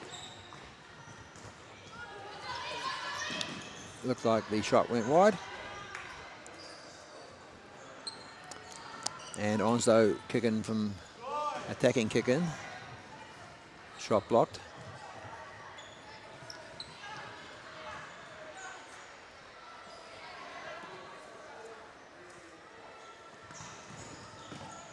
Hindle comes off for Onslow. On goes Iona Chater. Onslow kick in. Immediately it's back to Chater. Tries a bit of fancy footwork. Finds her fixer at the back. Ball's played across court towards Katie Ross, and it goes out of touch. Making a strong run down the sideline there for Napier is Rosa Angland, but she's forced off the ball. Keeper comes out. No follow-up from Onslow, and Napier are able to scramble it clear. Napier leading midway through the opening stanza, 2 goals to 0 at this stage. Kicking in, looking for a long shot at goal. Onslow blocked. Once again kicked across. This one towards Chater. She can't do anything with it. Once again, possession turned over, and it'll be Napier kicking on the far side.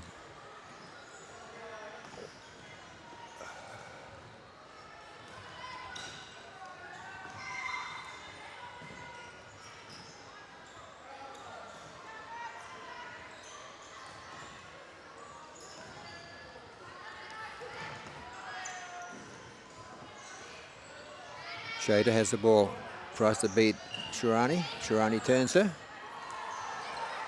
Comes away with the ball at toe. 2-on-1 here. Lovely pass, nice layoff. Lines up the shot. And Rosa Angland kicks it straight at the keeper, who goes down. Not very forgiving, those floors. And there might just be a little bit of a temporary hold-up.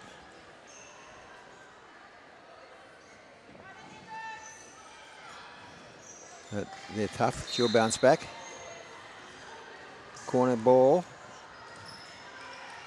And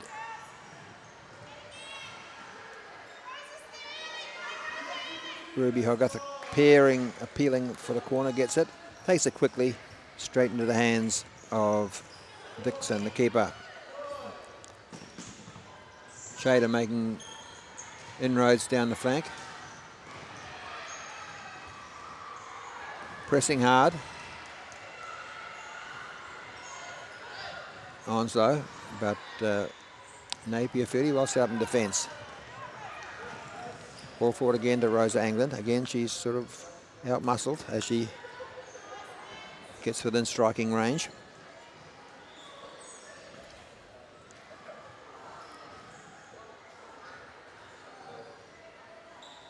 Dixon throws in. Ball's headed straight back to her. Trying to put some passes together. Onslow now bursting down the sideline. Kate Ross fires a cross in.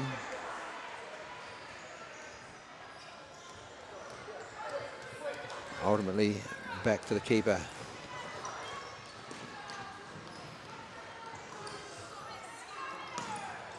Ball's laid back there, and Shirani fires a shot from halfway.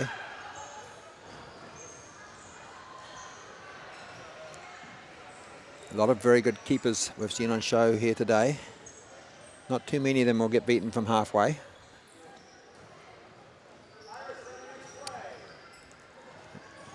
And the ball there, Isabella Dollery, another keeper who's had a couple of great games.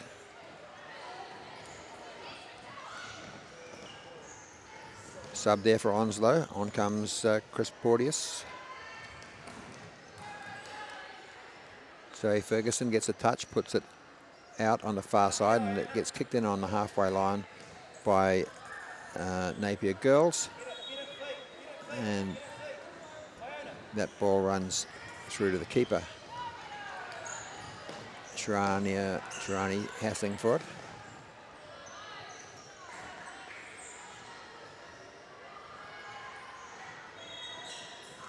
And another long shot. Doesn't go totally astray because Napier do get a corner. Lofted ball in towards the D. No one really attacking it. Good stuff, Chris.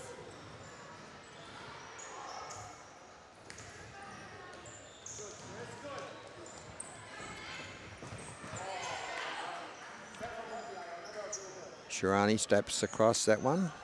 Ball goes out of play. She takes the kick in. Good kick. Found Anglan, and as Rosa Anglan lined up the shot, saw her name flashing up on lights, but a flying tackle comes in,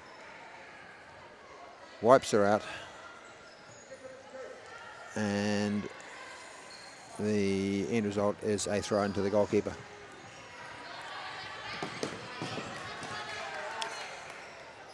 Iona Chater making a run down the sideline here, but runs out of real estate.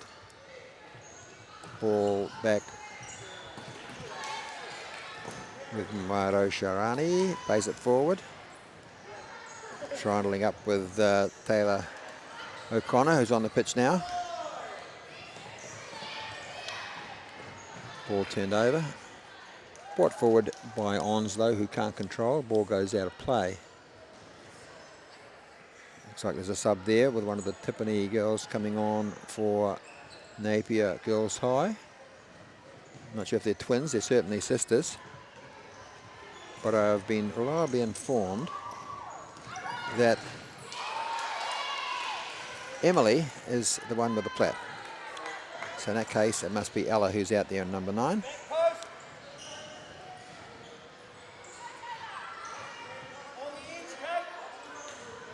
And some fancy footwork there by Taylor O'Connor. But it results in a corner. She takes it. And Ella Tiffany opted to chest it rather than to head it, with the result that it falls safely into the keeper's hands.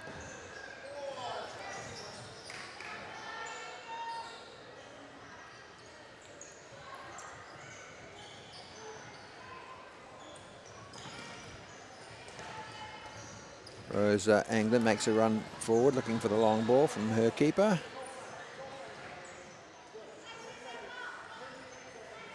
Shepherd over the line. And it's Onslow ball. Again, the long throw. One keeper through to the other. And that, folks, is half-time, and it's 2-0 to Napier Girls High over Onslow College of Wellington.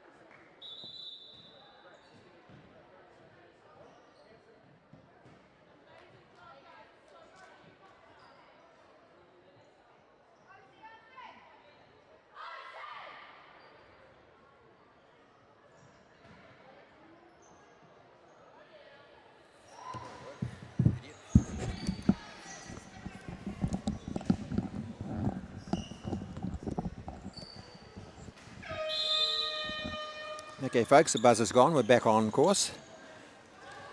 Very important to get these games on time, as there's only certain windows that New Zealand football can use on the YouTube platform.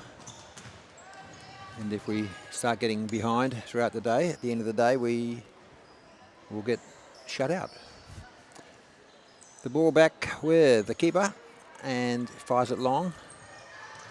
One keeper to the other once again. Having said that, was bobbled a little bit there by Dollery in goal. She fires it up there long, finds her pivot up front, which I'm reliably informed is Nina Giaformiti. Apologies to Nina and your family for missing you in the first half, but you just were not on my team sheet. We have rectified that. The ball back with Isabella Dollery in the Napier high. She fires it towards Giaformiti. She can't really control it. Comes back to Onslow. Zoe Ferguson juggles with it. Chris Porteous, beg your pardon. These girls with long hair, which is very nice to see, apart from when it covers their number. And there's a great through ball, and Onslow unlucky not to finish that. Lovely through ball there. And just the final little toe poke into the net went astray. So that would have really given the girls some heart.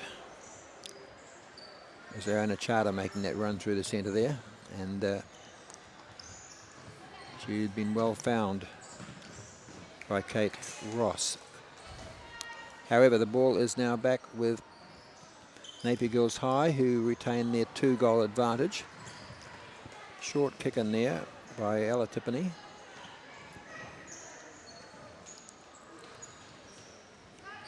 Does it again, sets the ball up for Georgia Cameron. She has a swing and almost a miss. The ball runs back cross court to Ella Tippany. She cops the shoulder for her troubles from Chris Porteous. The ball does break to Napier Girls High, but it's a tame shot which is picked up by Dixon. And another attempt there from Ruby Hogarth is closed down. Hogarth plays it in. Finds Giaformiti in front of the goal. She just fires a shot which is deflected wide for a corner.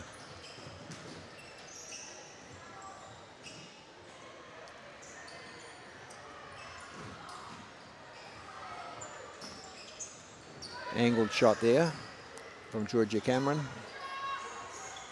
Keeper saves. Onslow come away with it. Breaking up over the halfway mark, but the ball outruns Ross on the far side.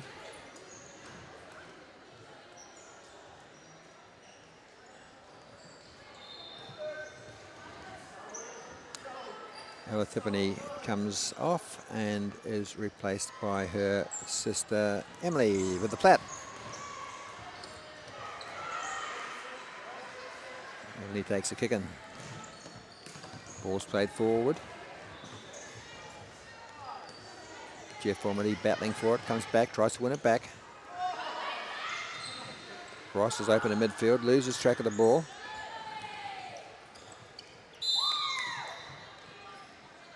And the referee has spotted a foul there. And I think it was a stray boot of Nina Giaformiti. And he awards a free kick taken by Ross. She fires straight at goal and catches the keeper unawares, and amid great excitement down on the bench and from their enthusiastic coach, Onslow are on the board. That will inspire them. It's 2-1. They've been under a fair amount of pressure. That could just be the tonic they need to get them back into this game.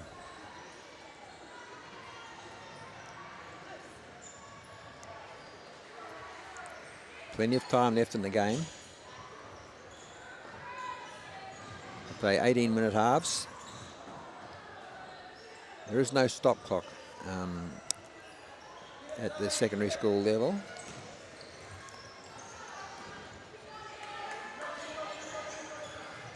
Formati bursting forward. Nice pass. But great defence there from Onslow. Desperate defence.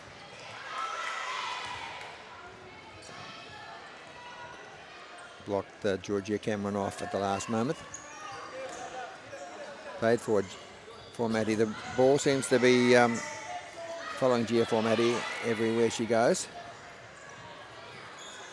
That time it trickles through to Isabella Dollery in goal. Again, she throws long. And again, the ball runs all the way through to the keeper. And once again, our referee has found an indiscretion. This time, it's a free kick for Napier.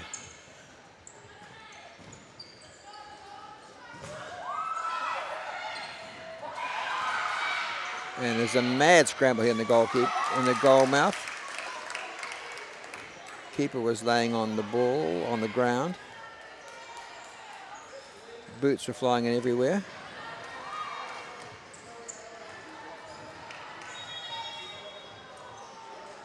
And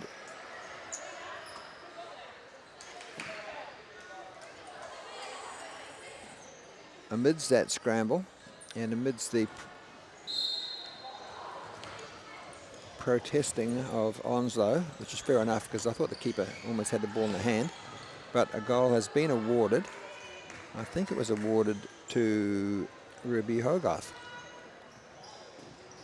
But in any case, the key factor being the score is now 3-1 to Napier, who have regained their 2-goal lead. Still plenty of time, 10 minutes to go.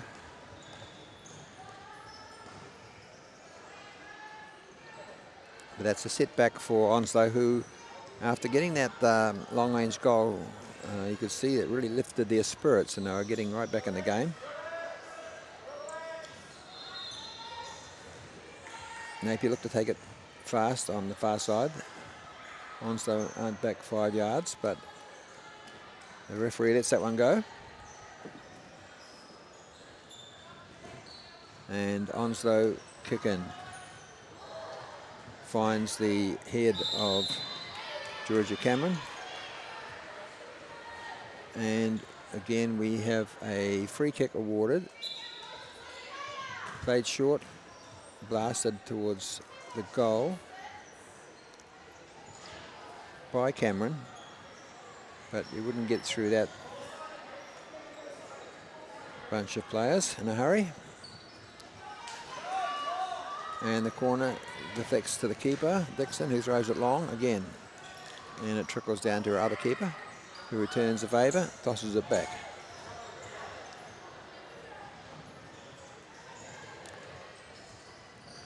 Tiffany Emily with the plat comes on, takes a quick kick in, finds Hogarth.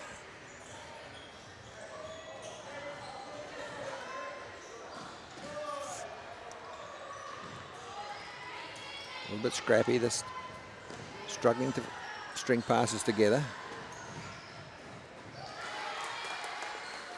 Cameron makes her way through the midst of the pack, fires a shot but straight at the keeper. Little flick pass there.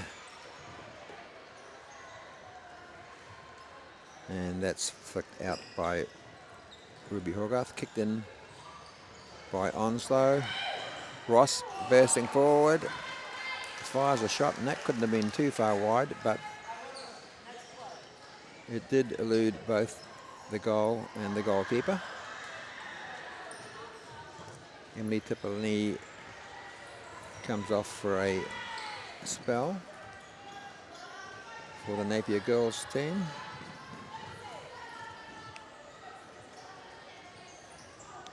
Taylor O'Connor's on, bursts down the sideline after that one. Doesn't reach it, but flicks a nice pass in. Finds the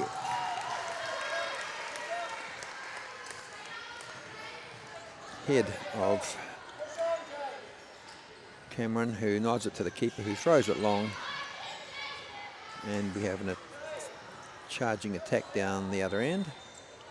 That fizzles out. And the ball is back now at the feet of O'Connor. Finds a way past one side, puts towards the goal. Picked up by keeper Dixon. Doesn't get past Hogarth mid-court. Hogarth takes the ball, flicks it into O'Connor. Turns. Doesn't get a lot of power behind the shot though.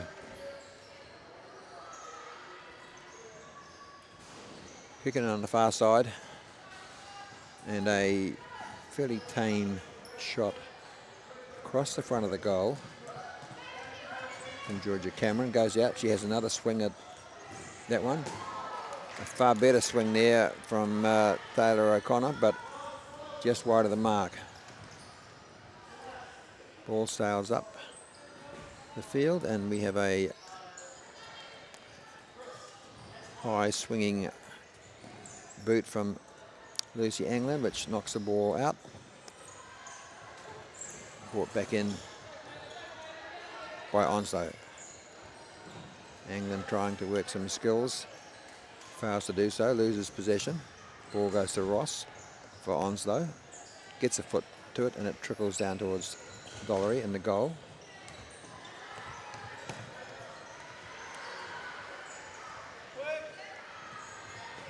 We now have a Onslow kick in, Onslow possession, much to Rosa Anglin's dismay. We have another goal-mouth scramble. Ross gets the ball, tries to turn.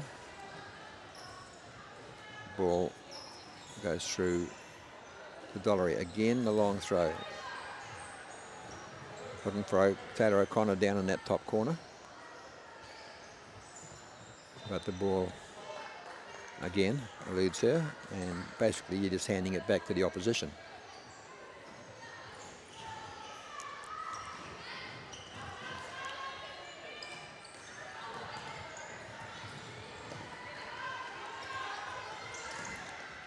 GF4 Matty back on the pitch, makes a strong run through midfield. Can't get clear. Onslow.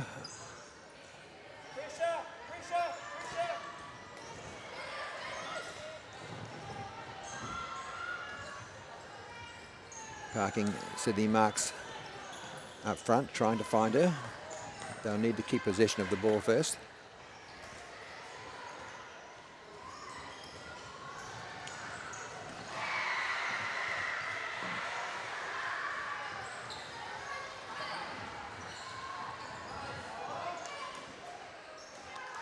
Rosa Anglin trying to jink towards the goal.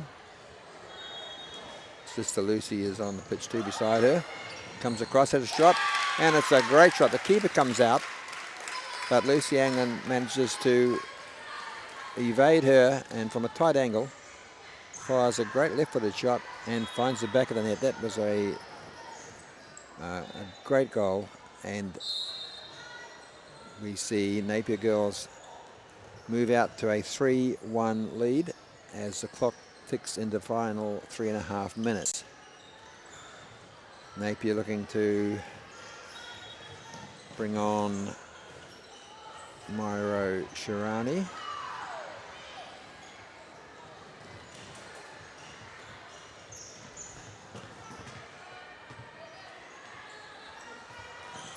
Rosa Anglin running non-stop.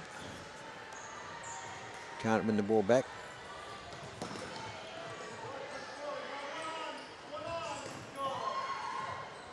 And it's tied up at the back by Jade Jamison for Onslow on as the fixo. That last goal, I think, just took a little bit of the sting out of Onslow.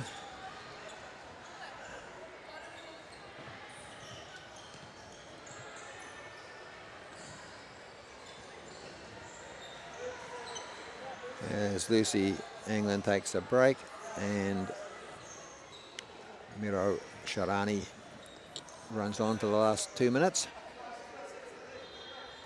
Takes the kick in, plays it forward, looking for Rosa England. Nearly finds her, but the ball ends up going behind. Dixon, Celeste Dixon brings it out for Onslow. Long throw. Looking for Sydney Marks up front, but she can't control the ball. Gia Maddie does a little flick pass. Not totally effective. Here goes Rose England, streaming down the sidelines again. Fires a shot away, taken by the keeper. Striding through the middle now comes Shirani. Great run, great pass here. Can she finish it off? There's a great pass across to Georgia Cameron, but she just failed it to side foot it into the net. Score remains 4-1. Ball comes out. Another swing and a miss. Georgia Cameron, she's doing everything but get on the score sheet as they press hard for a 5th goal in these last 60 seconds of the game. As the Wellington East girls just walked past and blocked my view. That's right, girls.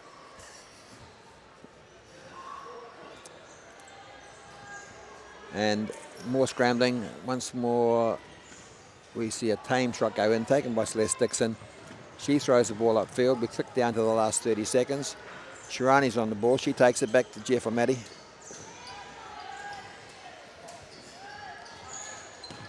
And they seem to have this pretty well under control. Shirani, nice footwork. Oh, they had 2-on-1 there for a moment. Napier. Shirani fires a shot, saved by Dixon. The ball's tipped behind. And as the clock ticks down, 10 seconds to go, I think we're just about at the end. And a late shot, but failing to find the net through no lack of effort.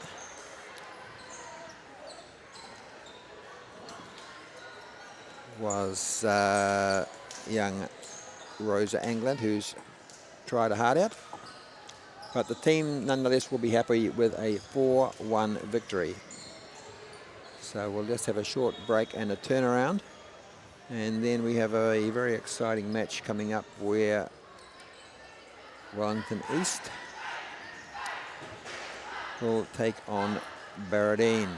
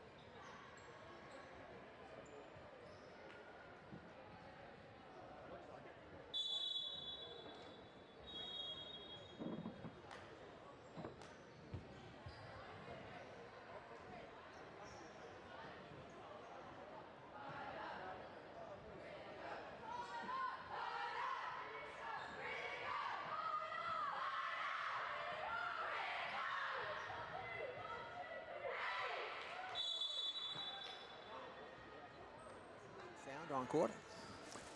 We're fired up, ready to go. East chant has been dispensed with, and we kicked off. And first touch from Emily Archie from Baredine puts the ball out. Wellington East in the dark blue. The gold numbers down the far side. Cross comes in there from Kennedy Corkin. Can't find Liv Dean. Sorry, Emo. Young Dean, Emily, lurking in front of the goal, as is a Dean trait. Bursting down the sideline there with the ball is Rangaru. And good work there. Gracie Aitken turned at the back by Blake Lewis. Ball bounces back to Charlotte O'Neill, off her into touch. Over on the far side, it'll be Corkin to kick it in for East. Looking on the long diagonal and finds Rangaru. She's robbed of the ball though. Coming away with it now at speed is Lewis. She loses out. Dancing through the middle, O'Neill. And Johns comes out from goal. Makes solid contact, sends the ball down in the direction of the Wellington Airport. Jessie John has had a good game in goal for East. She was part of the Capital Super League squad, a number 3 keeper there, so she's had some good experience. And she throws the ball again, throws it long. Lands it right on the chest of Dean. Can't bring it down.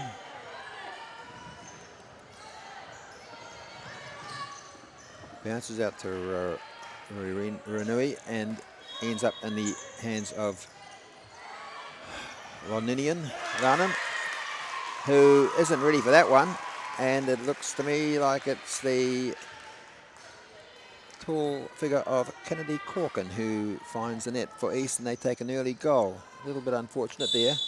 I think Beata Lanian in goal was slightly obscured, and the ball crept in at the near post.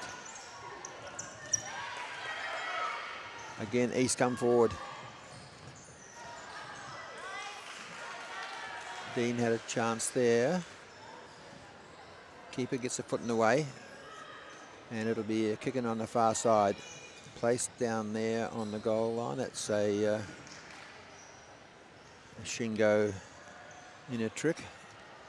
A lot of these girls coached in their young days by Shingo before he headed to Christchurch.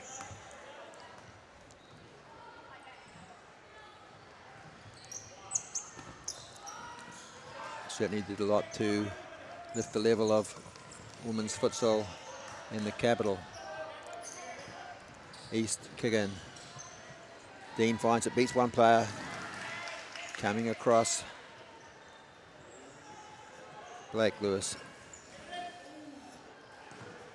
saves the day. Ball goes right across court. Goes out on the far side.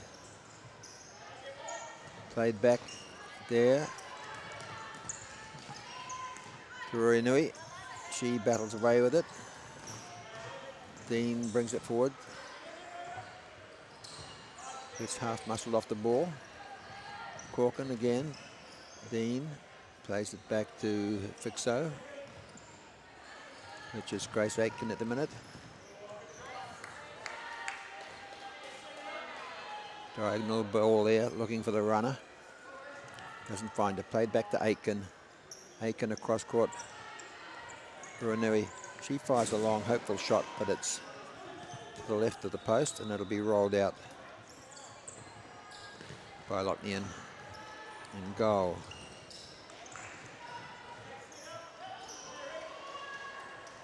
And that signals a Russian change.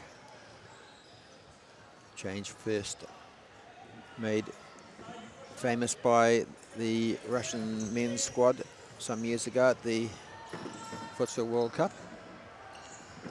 Introduced to confuse commentators more than the opposition, I suspect. East again placing the ball on the line. 4 seconds will be up if she doesn't kick it soon. She does, just in time. Nice turn there by Rewa. And the ball stays back with Capital. Rangaru kicks it in. Played up to Emily Dean. Nice goals there by Corkin over on the far side. Beats one, can't beat the second. Gets the ball back again. And again, taken off her toe and kicked into touch. Baredine getting pinned back at the moment. Really come out hard, this Wellington East side.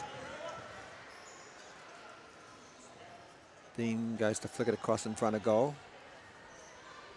Looking for a runner, but the ball is tipped behind for a corner. Played out long.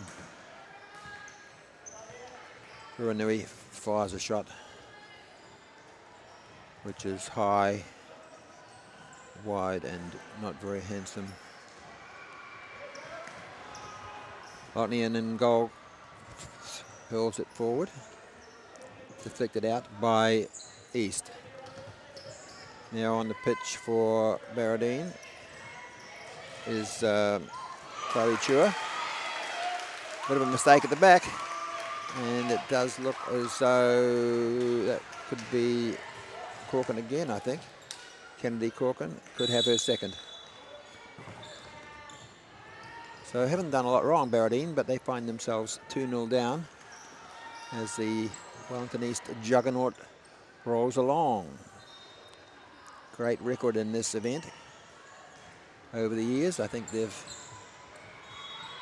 either won or been in the final the last 5 years. Flashing across the goal there, looking for a touch, was Jemima Squire. Doesn't quite get the touch he wanted, but gets a corner. Played long. Back to Judd has come on and fires a great left-footed shot.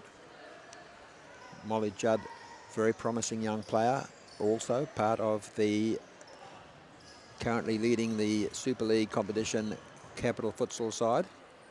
Great experience, and there's a number of girls here competing at this tournament across all the teams that are playing at Super League level, and you can just see that experience.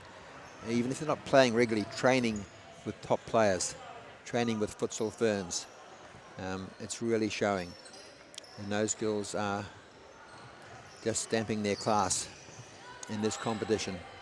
Back with Judd again, playing at the back as the fixo. That ball eludes her, but John comes running out in goal to clear the danger, hoofs the ball downfield. And Baredine will get the kick in around about halfway. As we strike the midpoint of the first half, East have bounced out to a 2-goal lead.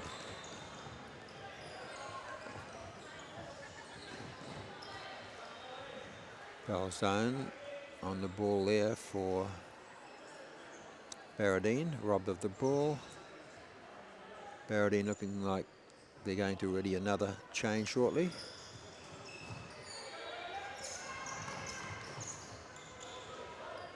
Dwyer making a run through the middle, tries to get a foot to that one.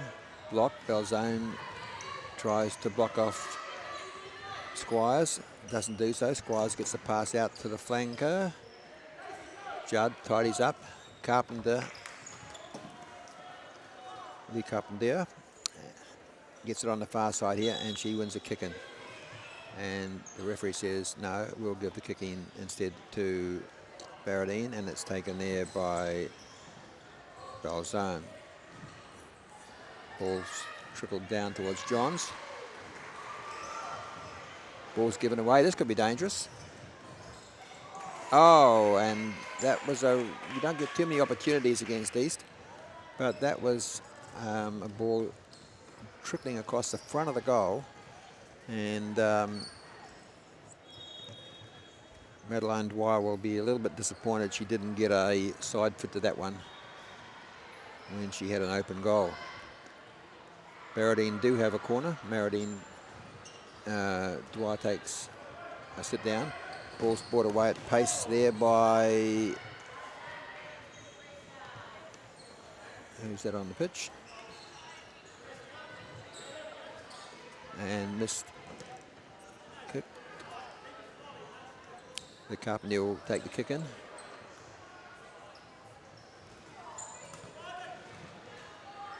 Judd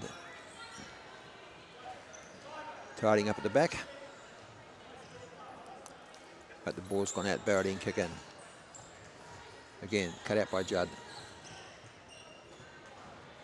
Very solid having her as the fixo, directing play from the back of the court.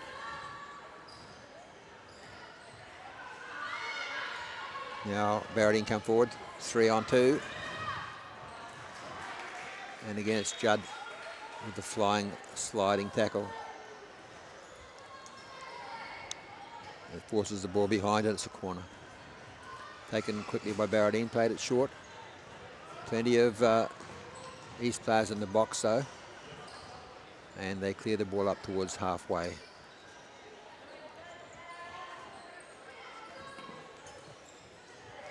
The Carpenter out on the flank.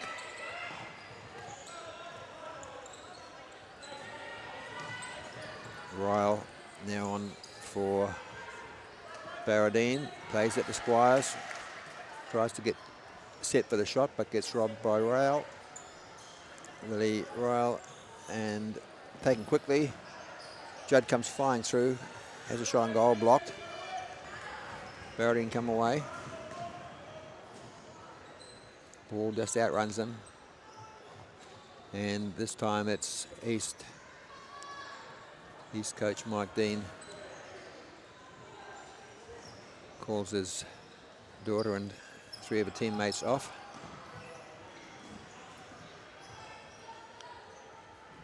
Beg your pardon, he puts his daughter back on.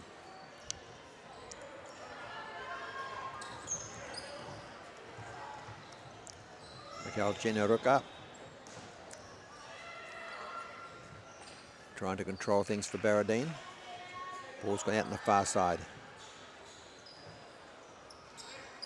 That's the goal scorer. Corkin back on for East. Just tries to dribble away through a couple of players there, fast to do so. Baredine come away with it.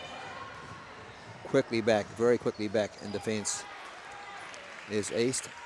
Long shot fired in there by Baredine, but they'll be pretty lucky to beat John with a long shot. And the ball flies over in our direction. Dean to take the kick in. Plays it back to the fixo, which at the moment is Grace Aitken. Ball's given away, bursting through the middle here for Baredine.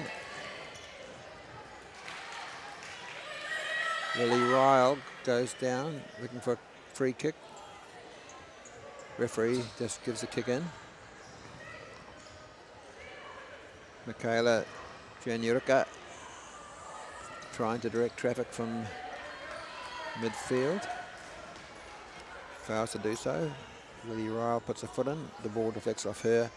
Goes out for a kick in. And again, East press. This time it's Dean who does the long shot, but it's blocked.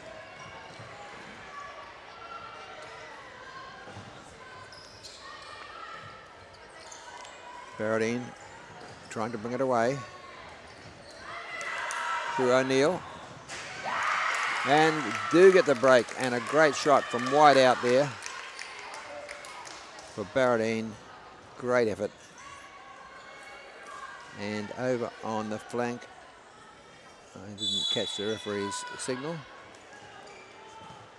but I'm picking it was Mia Bartlett who fired that one home. So that'll give Baredine a lot of enthusiasm encouragement as they get back into the play now. East come away 2-on-1. Ball's out to Dean. Can she find a net? No, she can't. She possibly could have found Corkin, who was lining up for a third. No, it wasn't Dean. It was Squires running down that sideline. Regardless, the score stays at 2-1. Corkin goes back, trying to win the ball. It's put back in play by Baredine, who've certainly just got a spring in their step with that goal.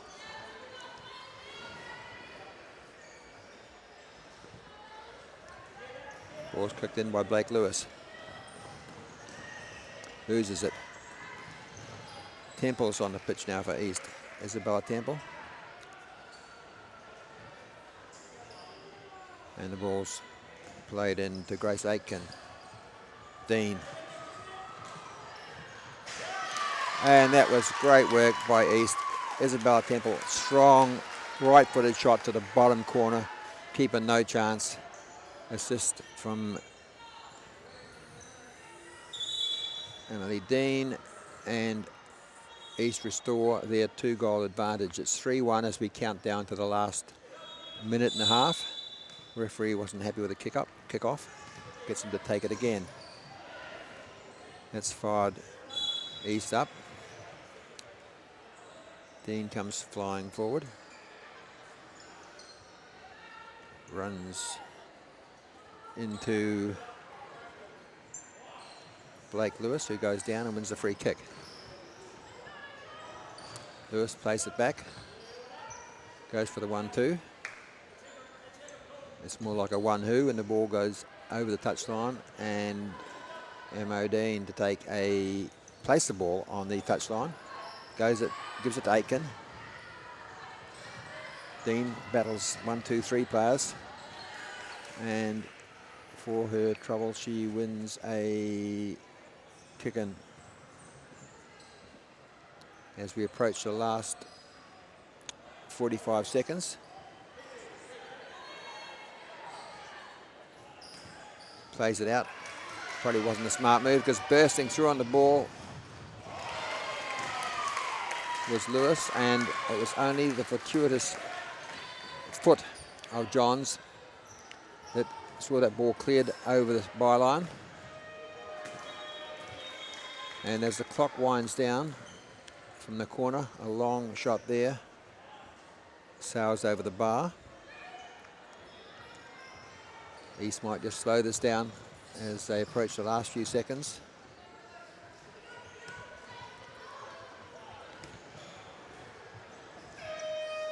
Lewis tries to get play underway, but the hooter beats them, and we will go into the half time with the score at Wellington East 3, Baredine College of Auckland 1.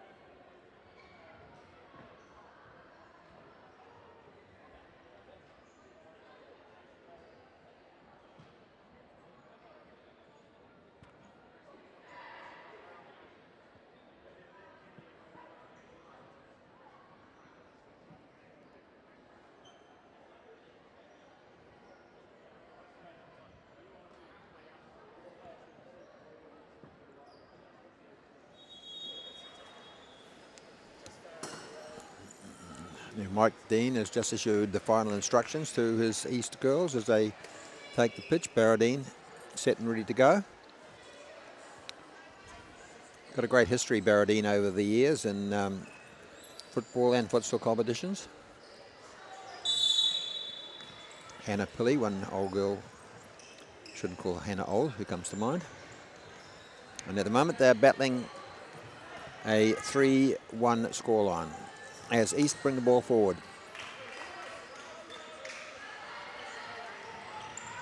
Lee Carpentier drops back to receive the ball. Daisy Fraser out in the far side puts a lovely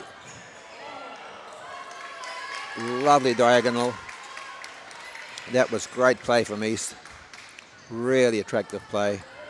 And all it lacked was a finish from Jemima Squire. Classic play.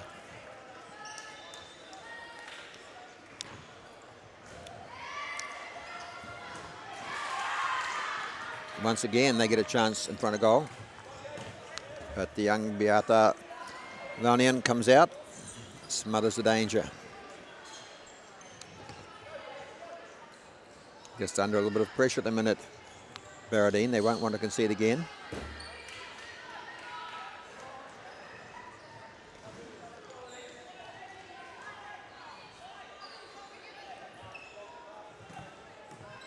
Baredine kick in. Okay, John Eureka fires it across court, and it's a long-range shot from East. Oh, the keeper's a bit short with the pass out there. And jumping in quickly, Squire gets a foot to the ball.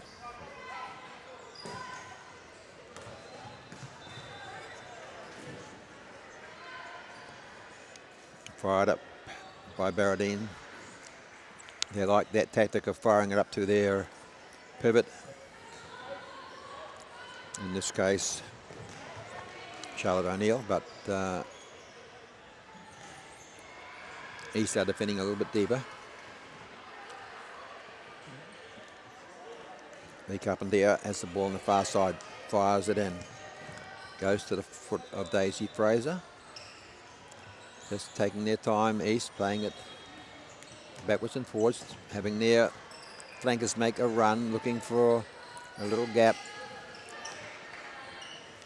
Classic capital play this. Carpentier on the far side gets it. No break there, plays it back to Fraser. There's the diagonal.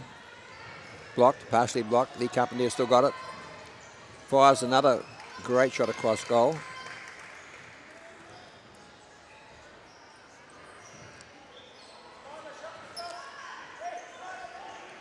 Squire just failing to get on the end of that once more. Certainly threatening. Tossed upfield by Baredine, but neither Belzone or her other up front player, Charlotte O'Neill, can get on the end of that.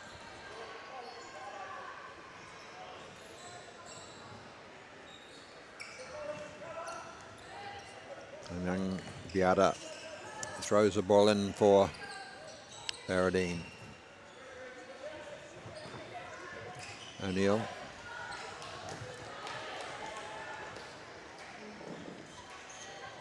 Jan Eureka trying to make inroads down this near side. Cannot do so. East bring it forward once again. We have Judd back on the pitch. Molly Judd, she'll make something happen, I suspect. Straight away, there's the ball. There's the break.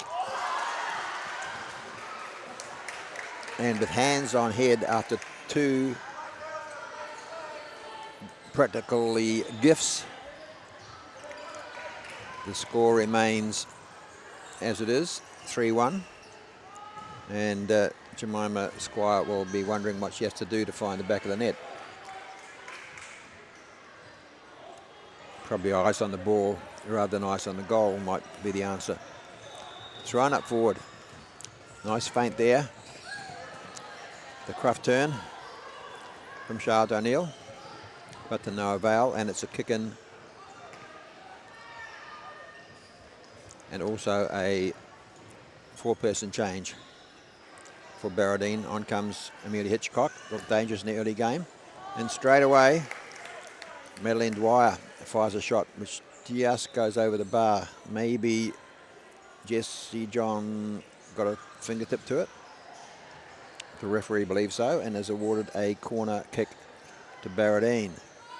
They're setting up for the long shot. Instead it goes to Dwyer. Fast break here for East. The Carpenter charging down the pitch. Court, sorry. Just get the terminology right. Back in the hands of Lanian in goal. Fires it upfield again, straight into the feet of Carpenter. The Carpenter fires it across to Fraser. Fraser one touch down the touchline to Squire. Just not having the best of day with her touches.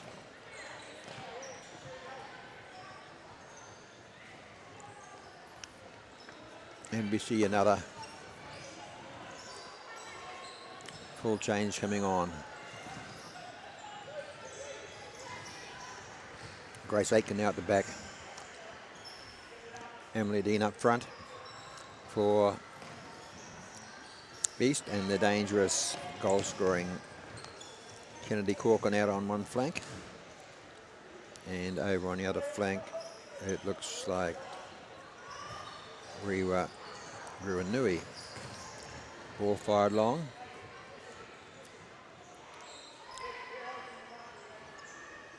Straight through to Baredine keeper. She rolls it out. Hitchcock looking to bring it up the touchline. Can just find Corkin's back. Bounces off her for a kick in. Hitchcock back with it again. This time it's Dwyer who gets blocked. Ball's out. Corkin takes a kick in. Back to Aitken. Aitken has to track back. Opts for the safety of the touch. Taken very quickly there by Hitchcock. But East are back in defence.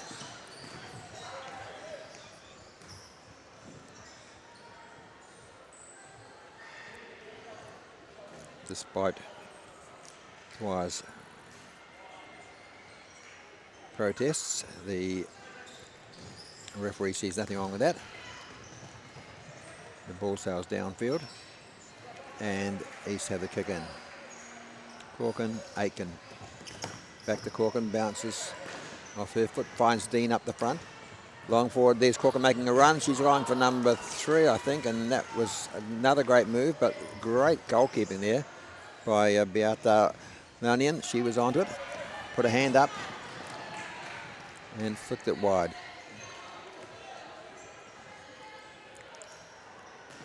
What have we got here? It looks like the referee has ruled a corner ball. Madeline Dwyer, ball in hand, plays it straight back out to Hitchcock. Picked up by Johns, fast break.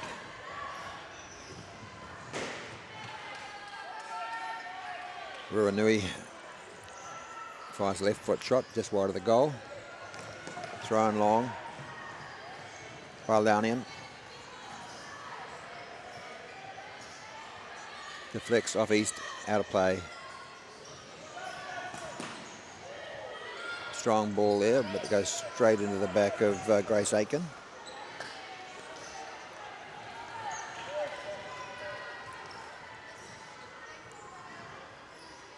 And midway through the second half, it's 3-1 in favour of Wellington East College over Baredine.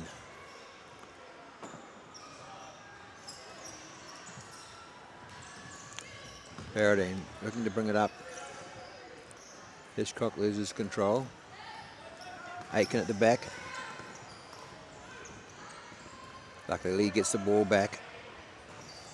Uranui gets it. and deflected and has gone behind for a corner, I suspect.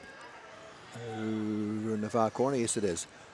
The go here, we've got maybe Corkin comes across. Plays the ball forward to Dean, looking, where was the little back heel ammo? It's gone behind and it'll be rolled in by the Baredine keeper,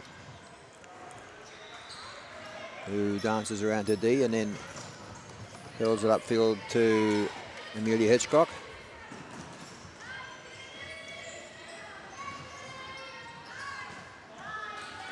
Who has Kennedy Corkin hanging all over her like a cheap suit. And eventually the ball comes back down the court, where again it goes to the feet of Corkin. Had a good game.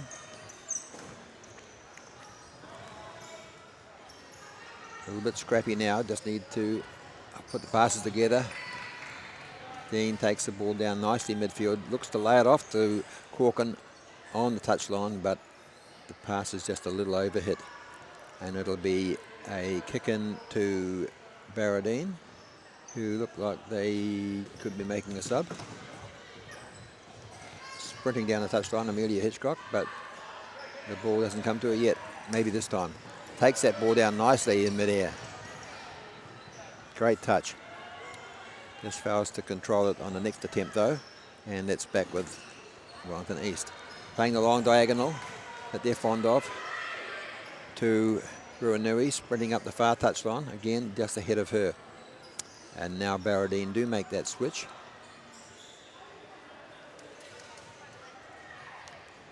O'Neill has gone back on up front as a pivot for Baredine, who pressing, who really need to score the next goal to stay in this game. Aitken half-by clears it.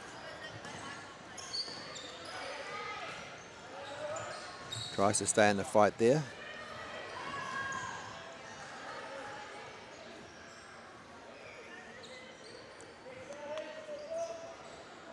And eventually the ball goes behind.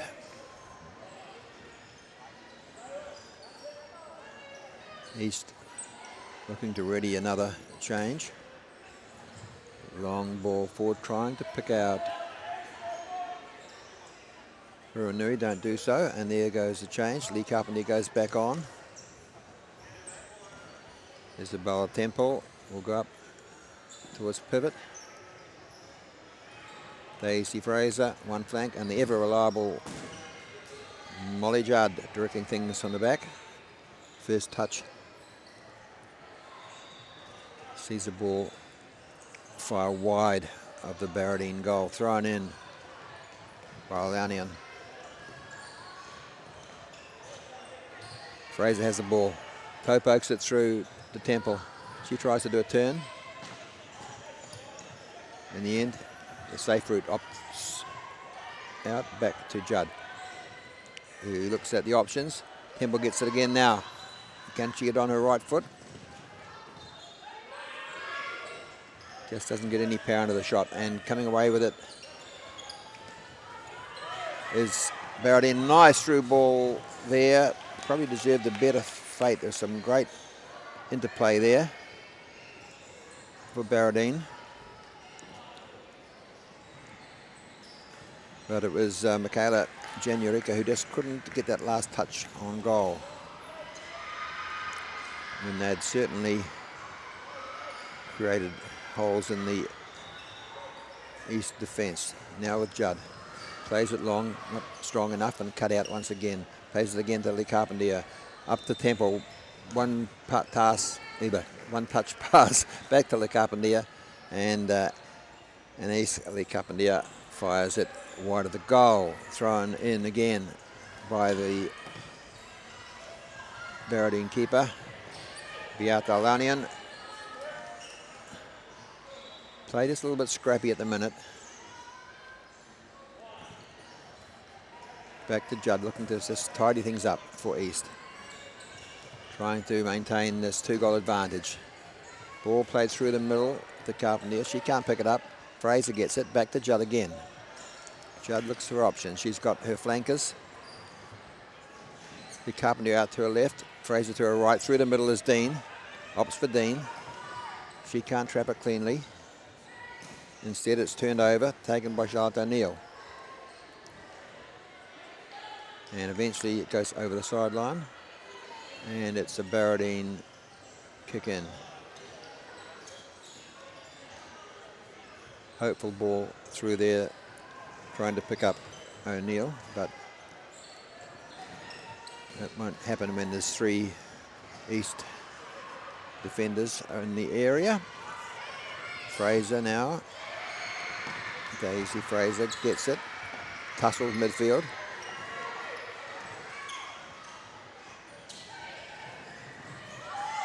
Nice flick across goal from Baredine. That was Michaela Jane Aruka making a little flick across. Just wanted a foot on the end of it. But Jessie John was out, alert to the danger. Ball's cleared down court. Baredine kick in. Ball bounces up, rather unfortunately on to Madeline Dwyer's hand, and a free kick slows things down. Taken by Judd. There it goes again, the long diagonal. What a great ball. Straight to the feet of Isabel Temple. She brings it down, but just can't get enough space to turn and fire the shot away. And Baredine clear the danger. Out to Judd again. Again, tries to thread it through to Carpentier. Fast break here from Baredine. I don't know how that stayed out. Great run down the side by Amelia Hitchcock. She has got serious gears, this girl.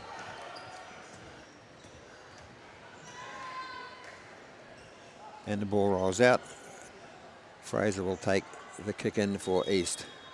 That was another great run by Hitchcock down the side. John wasn't totally sure where the ball was, but did manage to clear it. And it stays at 3-1 to East.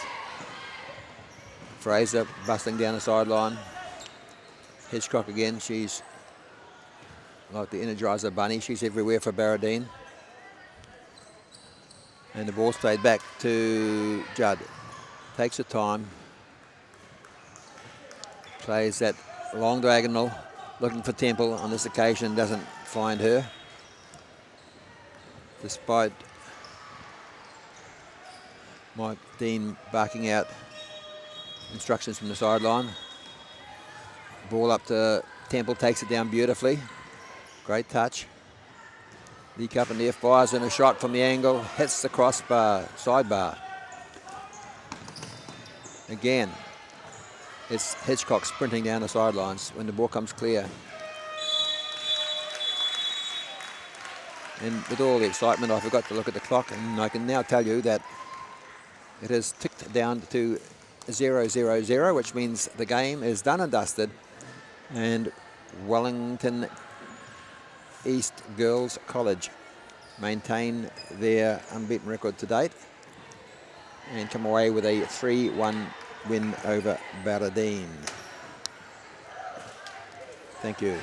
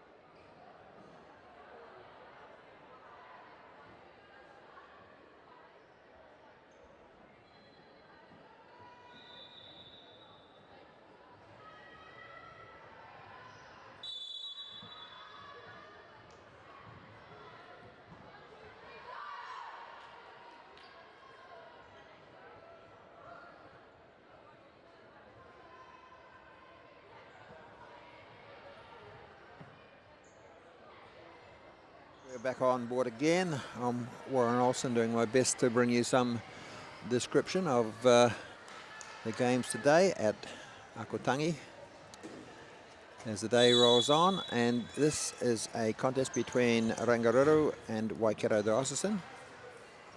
Rangaru in the dark blue and Waikato Dio with a darting run there through the middle by Freya Douglas, and the ball eventually cleared over the touchline. Touch behind, it'll be a corner. Mia Humphrey going over to take it. Plays a ball that beats everybody. Mia, one of the many girls on show here today that I've seen playing in the Super League competition. She's great for them, and it's quite prevalent that those girls who, even if they don't play a lot for their Waikato Rapids or Bay of Plenty Surge or whatever side it may be, that just the training with those girls, a lot of them futsal ferns, it's really lifted the standard, and you can just see that the girls that are involved with the Super League squads are really stamping their authority on most of these games. Corner for Diocesan.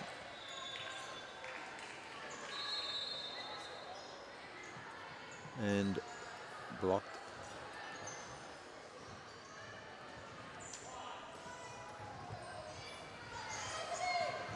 By Waiuru. Rangaru, sorry. Lily Davis comes away with it. She loses possession. And here we have 3-on-1. Humphrey, just as I give her a rap, loses control of the ball. Commentator's curse. Rangaru kick in there. And they can't find her pivot up the front. And instead the ball's found the back of the net. Apologies there. I was looking down at my team sheet. Waikato Diocesan have got out to an early 1-0 lead, and I've got no idea who that was down to. I'll have to find out for you. Playing the ball around well, and there's a nice through ball, and that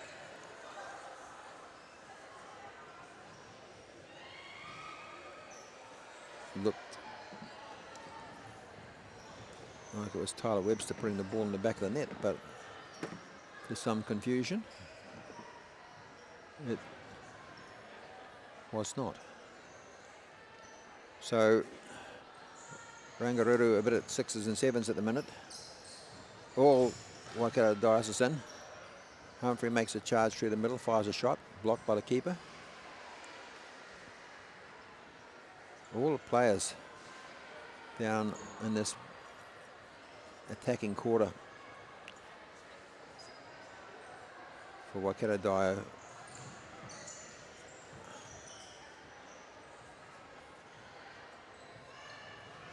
Ball hits handstay, goes out. And Humphrey comes across to take the kick in.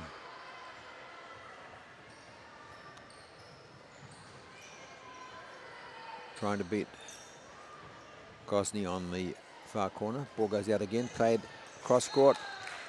And that one I did see, it was swept across to Zoe Duggan, and she side foots it home.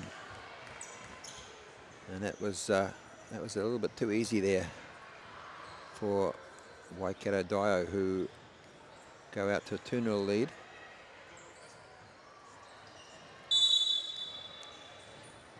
Rangaru again giving the ball away cheaply.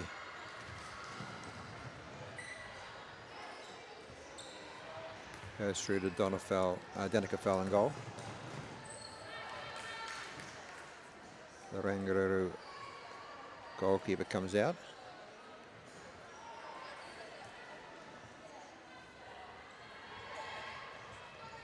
Tosses the ball long.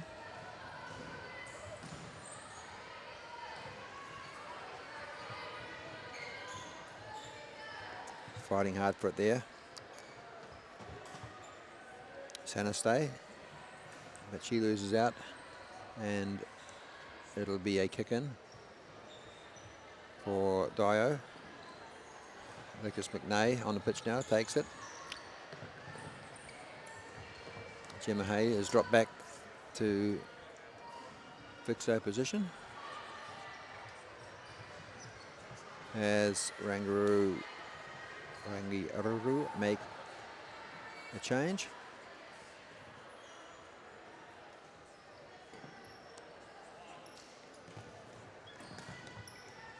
Maddie Smith kicks the ball in, goes long, and picked up by foul and goal for Waikato. They bring it up again. Again, they've got 3-on-2 there pretty much. Looking to get forward, Zoe Duggan. Again, the defence just a bit ball watching there is Rangaru. And the attacking players from Waikato Dio running through them. Again, not too much organisation at the back. The keeper gets a foot to it, puts it behind. Ball comes out to Skylar Mearns, who swings the ball a foot at it and into the keeper's gloves. Coming forward again, Dio. And that's all too easy. And that looked like it was Skylar Mearns on the left flank, who easily evades the lone defender and slots it home. 3-0 to Waikato Diocesan early in this game. Yet to, again, Mearns makes a run down the far side, tries to get across court, can't pick out a player, but it's now a kick-in taken here by Maddie Smith. She can't do a lot with it. Ball's kicked across field by Alexis McNay. Again, 3-on-1 at the back, and somehow they managed to hit the crossbar with that. And again, keeper's called in to save as the defence is just absent at the minute from Rangaru. They're just not getting set. They need to defend deeper.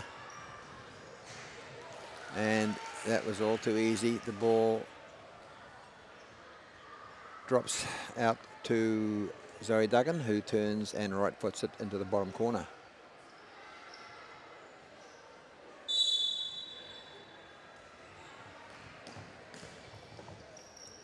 Again, given away. Again, we have 3-on-1. Fired across court.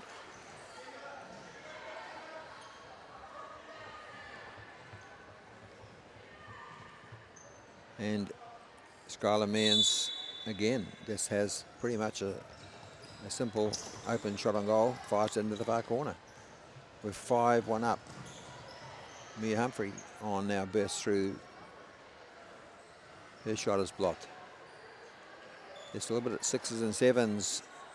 Rangaru don't really have a good defensive pattern there. And that one was fortuitously turned wide.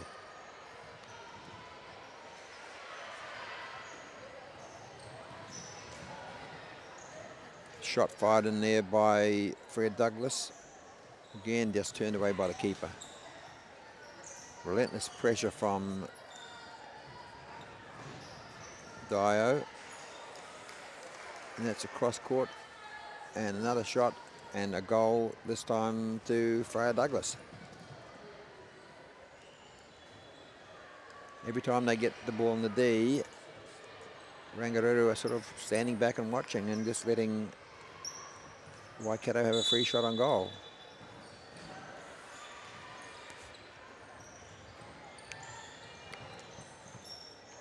Trying to get the ball forward to Lily Davis, but loses out, coming bursting away with the ball.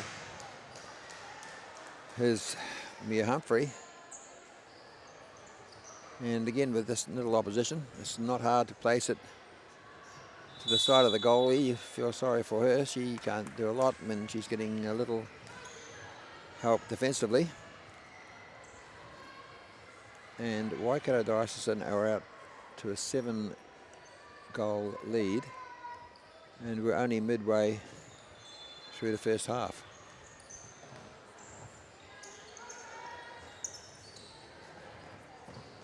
Millie Clark on, tries to interrupt the flow. Again, it's 2-on-1. The keeper does her best, comes out. Can't save the ball cleanly.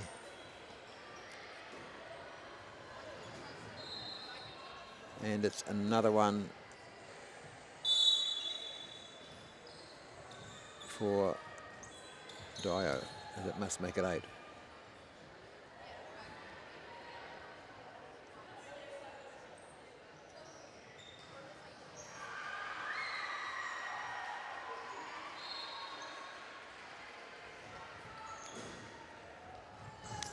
Dio ball up front.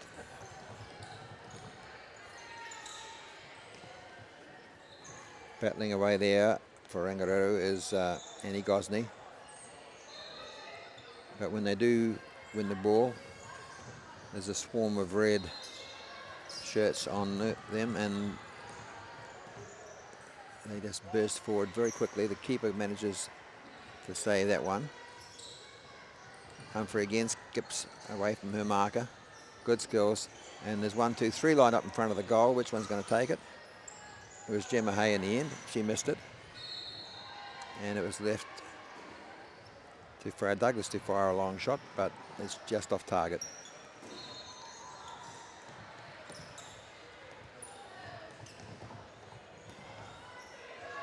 Lily Davis comes away with it. And they make a rear foray down the pitch to Rangaru, but that comes to little.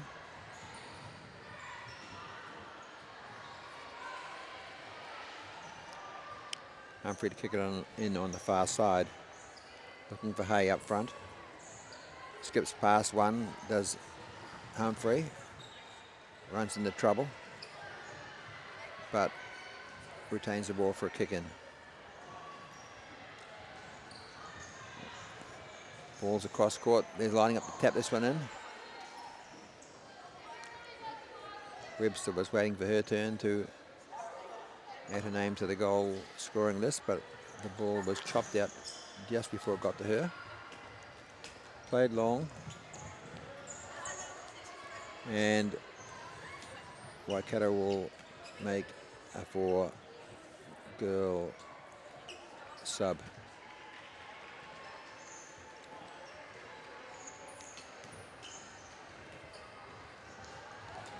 And straight away bursting clear.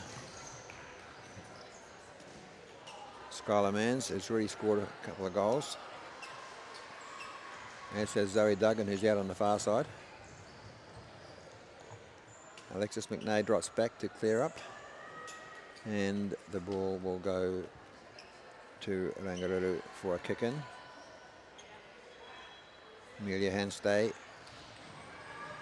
takes it, plays it back to Millie Clark, and she promptly gives it away. And again we have 3 players rushing through. The keeper comes out very bravely, gets down, saves that one. But they're pressing high, Waikato, and without too much in the way of defence, they can continue to press high, and they're winning quick turnovers. Rangaru really a 4-player swap over.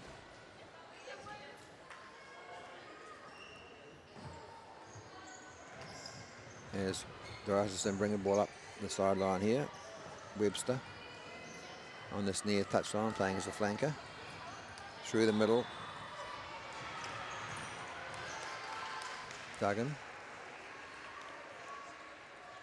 Didn't look up to see the unmarked Webster. Put the shot on herself, which is blocked. Gets it back again, does Duggan. Keeper comes out, gets that one clear.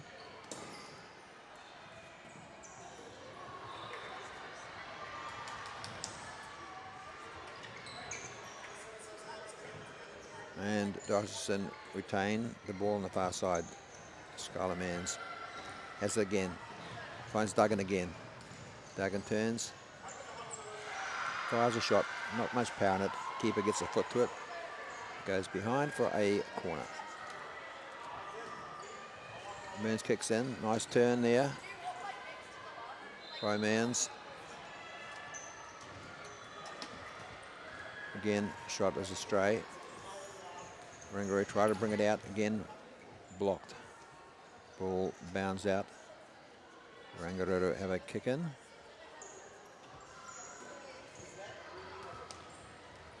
Trying to create something.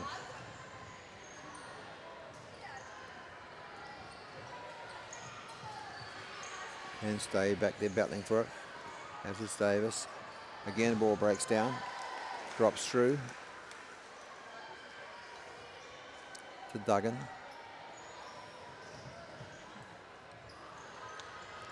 Just a bit too easy to create chances for the Waikato Diocesan side at the minute.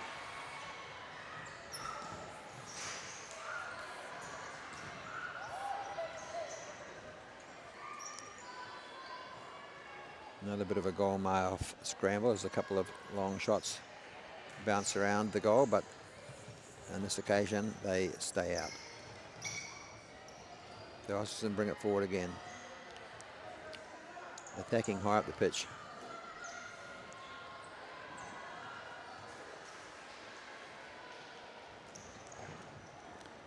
Eddie Smith trots back on for Rangaru. See what she can do out there. Nice play by Dio. Duggan running up that far side, linking well with Skylar Mearns.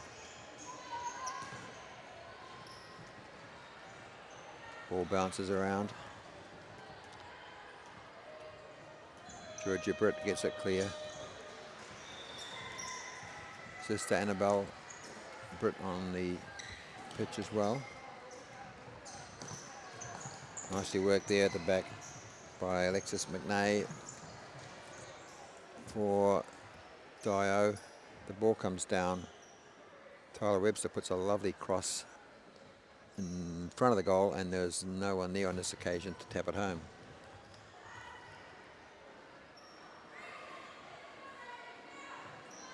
As we count down to the last few seconds, and they have in fact come to an end. And so at the end of that half, which was all one-way traffic, and it stands at 8-0 to Waikato Diocesan over Rangaru College.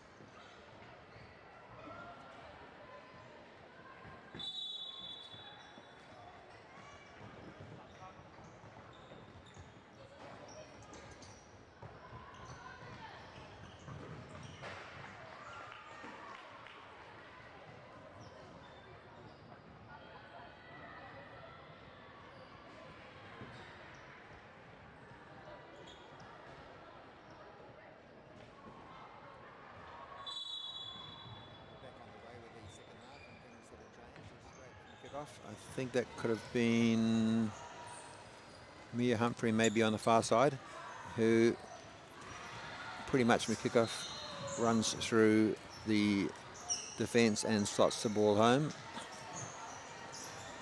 to add one more to the Waikato Dio side, who are now out to a 9-0 lead. It's Humphrey on the ball now, beats one, plays it out to the flanker. She can't find a player, goes back to Gemma Hay at the back. And again, pretty easy.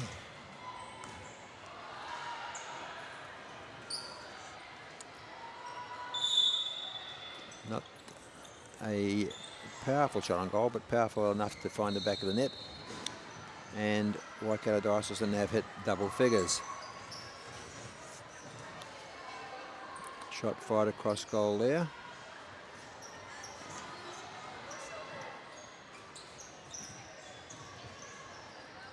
Gemma Hay, I think it was. Humphrey in on the ball now. Ball comes back out. Alexis McNair on this near side for the Waikato Diocesan. They're battling hard, the Rangaru girls, but they are finding it hard going. There's 2 or 3 girls I recognise from this Waikato Diocesan side who are playing Super League for, I think, Mia Humphreys with the Waikato Rapids. That was a nice shot. Just pulled wide. And there's also a couple of girls, I think, in the Bay of Plenty Surge side. Alexis McNay fired that one across goal. Humphrey back on the ball. Plays it back to Freya Douglas and she passes it into touch. Rangaru have the ball, kicking forward, hopefully trying to find Lily Davis up front, but failing to do so, and the ball heads once more back in the direction of the Rangaru goal.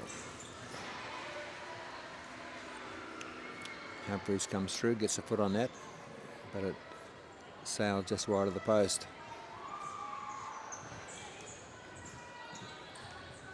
Young Martha Pulizzi in goals had a fairly tough time, but to be fair, she's got a rather leaky defence in front of her. She's made some good saves to keep the score down to 10. She saves that one again with a knee, but deflects behind for a corner, and Humphrey trots over to take it, plays it back long. Douglas takes a long shot, blocked,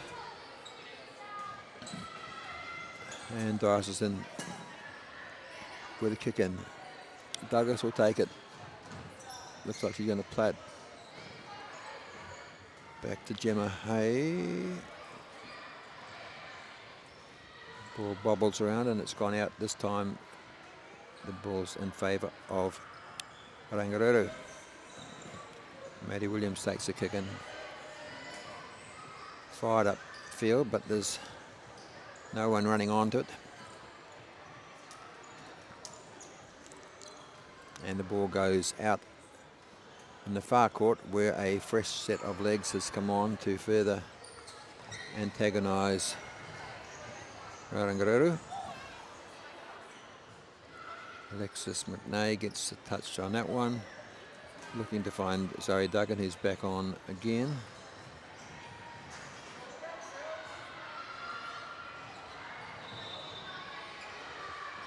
Duggan just can't get a touch on that one. It's fired across in front of goal.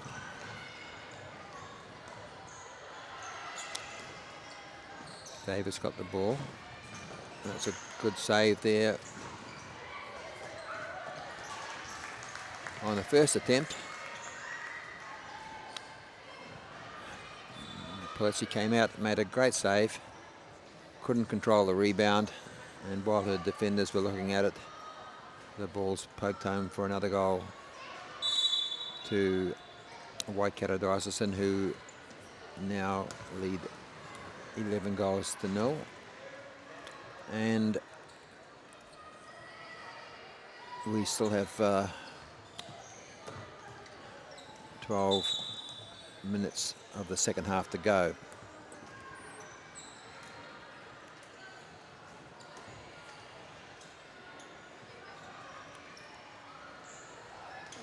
Again, ball giving away cheaply, and there's 3-on-1.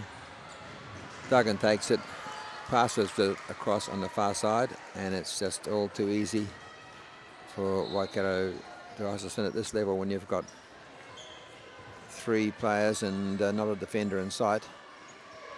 There's really only going to be one option, and that is a further goal.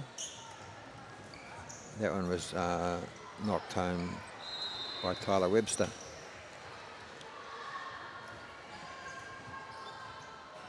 Good skills there. Alexis McNay charging through, hits the post. Back out to Webster, fires again through the masses. Goalkeeper doesn't see it, and it's in the bottom corner of the net. It's an unlucky for some 13, and the sum in this case being Rangaru. We've had some great games here today. It's been great to see some really skillful play, some really great goalkeeping. A lot of these girls, as I've mentioned, playing in the Super League or training with Super League teams, and they really stand out. This is one of the few one-sided games that we've seen. It's great that Rangaru have put a team here. Obviously, they're new to futsal. It's a learning experience for them. But by and large, it's been a great showcase, some really close games. And there's no doubt that the skill levels overall is certainly raising year by year, which is great, particularly this year being a first ever FIFA Futsal World Cup, where the Futsal Ferns will put in an appearance in the Philippines in November, December of this year. That squad, I guess, will be finalised with the finalisation of the current Ford Super League. Though in between times we do have a short break where a select New Zealand squad will play a mini tournament. I think it could be in China. It's in about 3 or 4 weeks' time, so that'll give a few players a chance to impress Nick Downs. Apart from our Super League players, we do of course have a number of Futsal Ferns playing professionally or semi-professionally internationally. So it will give them a chance to see how they figure before the final squad is selected and they get ready to take part in that FIFA World Cup. Humphrey back on the ball, runs through most of the defence, then finds Douglas.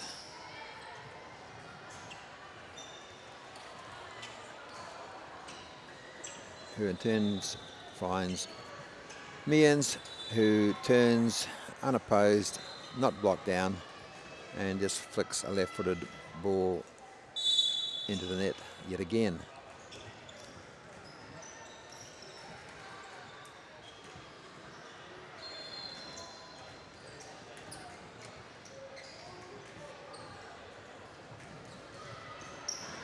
Ball brought out by Diocesan, again running straight through the defence. Young Martha Polizzi comes to the rescue this time, and again gets the hand to that one. She's had a torrid day in goal. But as I say, no fault of hers. She's more often than not faced with 2 or 3 on 1.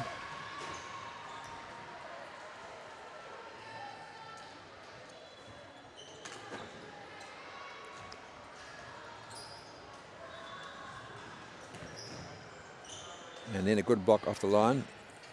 Combination of goalkeeper and one of the Brit girls. I think that was Georgia. Got a foot to that one. And the score remains 14-0. It'd be nice to see Rangaru get on the score sheet, but at the moment they're having trouble getting out of their own half. And once again,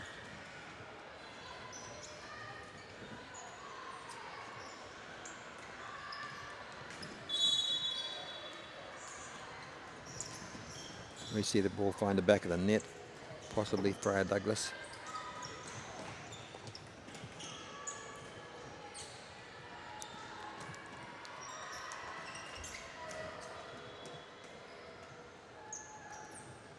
As Mila Hannesteg retrieves the ball, kicks it in, fires it up the pitch, looking for Millie Clark. She can't control it, ends up at the feet of Mia Humphrey. She drops back to direct things from the fixo position for Waikato Diocesan.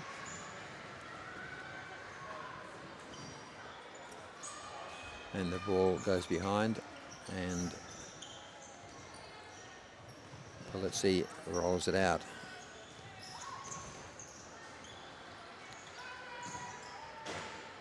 Another shot fired in, this time wide of the goal by Douglas.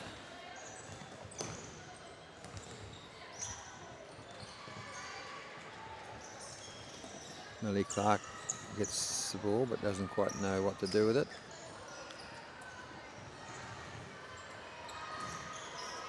Polizzi comes out, gets a foot to the ball, rebounds fortuitously into her arms.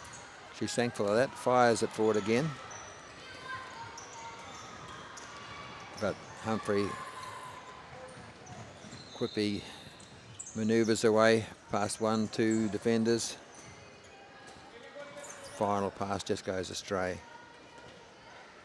As Diocesan look to sub 3 more players.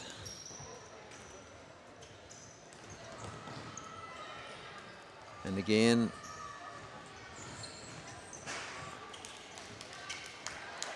running through a pretty much non-existent defence, sees Skylar Mearns slot home yet another one. The score rolls out to 16.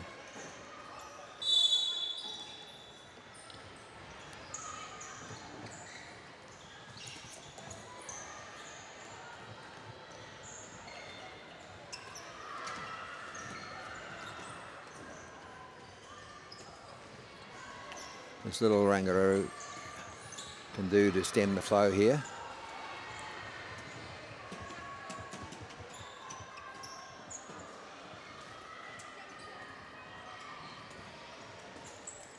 And it's the girls are trying hard, but it's a well-drilled side who've got players playing at the top level. As Zoe Duggan comes through to tap that one home. Playing against a team that obviously are just starting out on their futsal journey and don't really have their structures in place.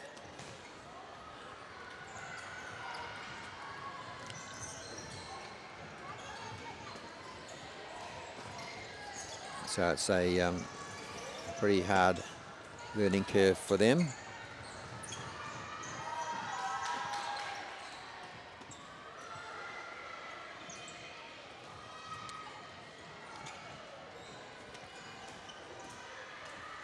They can only improve and hopefully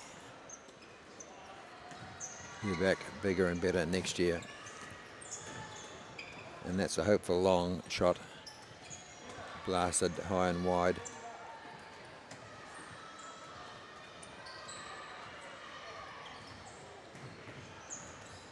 By Gemma Hay.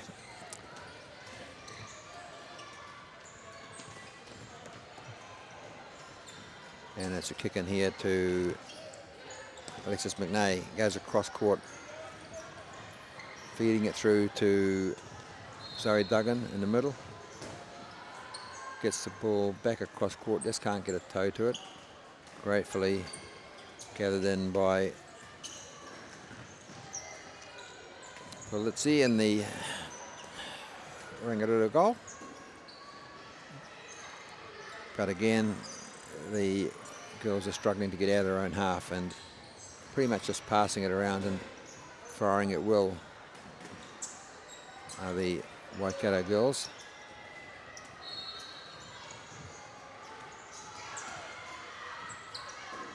Now there's a break from Rangaru. I think that was one of the Brit girls, made a nice run, tried a good diagonal through pass up court, but Lily Davis could not bring it under control.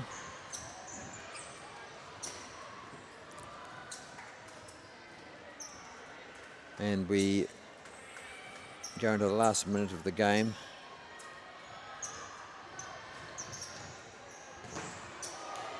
And that was a brave stop there.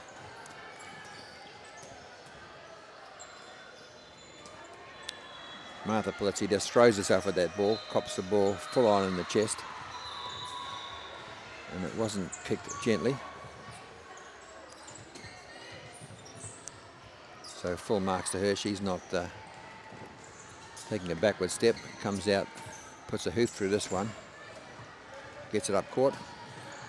As the clock ticks down to the final seconds of this game. And a shot from Alexis McNay goes wide of the post. And I think, probably for all concerned, they'll be quite happy to hear the hooter go and signal an end to a lopsided win to Waikato Diocesan, 17-0.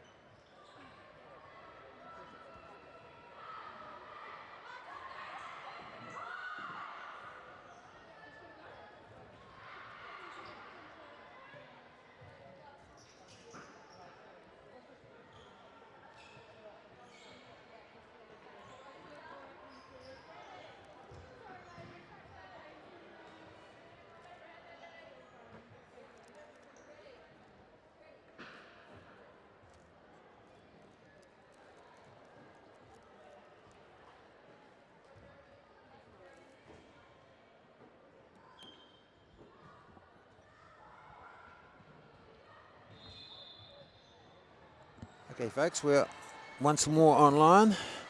Warren Olsen, doing my best to give you some coverage of what's happening here, and we have Western Heights in the light blue holding the ball at the minute, and in the white is Napier Girls High.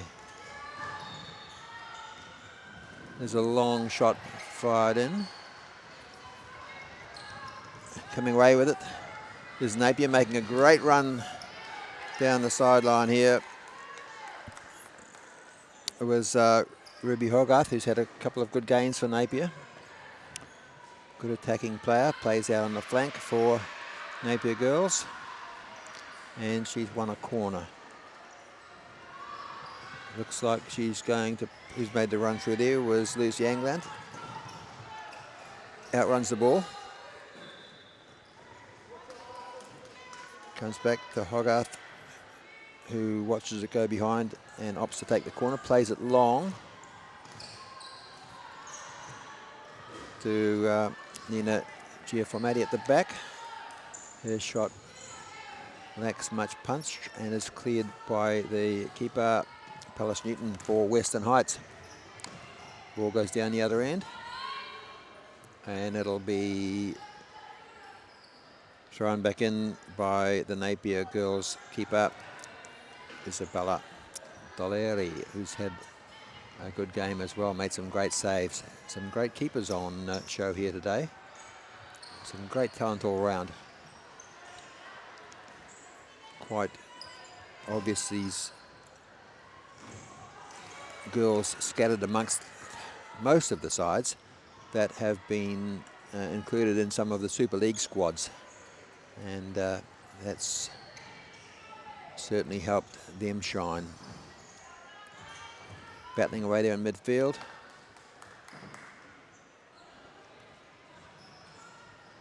And kicked in by Western Heights, back to Olivia Downs, who's playing as a fixer at the back.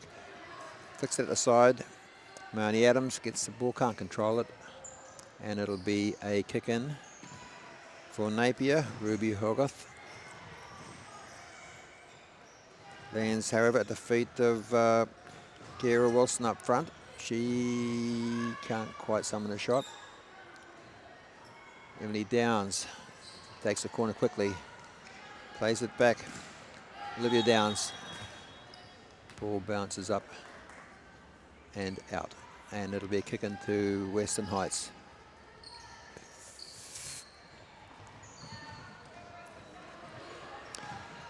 Marnie Adams tries to turn her player down the sideline, but blocked there. And kick-in goes to Napier Girls High. Nina Giaformati brings it out. Good skills there.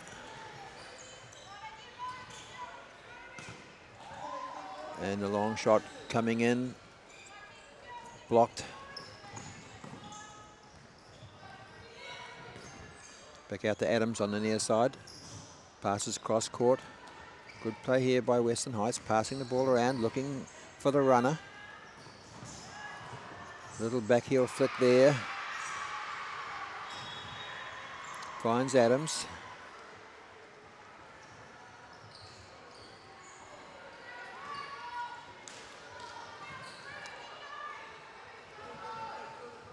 Downs dropping back in defence and clears that ball. Again up to Adams. Pressing defence from Napier, pressing high. And the ball goes to Ruby Hogarth, who gets it now, plays across court. Manages to just find Lucy Angland.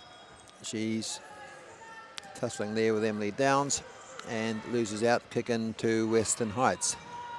Cross court, finds the head of Ruby Hogarth. Back with Western Heights. Good run there.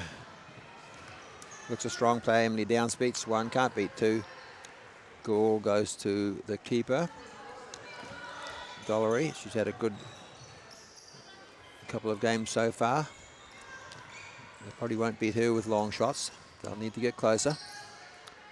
And again, slowed down by Western Heights.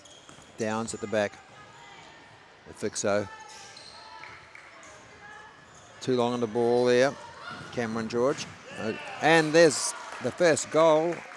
And it was a great effort too.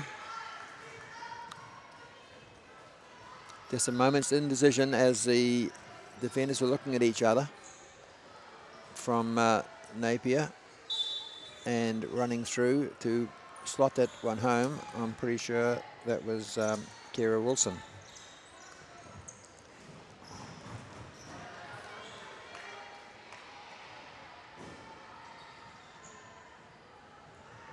So you have Western Heights with a 1-goal advantage.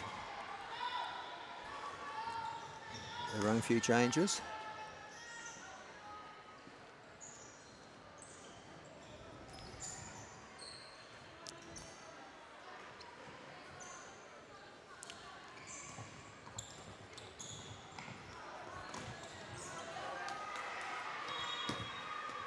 Ruby Hogarth trying to beat her marker, can't do so, does win a kick-in. Played back to Jeff Amadi. Her cross-court pass is blocked.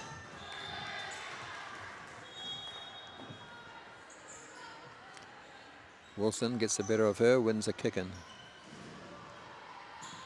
Dangerous place this. And a nice shot.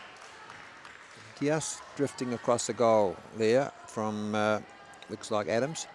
And getting down low, Isabella Dollery gets a hand to it, keeps that one out. Another shot comes in, she gets the foot to that one. It's a couple of saves in quick succession. As Western continue to press, and there's another shot from Adams. Just lacked a little bit of power, and the keeper was able to get down in time to save it. Remains 1-0 in this opening half.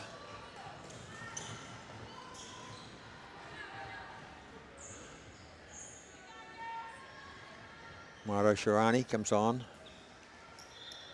for Napier. See if she can get them back into the contest. And that kick in far down the touch and goes straight out. Taken quickly by Ruby Hogarth. Sharani's on the ball now, but muscled off it. And that's it's either a weak shot on goal or a wayward pass, but it ends up comfortably in the hands of Palace Newton, the Western Heights goalkeeper, who to date hasn't really been troubled. Kick in for Western Heights. Taken long by Adams. Falls to Alyssa Hall. Pokes the ball through, goes through to the Napier goalkeeper. Dollery picks it up and they bring it back up. But set up well defensively are Western Heights. They set up on the halfway line. They don't really press, but they set up fairly high. And that's just a long throw, which gives the ball straight back to Western Heights, who will come again. This time it's with Wilson. And ball goes behind for a corner. Adams to take it. Looks like it's going to come out long to Olivia Downs. No, it doesn't. Now it does. Downs plays it back to Wilson. Cross on the far side, and it's gone out of play.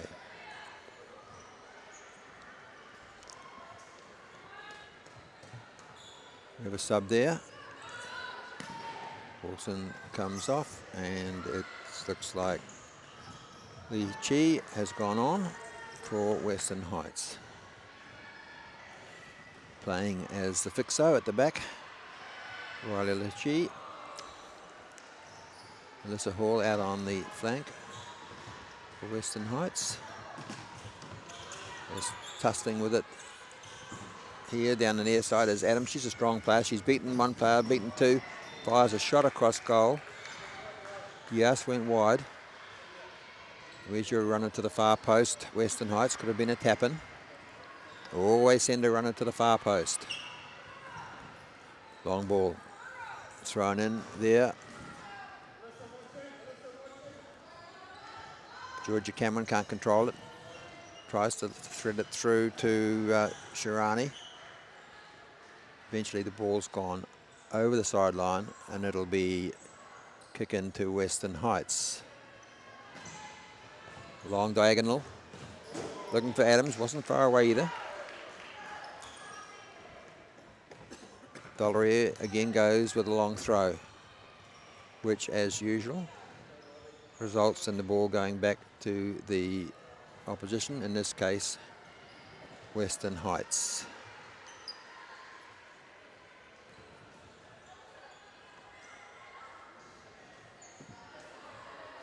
Riley Lechi will take it on the halfway line. Fires it forward.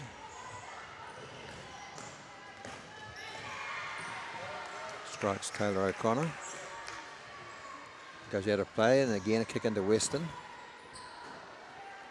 Comes through to Alyssa Hall, fires a shot, but it's to the left of the post and it's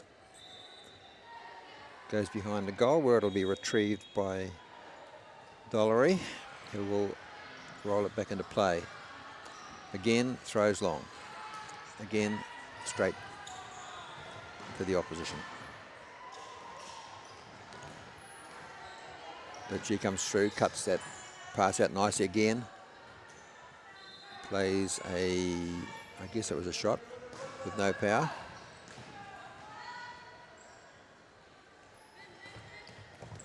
Western bring it out. Played up the flank to Adams. Adams had a good game, been on for most. I don't know if she's had a spell as yet. Not using too many subs. Western Heights. As Napier struggled to bring it out.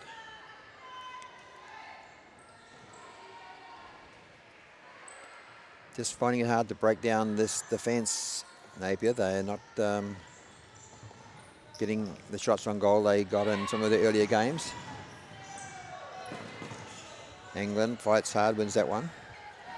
Having a good tussle down the sideline here with Adams. Marty Adams wins out there and gets the kick in. Plays the ball across goal.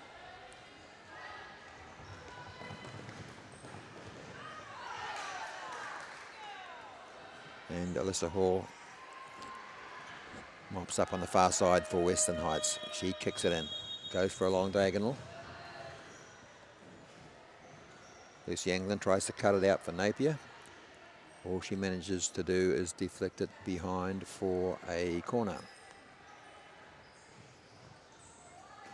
Played deep to Luigi. Her shot is blocked by Taylor O'Connor. Rory Luigi kicks in around about the halfway mark. Kicks it across court to Alyssa Hall. Beats one player. Fires a shot straight down the throat of Isabella Dollery in the Napier goal. She throws it forward quickly.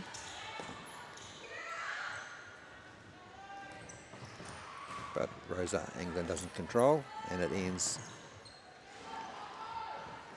up back in the half of Western Heights, who get a kick in, and they look like they could be readying a sub here. Might be Livy Mahaka coming on. In the meantime, nice turn, touch and turn there by Kira Wilson. Ball drifts out to Hall. She fires a long shot, comes back to Litchi. She looks for her flank, a good ball. Down the flank, beats one. That was a good run there. I think it was Marnie Adams just crossed over, has she? Again, played a nice ball. Again, no one running to that far post. It has gone behind for a kick in. Back to Lichi. The referee's whistle has gone. And she has directed a corner, or is it a kick in? Be taken down there by Kira Wilson for Western Heights, who are doing all the attacking at the moment. Ball comes forward, blasts a shot that is blocked and ends up in the hand of Valerie, who again throws it long. Done more long throws than someone on the boundary for the Black Caps today.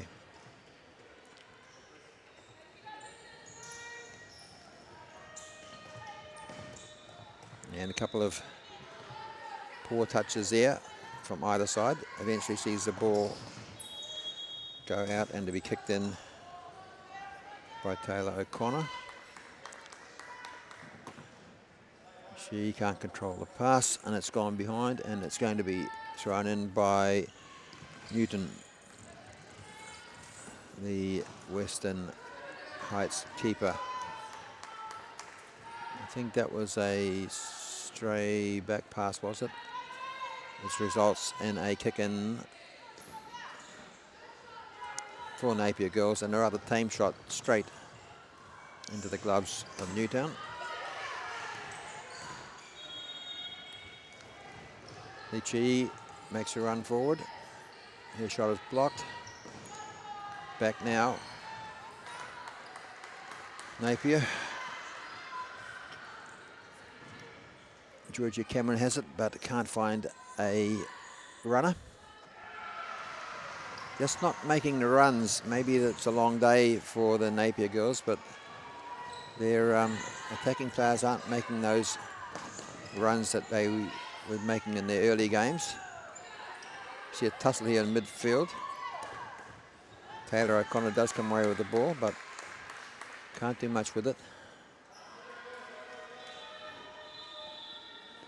Has been a long day for these girls. I guess some of them may have even travelled up this morning to Wellington.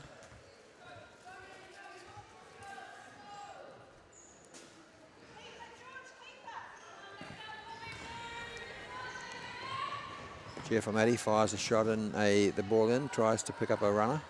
Can't do so. And as we tick down towards the end of the first half, 20 seconds to go. Western Heights clinging to that 1-goal lead, and they doubled it right on the stroke of half-time. And that's a great smashing shot from the corner. And it's Marnie Adams who doubles the lead.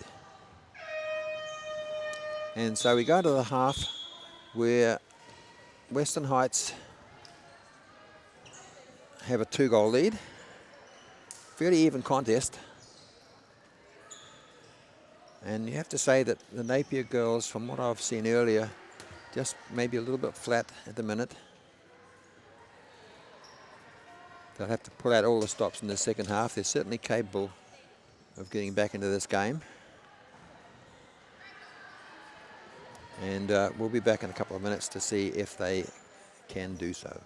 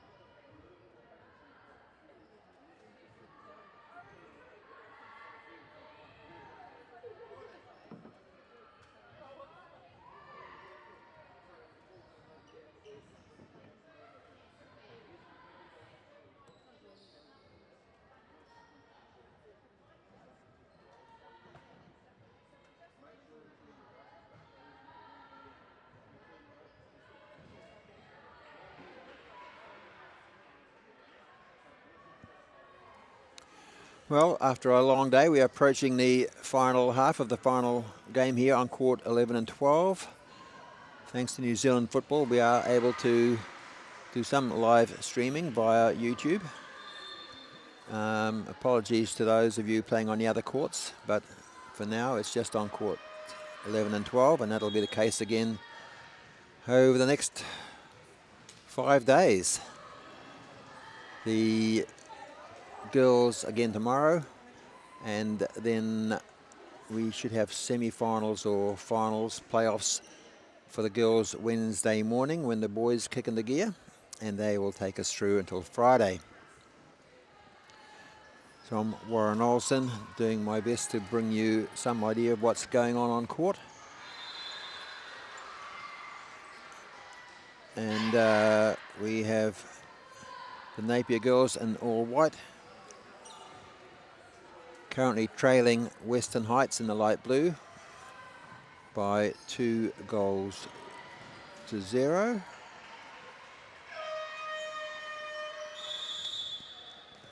Napier get us underway. Played back to Nina Giacometti, playing in the fixer role, tries to pick out her pivot Georgia Cameron, but cannot do so. Again, Giacometti plays it long. Nice turn there by Cameron, but can't bring the ball down and fashion a shot. To be fair, Pallas Newton in the Western Heights goal hasn't really had a save to make as yet,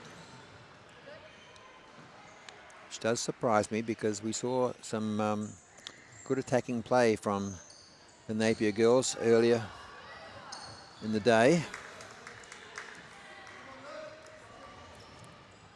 So they need to pull on what reserves of energy they have to get themselves back in this game.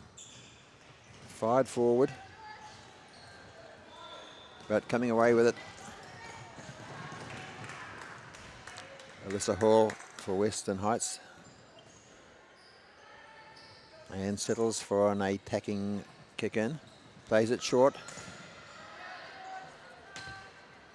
Marnie Adams had a good game, another powerful shot.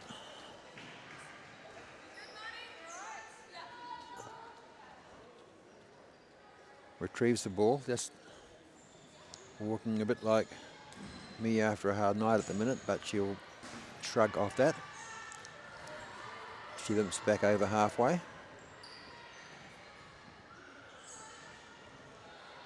And it's another long throw in. Firing it downfield like with the left arm is Dollery, as she's done most of the day. For those ancient people of my vintage, somewhat reminiscent of Richard Collins, bowling for the Black Caps.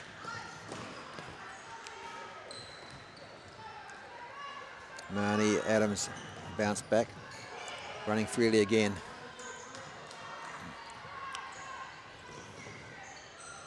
Giacometti tries to make a run forward. She loses out. Adams certainly has shaken off that knock to the ankle, gets the ball again. Plays it across court, looking for a runner. Mahaka has it. Cut out. Charging forward now, Emily Tippany for Napier girls. She can't fathom a shot, and it's rolled out again to Marnie Adams, who the ball is seemingly following around the court.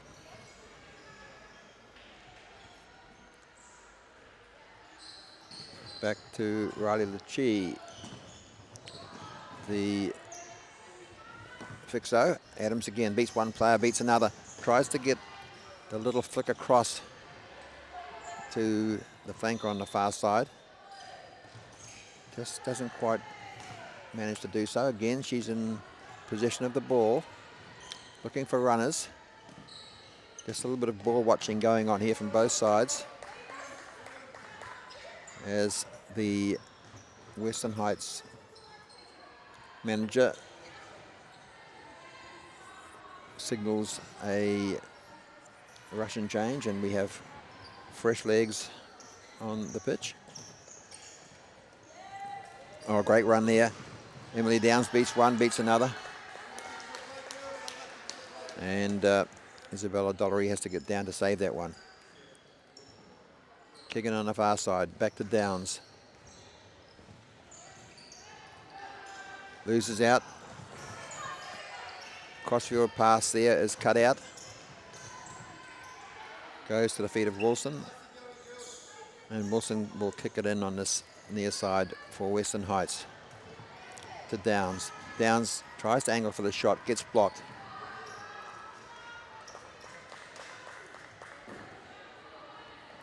And the ball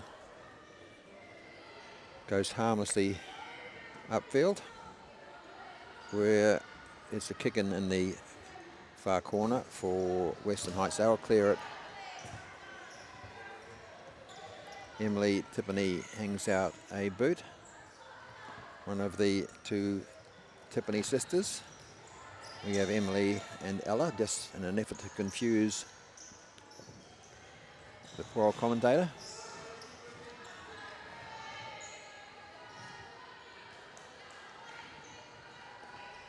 I was told Emily was one with a plait, but from what I can see now, they've both got plaits. They are really out to confuse me at the end of a long, tiring day, and they're both on the pitch.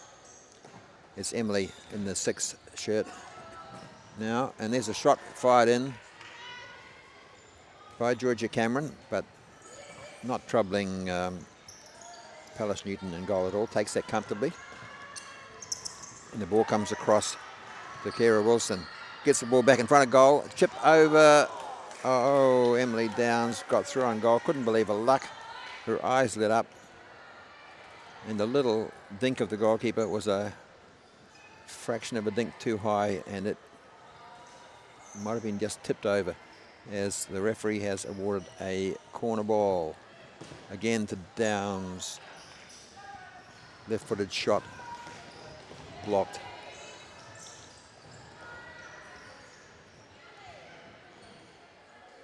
Wilson challenges for that, but loses out. The ball is with Napier. Georgia Cameron. Ruby Horgath back on the pitch for Napier. They just seem a little bit bereft of ideas at the minute, Napier. They'll need to fashion something fairly soon as we take over to the last 11 minutes of this, the final match of the New Zealand Secondary School Champs on day 1 here at the wonderful Akutangi Centre in Wellington. Very well named Akutangi. The sound and energy of the wind and the waves. And we are, of course, on the shores of Evans Bay in Wellington, and just to the end of the airport runway. So a little bit of energy is what's required from, well, in particular, Napier girls, if they want to get back in this game. Because currently they trail by 2-0, and fair to say, Western Heights are pretty much in control at the minute. Passing the ball around nicely. Nina Giaformati trying to do it on her own. Comes forward, but now drops back to her fixo position. Kira Wilson on this left flank, gets a touch. Again, gets a touch, puts a nice through, and here we go, 2-on-1. Just couldn't quite beat that final player. Breaking forward now, Olivia Downs. Goes wide of the keeper, out smartly, Isabel Dollery. Manages to snuff out the danger. And eventually the ball's over the top. As coming off for a rest is Georgia Cameron, and Taylor O'Connor sprints on to see what she can do to bring the Napier girls back into this contest. Trailing by 2-0. And there she is straight away trying to win the ball high up, failing to do so. Emily Downs, strong player, bursting forward.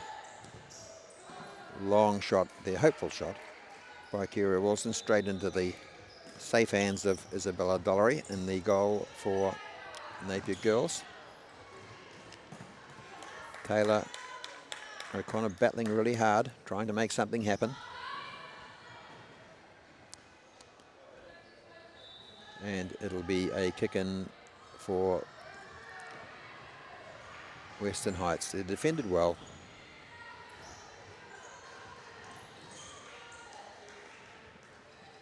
By and large, haven't really been troubled, which does surprise me because there's some good attacking plays on this in this Napier side, but they just haven't troubled the Western Heights keeper very much in this game. Now bringing it forward, strong figure of Emily Downs. That shot off target. Once again, the left arm throw from Isabella Dollery just results in giving the ball back to the opposition. A little flick pass, looking for the runner on the far side. Could have been Peyton Drummond-Clements, but she can't bring it in. And again, Dollery throws it downfield and throws it straight to Western Heights. Again, it's Downs, brings it forward, looks for the 1-2. Great play. Just lacked a bit of venom in the finish, and the ball goes pretty much straight to Dollery. O'Connor tries to break free, lacking a bit of support though, and can't do it all on her own. Back with Western Heights, bring the ball out. Wilson playing up front as a pivot, controls the ball, goes out on the flank to Drummond-Clements. And it's a Western Heights kick-in, and that will be a chance for him to sub a couple of players. On comes the hard-working Marnie Adams, straight away back into play. That ball seems to follow her whenever she's on the court.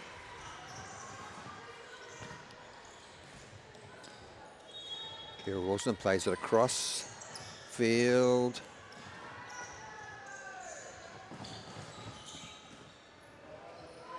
Lucy Anglin tries to break free of the opposition, can't do so.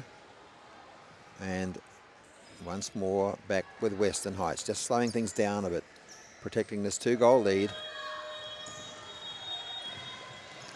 Playing a tactical game, playing it well.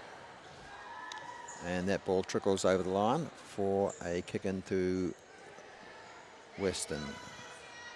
Way back on halfway line is Olivia Downs. They are sisters, but I don't think they're twin sisters at all. Though there have been a few on the court today. And both good, strong players for Western Heights. This time it's Alyssa Hall trying to break through.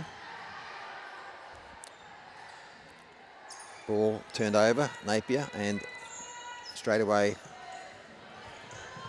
Western Heights set up well defensively. Ball runs harmlessly through to Palace Newton in goal. Adams out here on the flank. Just loses possession there. The ball does bounce loose.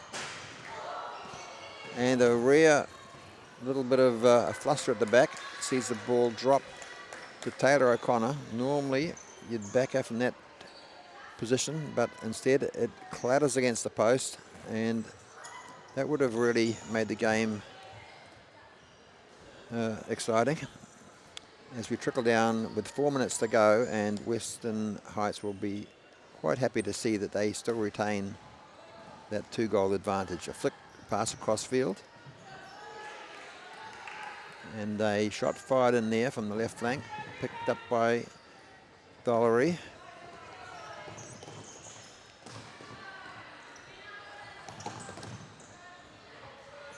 Played up again forward to O'Connor. She can't get clear. And the ball given away now. Coming forward with the ball was Kira Wilson.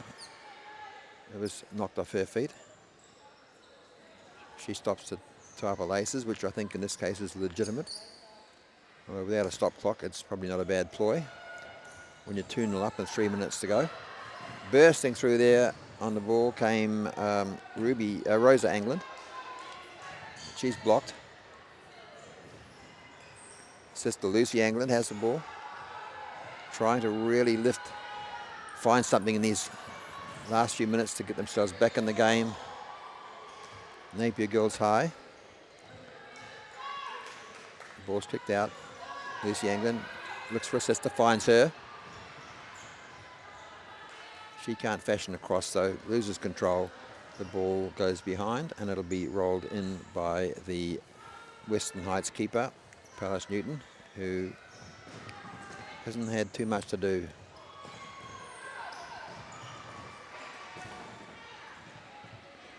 Riley Litchi, who's proved very solid at the back, is back on to look after things for Western Heights. Fires a shot up to the flank. Looking for Olivia Downs, finds her. She in turn finds Alyssa Hall, fires a long shot. Now coming away with the ball and bouncing fortuitously there for Ruby Hogarth, but she can't fashion a shot on goal.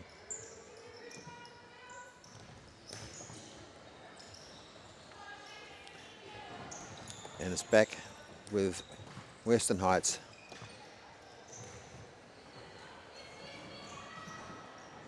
Running it down to the corner, Olivia Downs.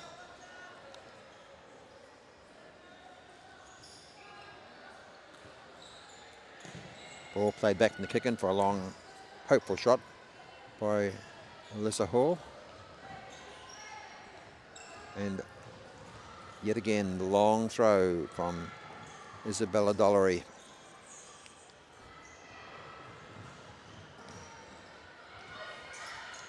A nice turn there by Lucy Angland. Again, fires across court. The referee does spot an infringement. And it's a free kick. Time runs down. What's happening here? Lucy Angland ties it across court. But we can't get Ruby Hogarth can't get a foot to it. The ball's cleared. Pallas Newton throws it long. A throwing contest, keeper to keeper.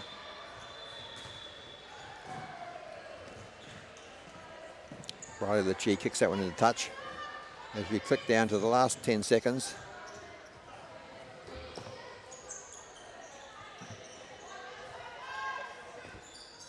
And a hopeful boot forward by Nina Giaformati. It is just that, a kick and hope. And I can tell you that the game has come to an end, as has the day's recordings, commentaries, etc. And it is a 2-0 scoreline to Western Heights over Napier Girls High School. And with that, I shall sign off, and we shall see you tomorrow. Thank you.